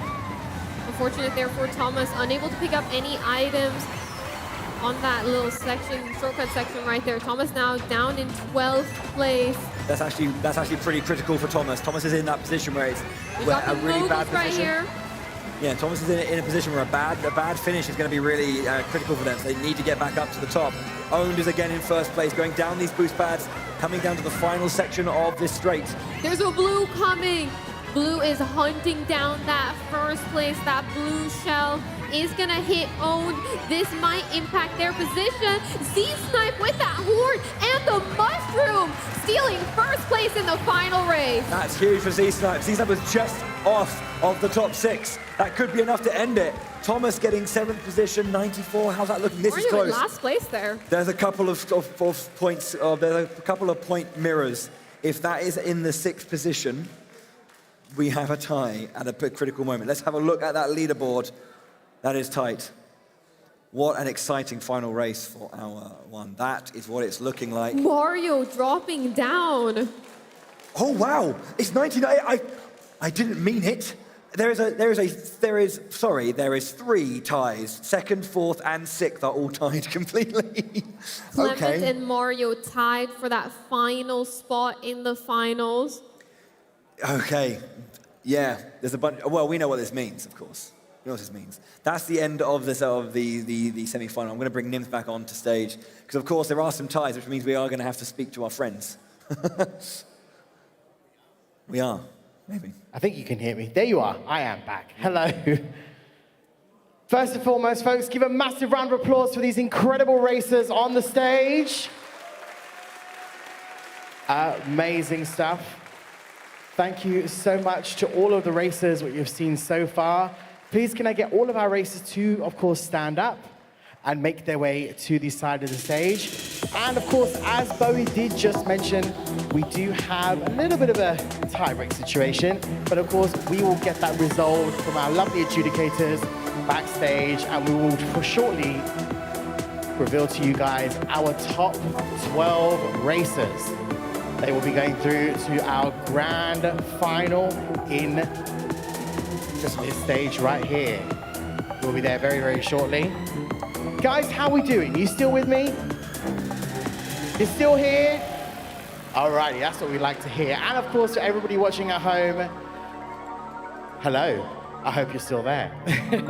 But of course, we're gonna get out. Well, I'm being shown something at the moment at the front of the stage. I'm trying to see what it is. What am I seeing? Oh, What's the Yoshi bike? Is that what you choose to race with? Ah, right. I see. Excellent stuff. Very, very nice. Our awesome fans in the crowd here. We've got so many amazing fans from all across Europe.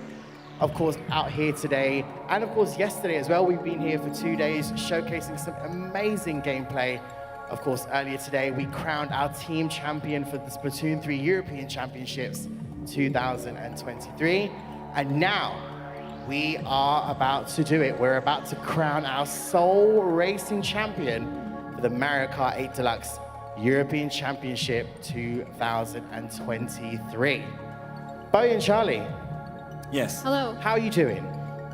I mean, that was What an incredible game. Yeah, that was really, really close. That really ramped up in those last couple of races, didn't it? Bit harsh, just leave it there. I'm on tenterhooks. I want to hear from Tournament Center.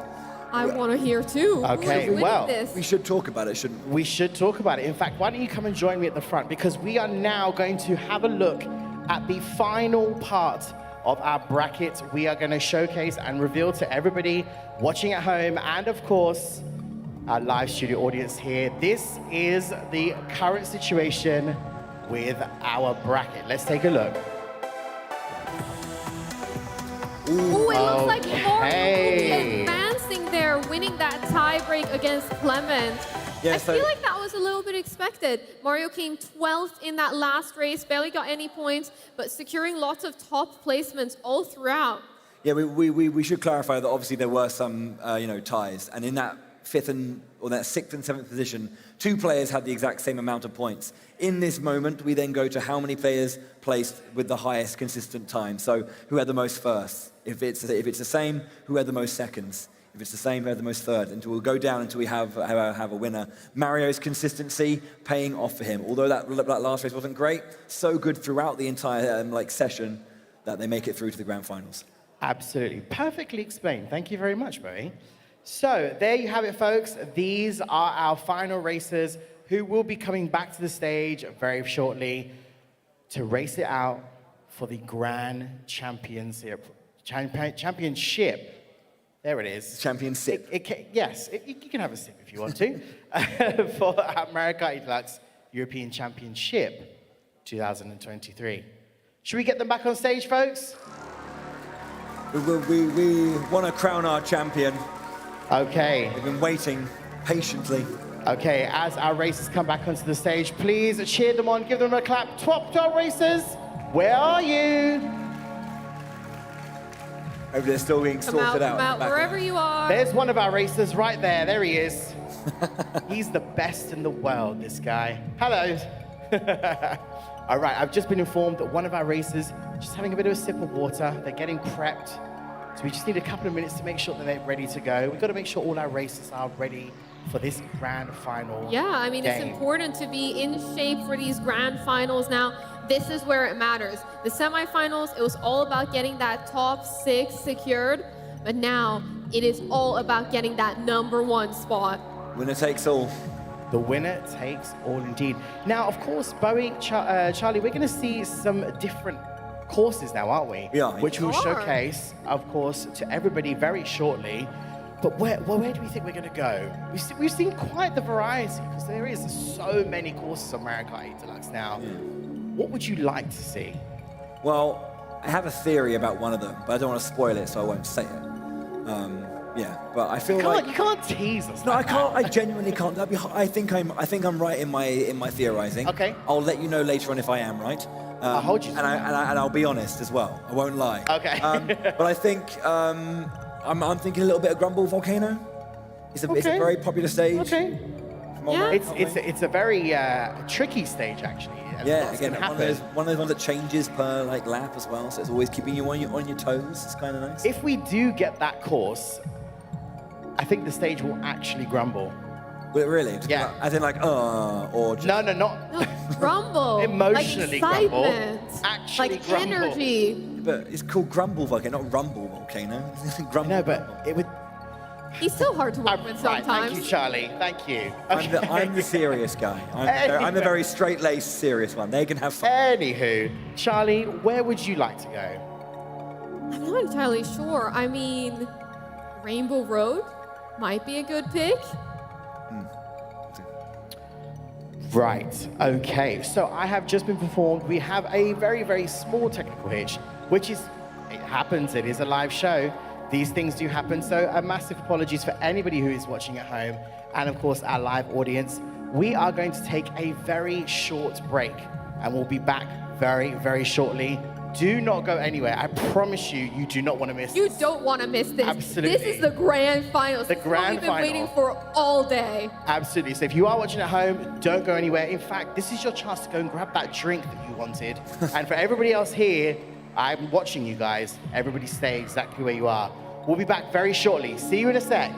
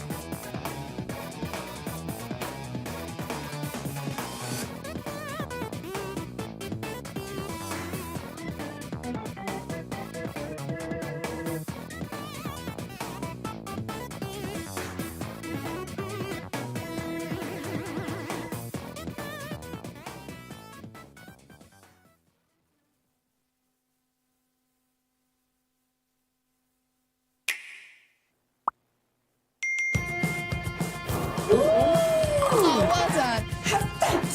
Yes! Who are you?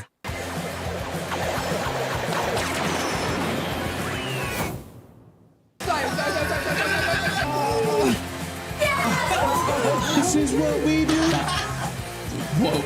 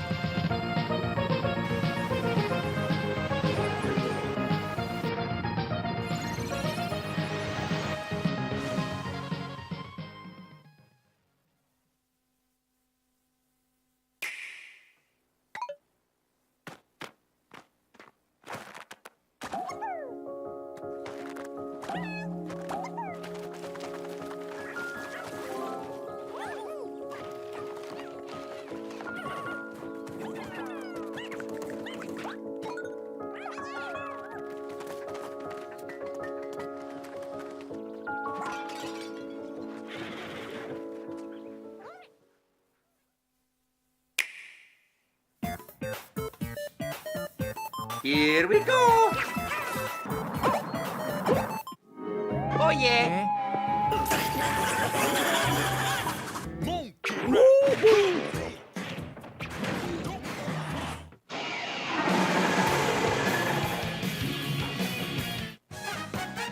Oh my!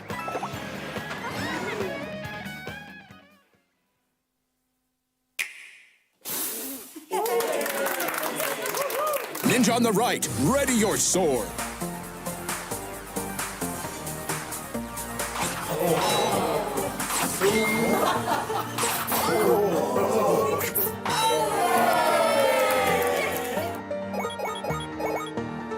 Look around you for the color and snap a photo when you find it.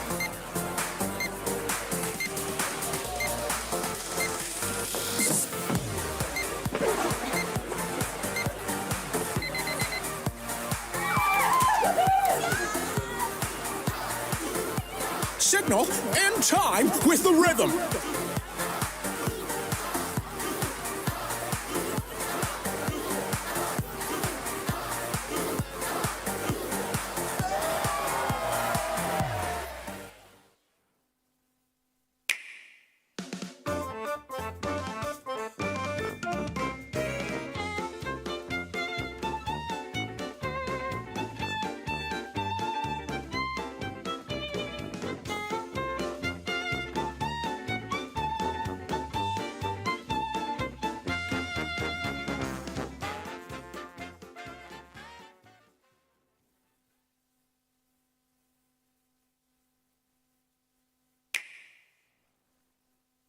The name's Pikachu, and I'm what you might call a great detective.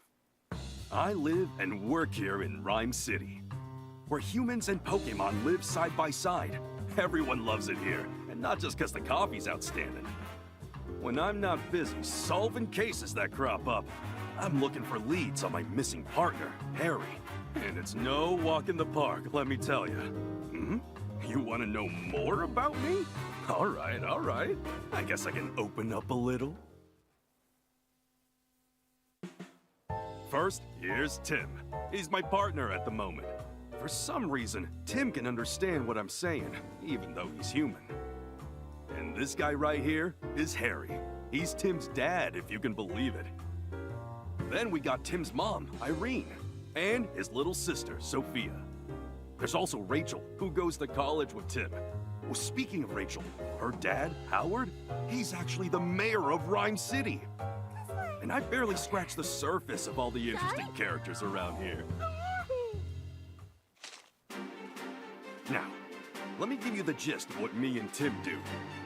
Whenever an incident occurs, Tim talks to the people, I talk to the Pokemon, and we work together using our case notebook to deduce what happened. When investigating a scene, we're total pros at finding everything, but even pros gotta take it easy every so often. You can count on us to solve even the toughest cases in a flash. Oh, right! Sometimes other Pokemon help us with our investigations. Take Rowlet, for instance. She can track down suspects with her sensitive nose. And Darmanitan here packs a pulverizing punch. All kinds of Pokemon lend us a hand. Oh, how could I forget the Hi-Hat Cafe? It's a famous coffee house in Rhyme City, and I'm their best customer. Oh, that first cup in the morning really hits the spot. Looks like trouble's brewing. We just can't catch a break. Seems like another big mystery is unfolding in this city. We just want to find Harry already. If you want to know what happens, you gotta wait till October 6th, okay? Why that day? Isn't it obvious? That's the release date for Detective Pikachu Returns. Let's solve some mysteries together.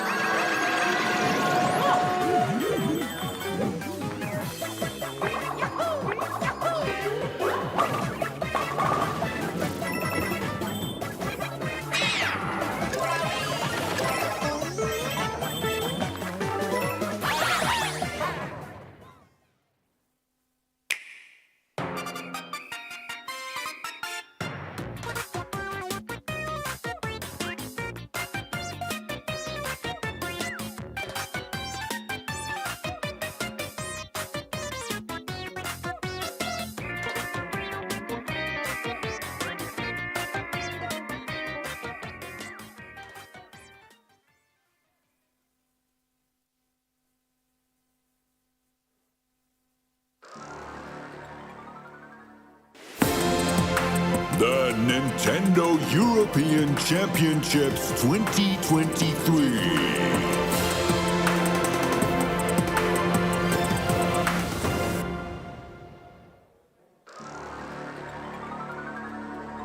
Welcome back, welcome back. For everybody watching at home, I hope you got that drink I told you about. Okay, audience, how are we doing? You still with us?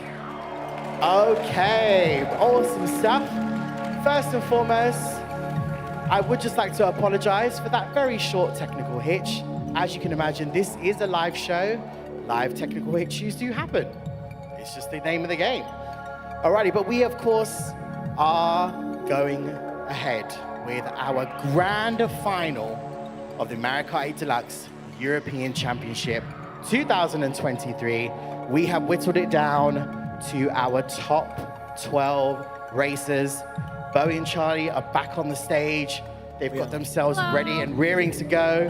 Seatbelts fastened? Oh yeah, Think so? There we go.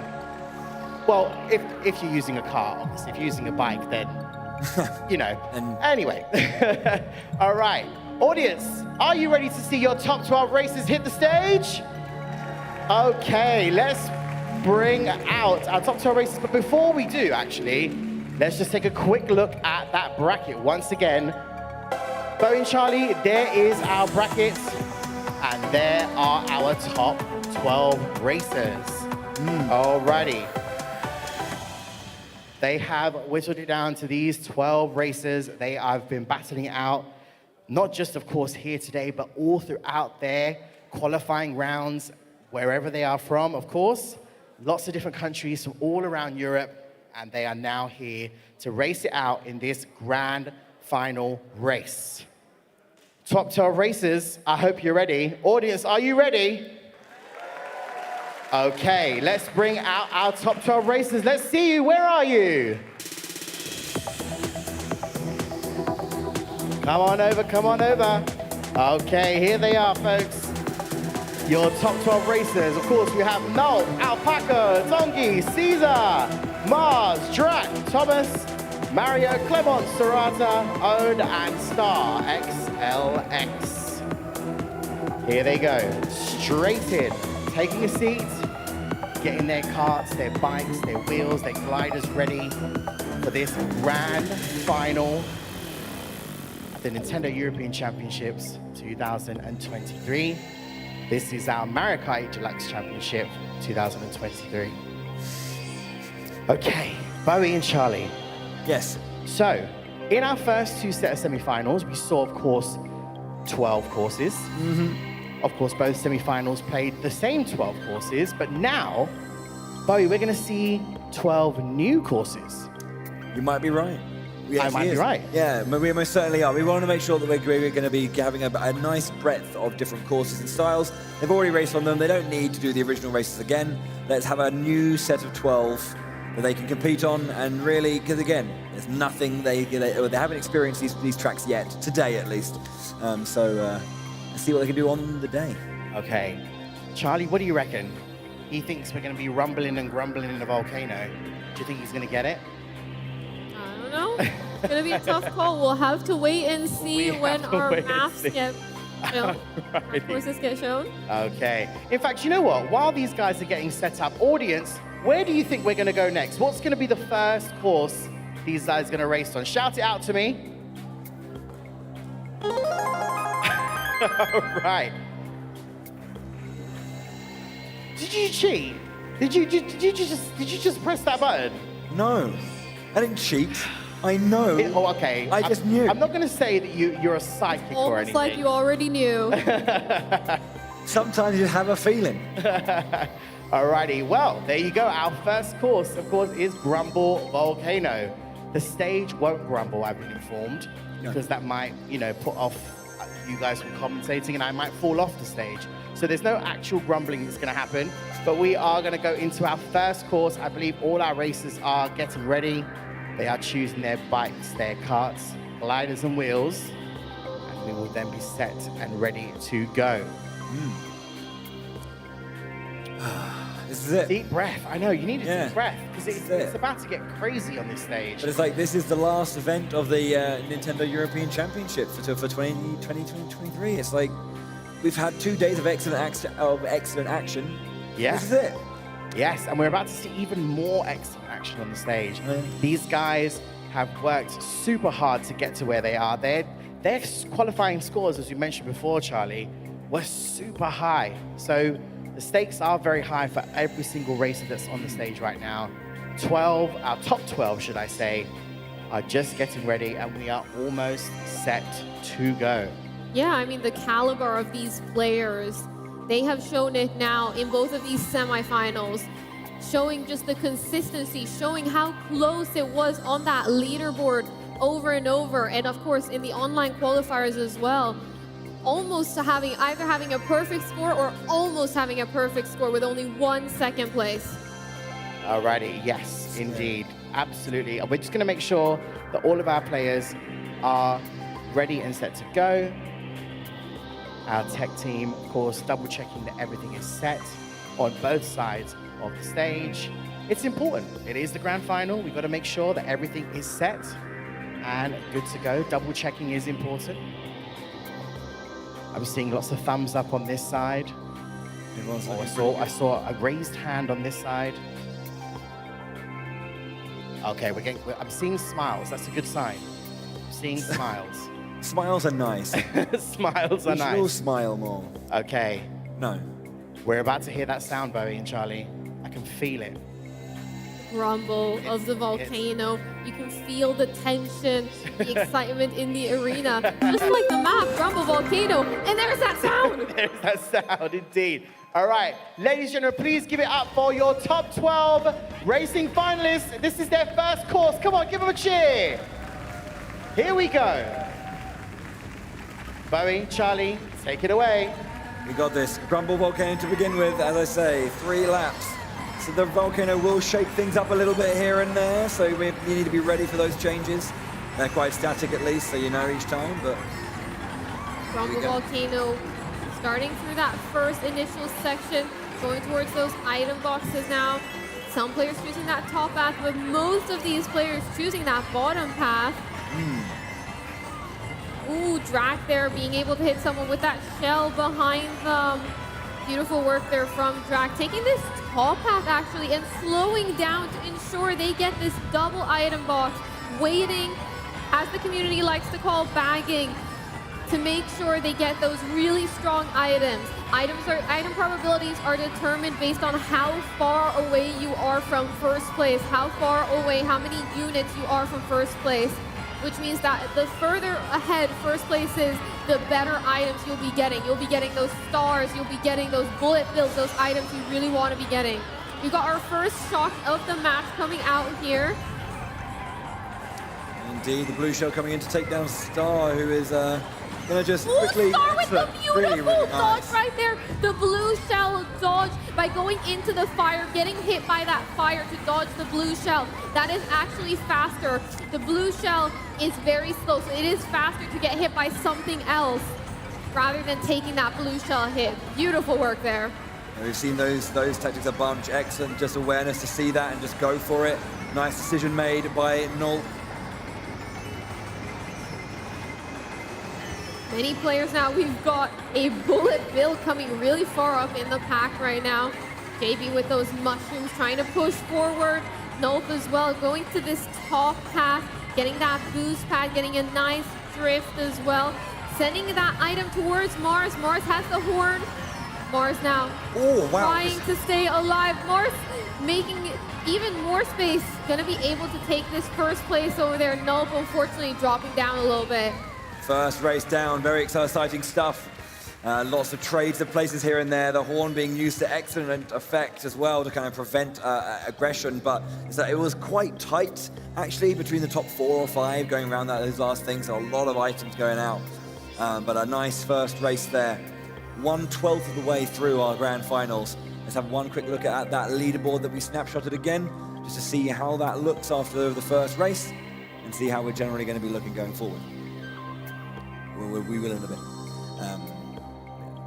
There it is. Okay, cool.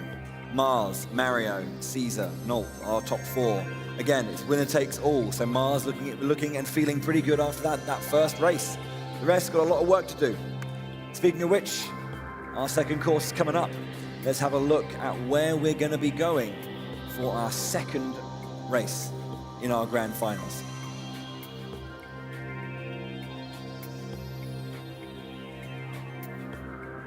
Yeah, our second course is about to be revealed right here. It is going to be London Loop from Mario Kart Tour. Oh, London Town. All right, yeah, nice. Yet another European city. As we mentioned earlier, all of those tour maps are going to be European cities. Yeah, It very is very the nice. European Championships It after is, all. exactly, yeah. You know, you've got to highlight the great stuff, you know. I don't doubt we might even get, you know, Amsterdam in there potentially. You never know. You never know. We'll have to wait and see. But there we go. There we go. They're ready to go. Okay, everyone jumping in, looking pretty good. Here we go. Second race of our grand final. Let's see if we can shake it up a little bit, or if we're going to have well, if Mars is going to stay in that first position and extend that lead. Here again, consistency is key. You know, Mario was high up in that second semi-final, doing a great job. Okay. All of our players right now with lots of items. You see this track, lots of iconic London scenery right there. This is very accurate, I think. This is very accurate to London Town.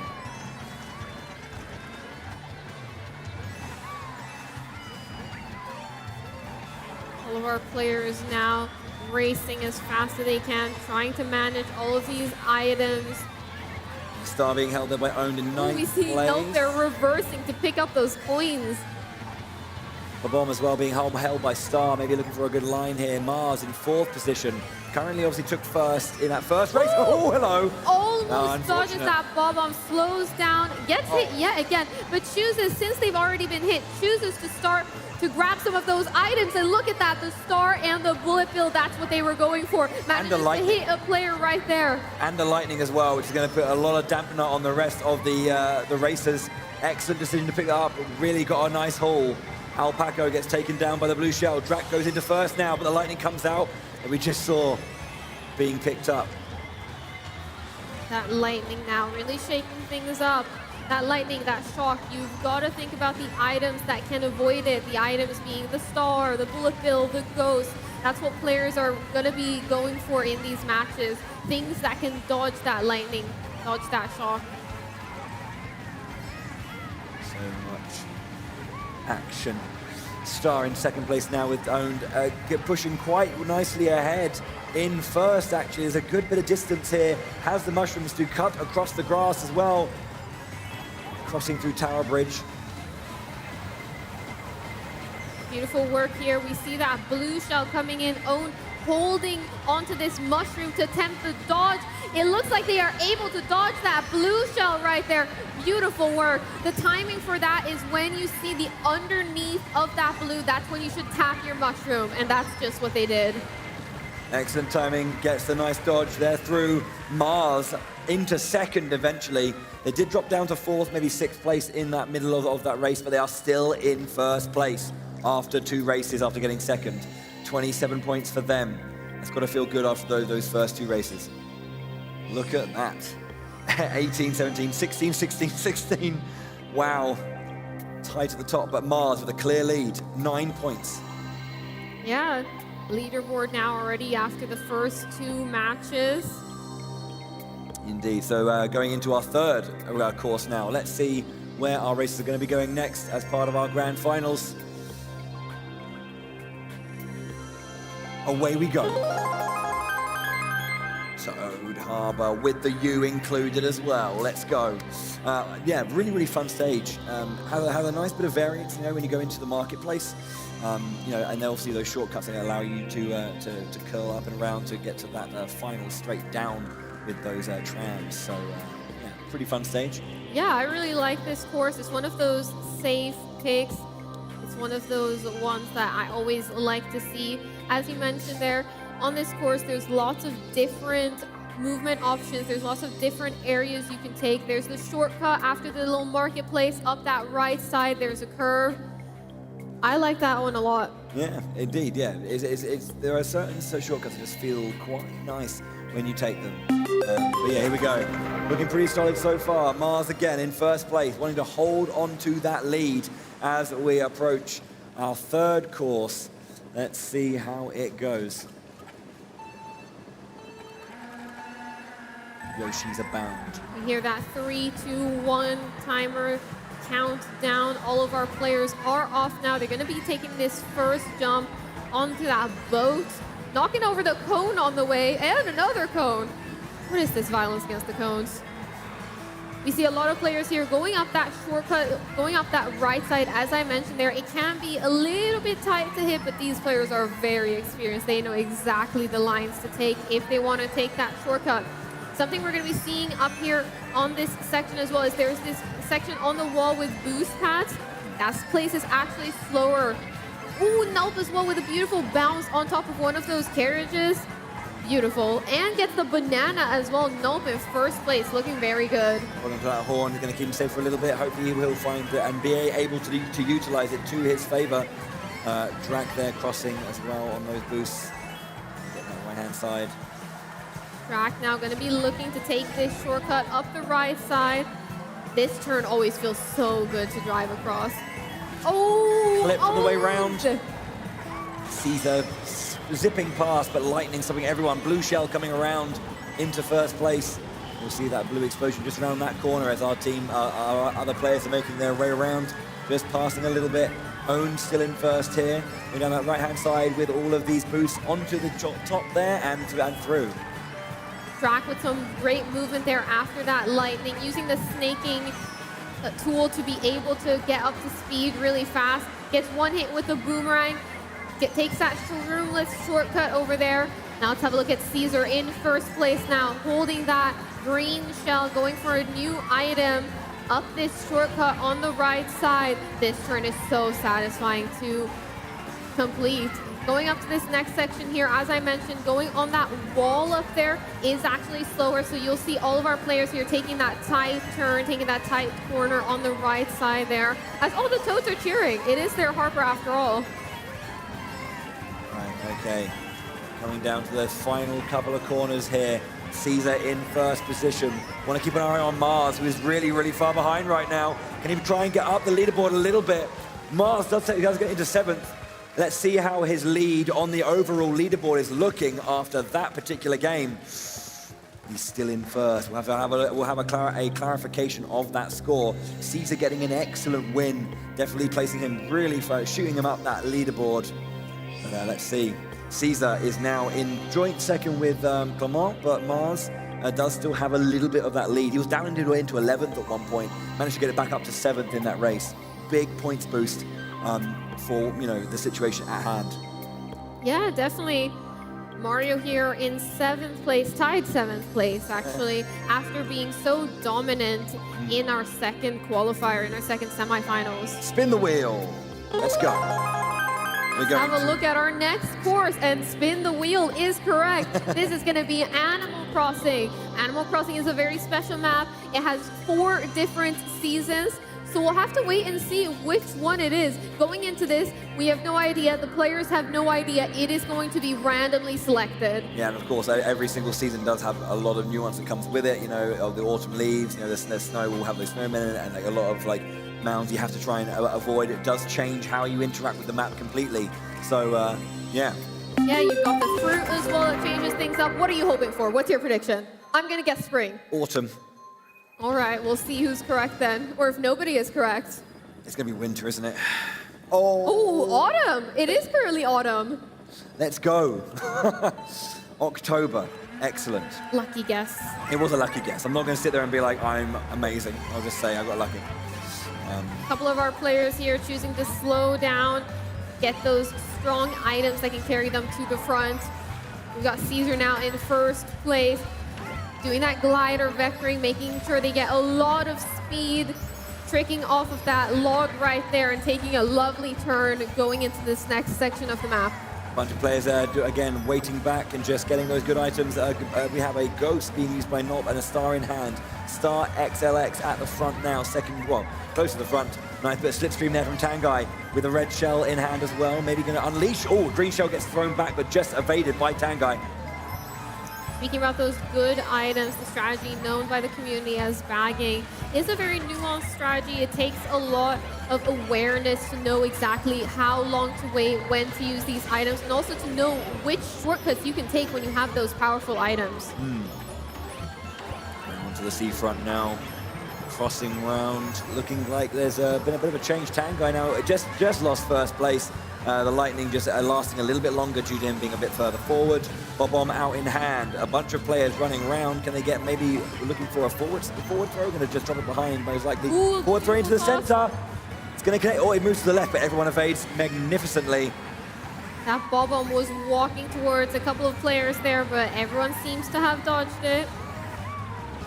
It was a bit too far ahead the throw. Yeah, Tangai still in that top three. Alpaco first, second, third with owned as well. Mars, as you see, 7th position. They are currently first on the leaderboard. They do not want to keep slipping back.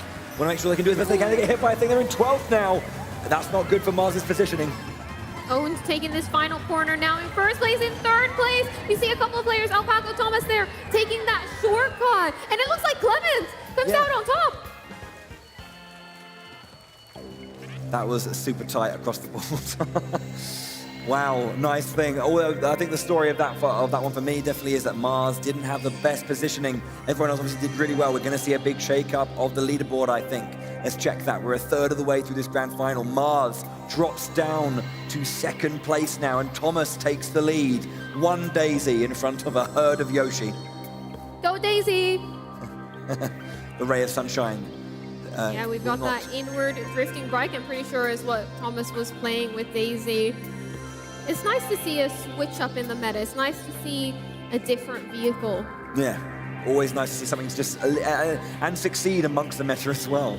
Okay, time for our 5th course. Spin the wheel once again. We've got ourselves, a fan favorite, I think, Wee Coconut Mall.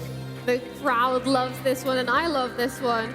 I remember when I was younger, growing up, I used to drive around this track really slowly just to look at all of the different vendors, just look at everything in the mall. There was so much to see in Mario Kart. Window shopping, it's wonderful. We love doing it. Exactly. Exactly, yeah. I think Mario Kart Wii was the first time I think I kind of went to look to be a bit more competitive in certain places. And yeah, I think it was this one. This was one of the tracks I tried to go into like time trial line for. So it's, yeah, there's a lot of memories here. It's definitely a fun track. How did it go? Which lines are we supposed to take? I wouldn't say it went well. I actually did. It was the first one I did. I didn't do it very well. I think it was snowboard cross. I think that's what I'm thinking of. Yeah. That was the one. That was when I actually I was like top 5 in Europe for like a few days before I got kicked down to like for a few days before I got kicked down to 20th and never came back. But yeah, I don't know. But yeah, I think I tried. I maybe played this one for like 3 or 4 days, but then couldn't quite get the hang of like how it felt to play this stage well. But you know, we each have our histories with competitive. Yeah. Coconut Mall, that iconic music as well, those iconic tunes. I just looked over. I think there was one person accidentally clicked the wrong stage. They clicked Animal Crossing, the one we just played. So but everyone was luckily, out of the 12 maps, the roulette saves us. Yeah, could you imagine if it didn't? Okay, here we go. Let's see. Coconut Mall, this iconic music, this iconic soundtrack right here that everyone knows and loves. Here it comes. Yeah, these elevators obviously will be swapping between left and right. Wanted to get a nice little a line here. Again, Owned going for that wide side, those points. Points for Owned on the downside. Obviously hopping over that fountain. Tight line going into the open courtyard. Beautiful job here. Mars tricking off of the fountain there and that tree before. Getting a nice little speed boost going into this last section here with the cars. Gotta avoid them. They're being very rowdy. Don't they know how to park? No. Gosh, no. Going up this escalator now. No choosing to pick that bottom path. One of the things I actually did when I was younger was I loved driving up the escalator on those handrails. It was so a little bit difficult to get onto it, but it was so satisfying when you did. Maybe not the fastest, but it was fun. You see that blue shell coming out as well, hitting that Yoshi in first place. Well, Mars is opting for the high ground as well, getting those boosts, getting that double item block. Got a cheeky pitty piranha there. Ooh, we see Mars here went for that top path. Usually most players go for that bottom path, but went for that top path so they could get a nice glider right there, get a nice sharp turn with it. Yeah, TX Ooh, down Mars that getting side. hit inside of the shortcut. That's going to be extremely slow for them, but they're able to show us this top section that we don't see that often. Most players choosing to drop down there. Mars getting hit with the wrong side of the escalator as well, falling victim to lots of unfortunate circumstances. Yeah, JB here in first place though has a couple. Oh, managed to get that excellent timing on the mushroom. Survives against the blue shell. Gonna keep their line looking good. Star XLX going around. There's a lot of light blue Yoshis at the front currently. Nolt, Star. We see our players right there almost being sideways when they are in the air. That's because they're doing the motion glider. They're activating motion controls right after tricking off a jump. Then they're tilting their joystick and controller back in the direction they want to go to do a crazy fast glider turn that just puts their whole vehicle sideways. Nice little tricks like that you can utilize. Okay, There's lots of nuances at this top level. Oh, of course. Okay, let's have a look at that board. It has separated a bit more, but look at how close it is. 32, 3, 4, 5. It just keeps going, and then The light Thomas blue here Yoshi is totally shocked at this leaderboard. Yeah. Thomas is in that first place again. Mars is so close. Nolt so close as well. 2 points in it. Yeah, Thomas still in first place. Only player not using Yoshi. Yeah, that's exciting to see. Really interesting, and everyone's so close as well, like 2 points in it for the most part. Right, our sixth course, this will end our first half. Going to Amsterdam. It may have been that I've seen the track list. Amsterdam Drift. Okay, cool. Let's see how this one works out for our players, if there's going to be any major shakeups once again, or if they're going to keep the line. You want to hope, obviously, for those players that get a bit more of a lead, carve out a bit of safety for themselves. Mars did that in the first opening races, but as you get to the middle, it muddies the waters a bit, as there's a lot more of this back and forth. It's not quite so black and white of like a first place and then a sixth place finish. Yeah, definitely. Amsterdam Drift. Now, what do you think of this track, Bowie? I have to say, I haven't played it as much as the others, I have to say. It is one of those newer courses introduced in the booster course pack. Yeah. So it is a bit newer to Mario Kart 8 Deluxe. And yeah, I don't know. I don't think I ever played Tour either to kind of like have that experience with it. So yeah, it's been difficult to spend a lot of time with it. I mean, it's pretty. I think it's a very pretty set. I mean, all of them are. I have to say, that's a bit of a cop-out answer, but hopefully our players will be able to show us how to really optimize and execute this stage.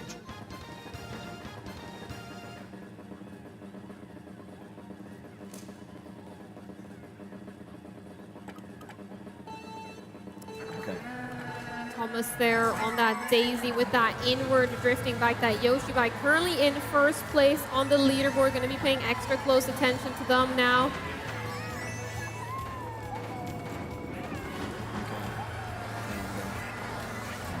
So many really light blue Yoshis as well. Okay, getting these small tricks off of the molehills. All getting clipped though, and dropping back into 12th. Needing to be careful here. Waiting a little bit to get that distance right, as you were saying. Deciding to wait for those coins to respawn. Wanting to get up to those 10 coins, very important. Star for Clement. Gets the 8 as well. Just going to try and power through those as best as possible. Wait for that star to end to make sure they get their second star usage as optimally as possible. Ooh, got the boo as well. Seems to have a little bit to catch up on. Wanting to dodge that blue there into that wall. But Clement now trying to catch up, grabbing a couple of items, playing this safely. This is what the community likes to call bagging. Mars barely avoiding getting hit by that star, using that bullet bill right in the right moment there. Clement grabbing some of those items before pushing forward. Alpaca getting knocked down, loses one position, not too much of a change though. Focusing into the flower garden. Fields rather. Blue shell coming through, trying to find its mark. Can our first place player get do anything with that? Looks like they did take their hit. Oh, and then a bomb just clips Alpaca on the way through as well. Looking to try and get in front, but unfortunately just gets clipped. And that is the finish of the race. Alpaca able to get a third place over there. It looks like that name tag is wrong. That Daisy player we were watching at the back there is Thomas, not Clement. Yeah. We'll get that fixed up, don't worry. Let's have a look at I had an inkling, I had a feeling about that. Yeah, I was gonna say, I'm pretty sure Clement wasn't playing. Had an inkling. Wrong game, yeah. Let's have a look at that again. Mars back on top though. Mario and Thomas are very, very close as well. Can't quite see those scores there for Mars, unfortunately, but we'll have a look at that in a bit. But again, very, very close, like 3 points. It is a bit of a push out now, so that looking pretty good for those top three. Our 7th course though, we're into the back half of our grand final. 6 races left. Oh, baby. Okay. Mario Circuit 3 from the SNES. This is one of those historic tracks. Classic. Yeah. Classic. Yeah, I think 3 was always a pick that I really enjoyed because the first one obviously is very, very basic. You don't want to really add that one in. It's quite a straightforward track, but 3 had some nice twists and turns, some very, very sharp corners here and there, and enough places to find, like, with the right setup. And I mean, especially in the original, a nice if you had the right setup to like get some nice shortcuts. Obviously, more mechanics being added into later games mean there's a bit more flexibility there.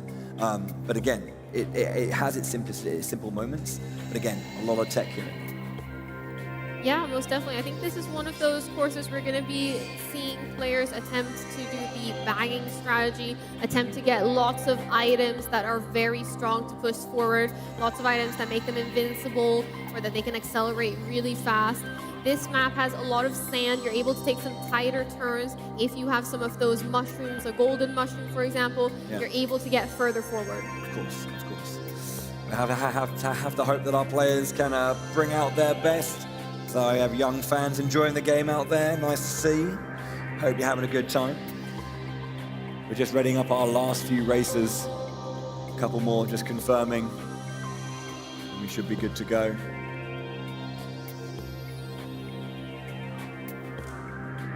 It's nice to see a nice mix of obviously the tracks obviously from original Mario Kart 8 and then the ones that came with Deluxe and obviously with this booster course having a nice bunch of them being thrown in as well to really kind of get that original kind of Mario Kart 8 Deluxe experience and then what is being brought back and being added in. Very nice to see. Yeah, most definitely seeing some of these tracks come back, seeing some fresh tracks as well. We've had lots of incredible courses and a couple more to come. Not all of them have been released yet. That's true, yeah. We've got to finish it up very, very shortly. It's almost done, almost there. But yeah, and then will we finally complete Mario Kart 8 Deluxe, or are we going to have another wave of another billion stages? What do you reckon? That would be nice. But that would be nice. Currently, they have officially doubled the amount of playable courses now with this DLC, with these booster courses. It is crazy when they announce that. It's just like, oh, we're just going to double our game, are we? Yeah, we're getting a lot of courses. It's definitely a lot of value in that booster course pass with so many new additions, doubling the amount of courses players can play. Yoshi Bike being represented. Yoshi Bike, let's go team Inward Drift. Thank you, crowd. A few claps for that one, yeah, there's a few fans. Excellent, yeah, we're still waiting there, we're just making sure everything's sorted. Not quite sure what the issue is, but it's being resolved. And as soon as that's done, we'll be jumping into our next race. The Bullet, the Babon. I love that Babon is just chilling with his legs swinging down the side there. He's relaxing. Yeah, that's Babon, one of those crucial items. We saw it used a couple of times in some of these past games. We saw it hit multiple players as well. It can definitely break up a pack.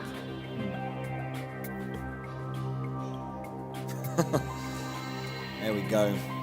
Mario Kart 8 fans are for the future racers of tomorrow. They're going to be up on this stage eventually themselves. Yeah, I love those Mario hats as well. I need to get me one of those.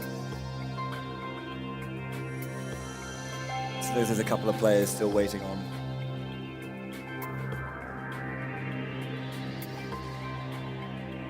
Just double checking those technical things, make sure they're all sorted, all confirmed and everyone.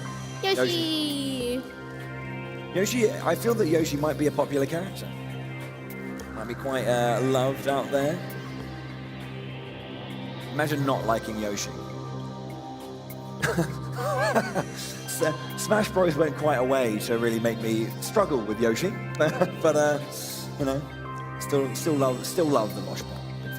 Yeah, Yoshi is extremely popular here after some of these later updates earlier this year. Yoshi on Teddy Buggy with those roller wheels. The roller wheels have been popular for a long time.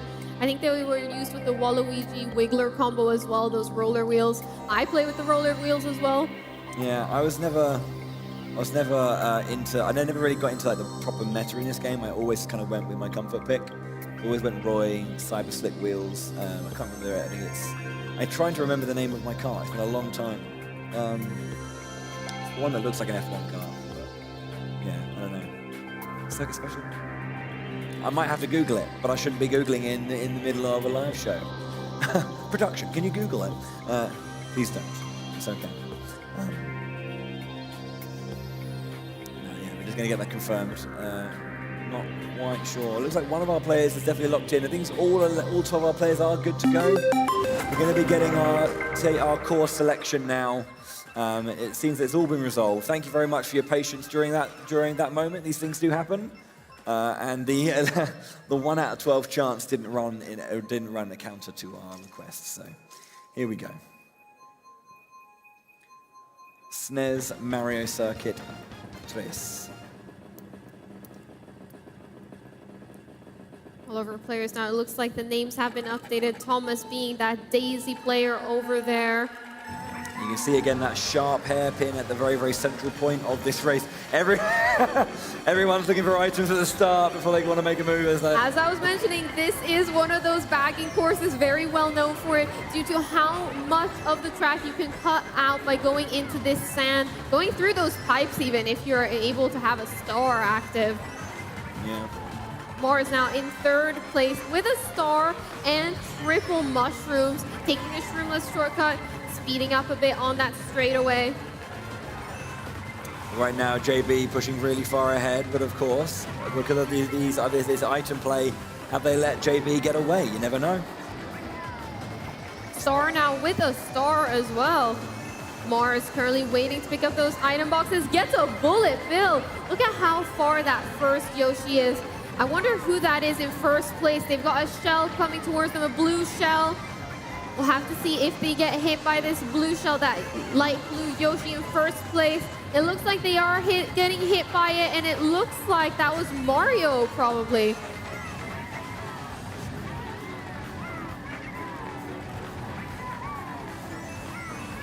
Tangai now in 1st place with a star, with a coin now as well. Lots of frantic items on this course, just due to the nature of how many people are staying back to grab those items and slowing down to make sure they get these really good items so that they can push further forward in that final lap.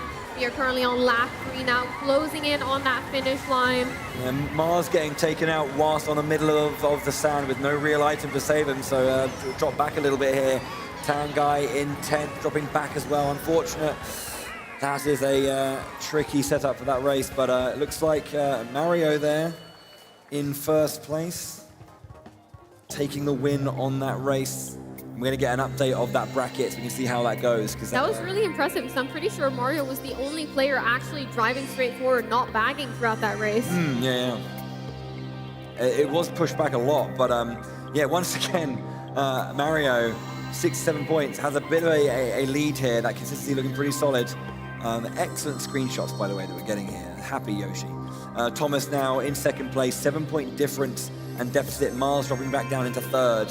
So again, we've got about 5 races left here. We're coming to the business end, so it's looking a bit scary for some of our racers who are a bit further back and need to get a few big races in them to survive. Let's have a look at that 8th course, see where our races are going. DK Jungle. That's a nice pickup. Yeah, I like it. This is a very fun course. We've got that flower in the beginning there where players are going to be performing that super jump, most likely. Super bounce. We have to pay attention to that. It looks like we're going to be hopping into our match just shortly. Our players, yeah, looks like we're good to go. I think I just saw our loading screen start. Let's get our next race underway, our 8th course. We are after this, 2/3 of the way through our grand final, and then we're going to be very close to crowning our grand champion of Europe for Mario Kart 8 Deluxe. And they will be joining Kaiser in Nintendo Live. Looking early on in this racetrack now, we got to pay attention to all the players now coming up towards that flower are going to be performing that super bounce, and it looks like they are. Look at how much speed some of these players were able to get that super bounce on that flower right at the beginning. Instead of tricking off the boost pad, you drift off it to charge a mini turbo while in the air, then you release your mini turbo right before tricking off the bounce pad. This will give you a huge boost forward compared to just tricking off the boost pad and bouncing. And that's what we saw some of our players do right there. Okay, finishing up this first lap, place is looking pretty solid. We have Thomas up there in 8th place, looking a bit far behind. Owned in 2nd, Caesar back in 12th. Mars in 3rd again, having a good start, but yeah, needing to hold on to it after they drop back into 3rd on that board, but getting caught on a banana on that tight line. But unfortunate there for Mars. Looking at our players here, Owen currently in 1st place, Blue Shell heading for them. Or are they going to be able to dodge it? Ooh, and it looks like they get hit by a star, sliding into 1st place. Nice glider vector right here to get a lot of speed. Looking behind them as well, making sure they have that awareness, that player awareness, that map awareness, always paying attention to your surroundings and absorbing as much information as possible. Owen now slowing a bit down, falling a bit behind, getting that boo now. Look at that beautiful super bounce. Okay, making our way towards that ruin. 3rd and final lap for a lot of our racers. Star looking still quite strong at the front line here. They've got to just hold it on for a little bit longer. Owned in 2nd place with that mushroom in hand. Goes to opts to go for it and throws a boomerang to get the red shell and them down, but then another 1, 2, 3 with change up. A close and dramatic ending there. Looks like Tanguy got into 1st place, yes. Clement with that 2nd place as well. Thomas falling down a little bit, but still very high up on that leaderboard. Ooh, that was a pretty close one. Let's have a look at that again. Mario still in 1st place, extending the lead to 8 points rather than 7 over Thomas with 4 races to go. Mario being a very consistent player in our semi-final round, being at the top of that leaderboard or in 2nd place for the entirety of it, except for that last one. Yeah, I mean, and that consistency is what got Mario through to this grand finals. There was a tie between Mario and one other racer. I think it was both in 6th place. But Mario's consistency is what saw them through to this grand final, and it looks to be right now paying off for them. We've got a few more races left. It could change, but if Mario keeps that up, he might be booking himself a ticket to Tokyo. Let's have a look at our 9th course, our final 3rd. Squeaky clean sprint. Go on then, give me the lowdown. I love this course. Give me the lowdown, let's go. This course is so fun to play. There's so much variability, there's so much different scenery and things happening. You're going through that pipe, you're going in the bathtub, you're going everywhere. And in true to its name, staying squeaky clean as well. Hopefully it's going to be a clean race between all of our players here. It's looking very, very solid for Mario. Again, just needs to hold that composure, hold that consistency, and book himself that ticket. But it's not over yet. 4 races to go, and it is very, very tight. 8 points between 1st and 2nd right now. Yeah, let's keep an eye on Mario here, starting off our race. Currently in 1st place. All of our players now accelerating in the 1st little sink area, getting some of those tricks off of those towels right there. the aesthetics of this map. Just so many things to look at. There's a duck over there with a Mario hat. 11th place now here, sliding down into this tube, into these pipes right here. There's a ring to the side as well there with that double item box that sometimes players choose to go for, but it's very risky in those tunnels, especially in a non-time trial setting. Mushroom through the soap as well, just to get that line nice and tight. So we're heading up to our final corner here, round Clamart. Still, we're just being taken over there by Alpaca with a nice clean line. Tangai dropping down into 6th. One hit is so...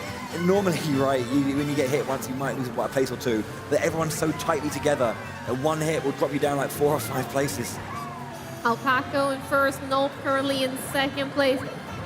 See some mushrooms here on Nulp. Those shrooms, ooh, going for those tight curves right there around that ring. Getting a trick out of this area. The fan now.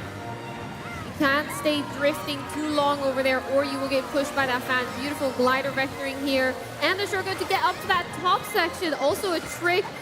That blue shot coming seems like it only hit one of the players. Alpaca able to accelerate past it. Yeah, that was super nice. As well as... landing on that faucet right there to get an extra trick. Smart play right there. Most players will choose to go up on these sponges. Seems like this Yoshi missed it, but Alpaca there was going on top of those sponges. That's usually the fastest way. We see a bomb getting thrown down in this pipe. There's not much leeway to avoid anything down here. The shot coming through as well.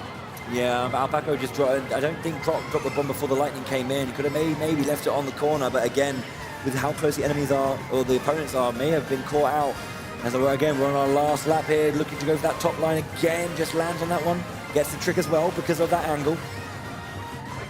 This Yoshi now currently in first place. Mario right behind them. It looks like it might be a 2nd place there for Mario, keeping them at the top of this leaderboard. 3rd place for Mario. Okay, but again, Thomas is the one Mario is trying to beat. And Thomas has dropped down to 3rd place as Mars overtakes. Wow, okay. Let's have a look at that once again. Again, Thomas really came about 5th or 6th. It dropped him down. Mars coming back up. 6 points of difference here now for Mario. Did a good job again of maintaining it. With 3 races left, Mario is closing in on that championship. Oof, not over yet. Not over yet, definitely not. And if you look at these points as well, even if you look at the 4th, the 5th, the 6th place, only a couple of points difference there. 66, 65, 64. Yeah. They also have the chance to take this. Yeah, they have to play out their skin, get at least 3 first place finishes, push them into the triple digits. Let's have a look at that 10th course. We're into double digits. It's Big Blue. Ooh. Okay. This is a really speedy track. That's very, I mean, true to its its origin. F-Zero, very, very, very fast racing game. Who's got boost power? Yeah, of course. Making sure it's nice and fast. Mostly downhill. Lots of speedy options and a few shortcuts here and there. Let's see what our players can do. This course is one of those really exciting courses. You're passing through checkpoints as you make your way to the bottom of the course. This is also going to be very interesting because right around that 2nd checkpoint is where we're going to see a massive shortcut that I think a lot of these players are going to be going for. You have to think it's mandatory, and again, because of these boost pads, you're going to be getting a lot of quick coins as well. So we're going into that fast top speed almost instantly. Nice lines in. Ooh, choosing to throw that item behind them, choosing not to hold it in those current moments up there, choosing not to take any of those drift pads. Unfortunately, they didn't get that clean of a line. Here we go, we're taking this glider section. Now, this is what I'm talking about. This right here is going to be the shortcut. We're going to see players drift off some of these waterways right here to try and take a nice line. Here it goes. Nice little shortcut there from multiple players taking their own draft. Multiple players with that shortcut there going around into this glider section. Okay, yeah, straight through, nice and clean. Okay, into our next part. We're going to be trying to grab these boost pads again, and well, moving around with the conveyor belts to stay on that fast pace. You can see how much effort is being taken to check behind when going through that. You do not want to get caught out when so much speed is available to you. You see that green Yoshi now in first place, taking yet again another shortcut to try and get as many boost passes as possible. Here comes another shortcut. This track here is known for it, but that banana right there, Star being able to snipe that first place. Unfortunately, just landing a little bit and not unable to escape. That was a nice finish there for Star. How does that change things up? What is Mario's situation looking like as well? That's our big question here with that leaderboard. Known for those big shortcuts. We saw all of these players take plenty of shortcuts all throughout to try and cut out some of that driving distance, cut out those lines. We have a big change on the top. Mars overtakes Mario and Star. There's 3 points in this top 3 with Thomas just behind. There's 2 races to go. This couldn't be closer. Mario finally drops out of first. Mars back in first after being there at the very beginning of this tournament. Excellent, excellent races. This is incredibly close right here. This leaderboard is really going to come down to these final 2 courses. We don't have a clear winner just yet. This could go to anyone. Indeed, and let's have a look at that 11th course, your penultimate race here at the Mario Kart 8 Deluxe European Champions. It's Bowser's Castle. Bowser's Castle seems to be guarding that way towards the trophy. Oh man, I love this course. It's really, really exciting. You know, multiple decisions again going left and right in certain places. You know, really, really tight lines that can be taken. A lot of obstacles as well that are going to be in their way. So how well can they toe the line between optimal racing line and those obstacles? Scary points, but yeah. Straight into it as well. No hesitation. It's starting to heat up here. It definitely is starting to heat up right now. Looks like one Yoshi failed that beginning portion, failed that countdown there, but it seems like they got triple mushroom, so gonna be happy with that right there. We see Thomas there as well, our Daisy player on that bottom right screen there. Currently in 8th place, but getting some items as they make their way further forward. 3rd place now with this red shell right now, following closely behind Caesar, but they looked backwards at the exact moment they rounded that corner, so they didn't see that there was a banana right there. Very unfortunate timing. Gotta make sure to look behind you, but look behind you when it's safe to look behind you, when you have an idea of what the track looks like in front of you. Okay, the lasers starting to come out in the opening hallway as well. Looking pretty close here. 3rd position right now. We've got, Mario and Nolt in 2nd and 1st. Mario consistently up there. This is what Mars has to fight against. The firebar's coming around again. Has to go wide there for Thomas, but it's fine. Thomas there in 3rd place now, holding that red shell. Doing a great job at staying. We saw them at the top of this leaderboard. Looks like this 1st place Yoshi gonna get hit by an item, which means they dodged the blue. They did have that mushroom though, so had they not gotten hit by that item, they still probably would have been able to dodge the blue had they been able to get out of that glider section, I'm pretty sure. Kind of, thankfully though, having a wipeout normally removes your items, but the regular spins still hold it, so you just get straight back into top speed. Looking at our players here, our top Mario, players. I think Mario just fell down there. Was in 1st place, but now dropping down into 3rd and 4th. Gonna be fighting valiantly to get back into that one. Bowser now with those aggressive fists targeting down those different paths, splitting paths right there. 1st place now though with a coin, gonna hold it for the moment, gonna use it now and have that green shell behind them. They managed to hit Alpaco. Not a great line in the end, but it seems to be enough to take them into 1st place. Alpaco just getting caught there. That was unfortunate for them. They almost had that good line, but Thomas winning that one. Thomas also in 2nd place. We saw Thomas multiple times throughout that map. Mario came last. Mario came last. Mario's in 12th position. Oh.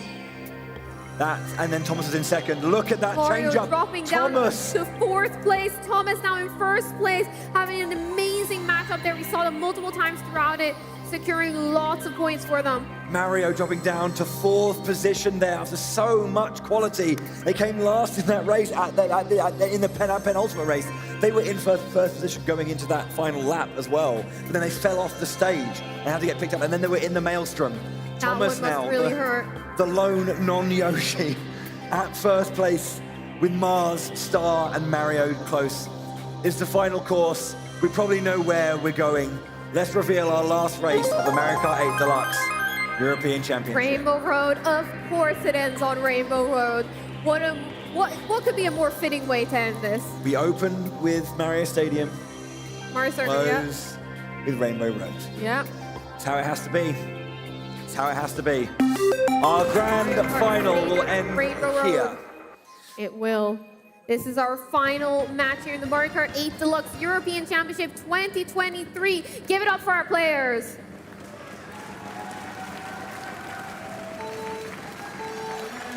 Oh yeah. Okay, Rainbow Road just Keep to an seal eye it. here on Thomas, currently in 10th place, deciding to slow down, deciding to play the bagging technique in this matchup here, get those mushrooms and get a fast lead into first. We see some glider vector here from this pink Yoshi right now. Actually taking the inner track here instead of taking those boost pads. It is faster than going around on those boost pads when that forward acceleration is on the left side. You see the shortcut being taken here. This is one of the most known shortcuts, I think, in the game. Dropping down to that bottom path right there.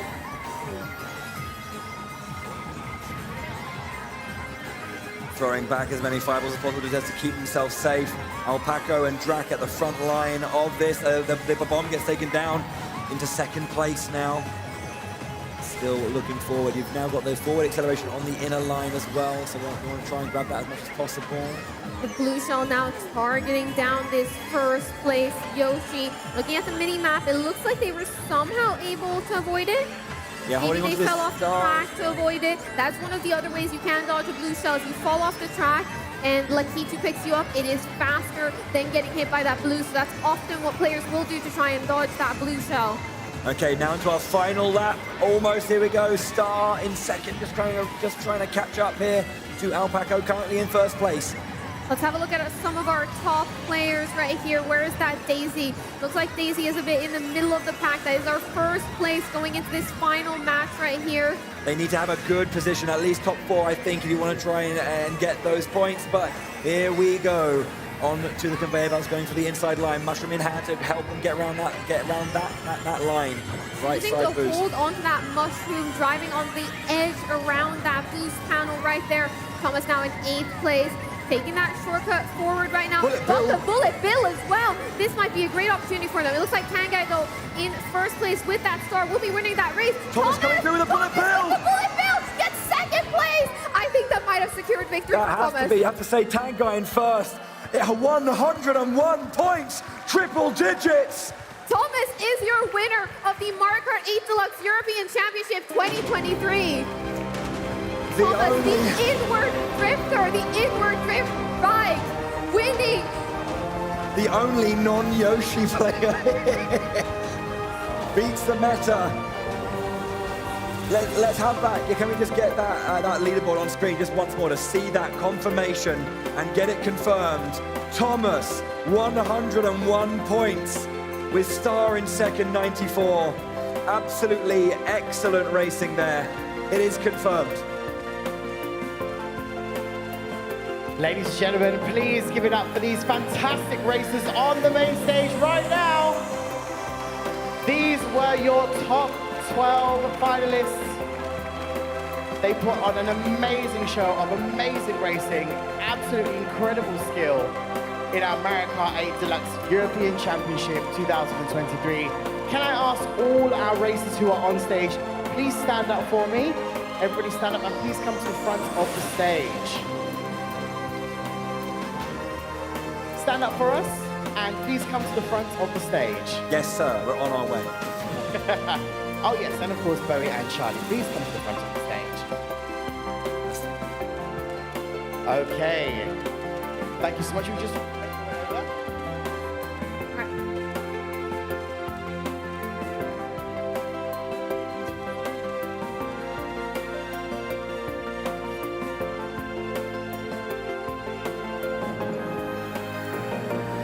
That's it. Can I get everybody to make one long line just along the front for us, please? Yes, indeed. Cool. Right. Okay. Now, of course, for all of our racers on this main stage. Like I said, these were our top 12 finalists. They battled it out on this stage. None of these guys are going to go away empty-handed. Bowie and, of course, Charlie have these incredible certificates to give them as a participation for our Mario Kart 8 Deluxe European Championship 2023. As they receive their certificates, please give them a round of applause as they receive them. I think yours won that side. Do you guys want to hand them the certificates? Star XLX. There you are, my friend. Congratulations. Hold those. Yes, show everybody, Caesar. Show everyone. I've lost Owned. Where's Owned gone? Owned. Excellent. Where's Owned? I've lost you. Let's make sure we give everybody the correct name. I've lost Owned. Where are you, Owned? Hi, guys. Huntley? I'm trying to find TX Owned. Where are you? Are you TX Owned? I've lost you. Okay. We got everybody. Okay. Everybody got their certificates. But of course, right. Here it is. Here it is. Thomas. This is for you. Ladies and gentlemen, this is your grand champion, the Mario Kart 8 Deluxe European Championship. Please absolutely go crazy for Thomas! Well done. Now, of course, not only, do you want me to hold that for you? You okay? You got that? Yeah. He's like, I got it. Now, Thomas, not only are you our European champion... You've also got this. You've also got that, if you carry it all. All of the things.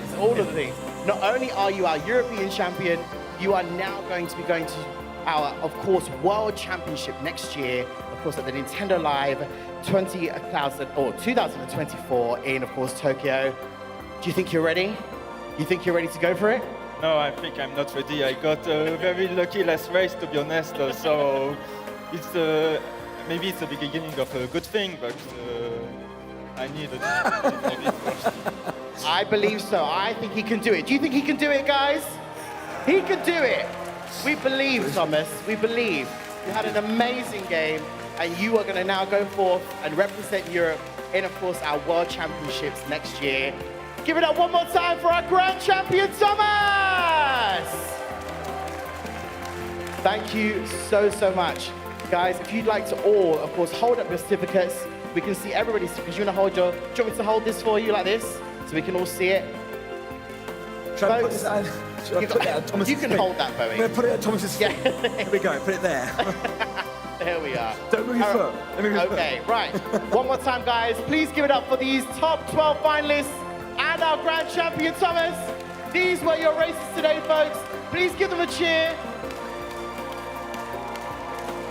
Okay. Alrighty. Thank you so much, guys. We're gonna help you take this off. We'll hold that for you there. There we go. Please make your way over safely just to the back of the stage for us if you can. Thank you so much, guys. As they leave, guys, please keep the cheers going, keep the claps going. You guys want to make your way over to the back for us? Thank you so much, guys. Make your way to the back. There we go. Thank you. Okay. Imagine winning so many prizes, you can't hold them all. I know, right? Imagine that. All right, guys. It's that time of the show. The sad bit. It's that time of the show. It has been one of the most memorable weekends I think I'll remember for the rest of my life this weekend.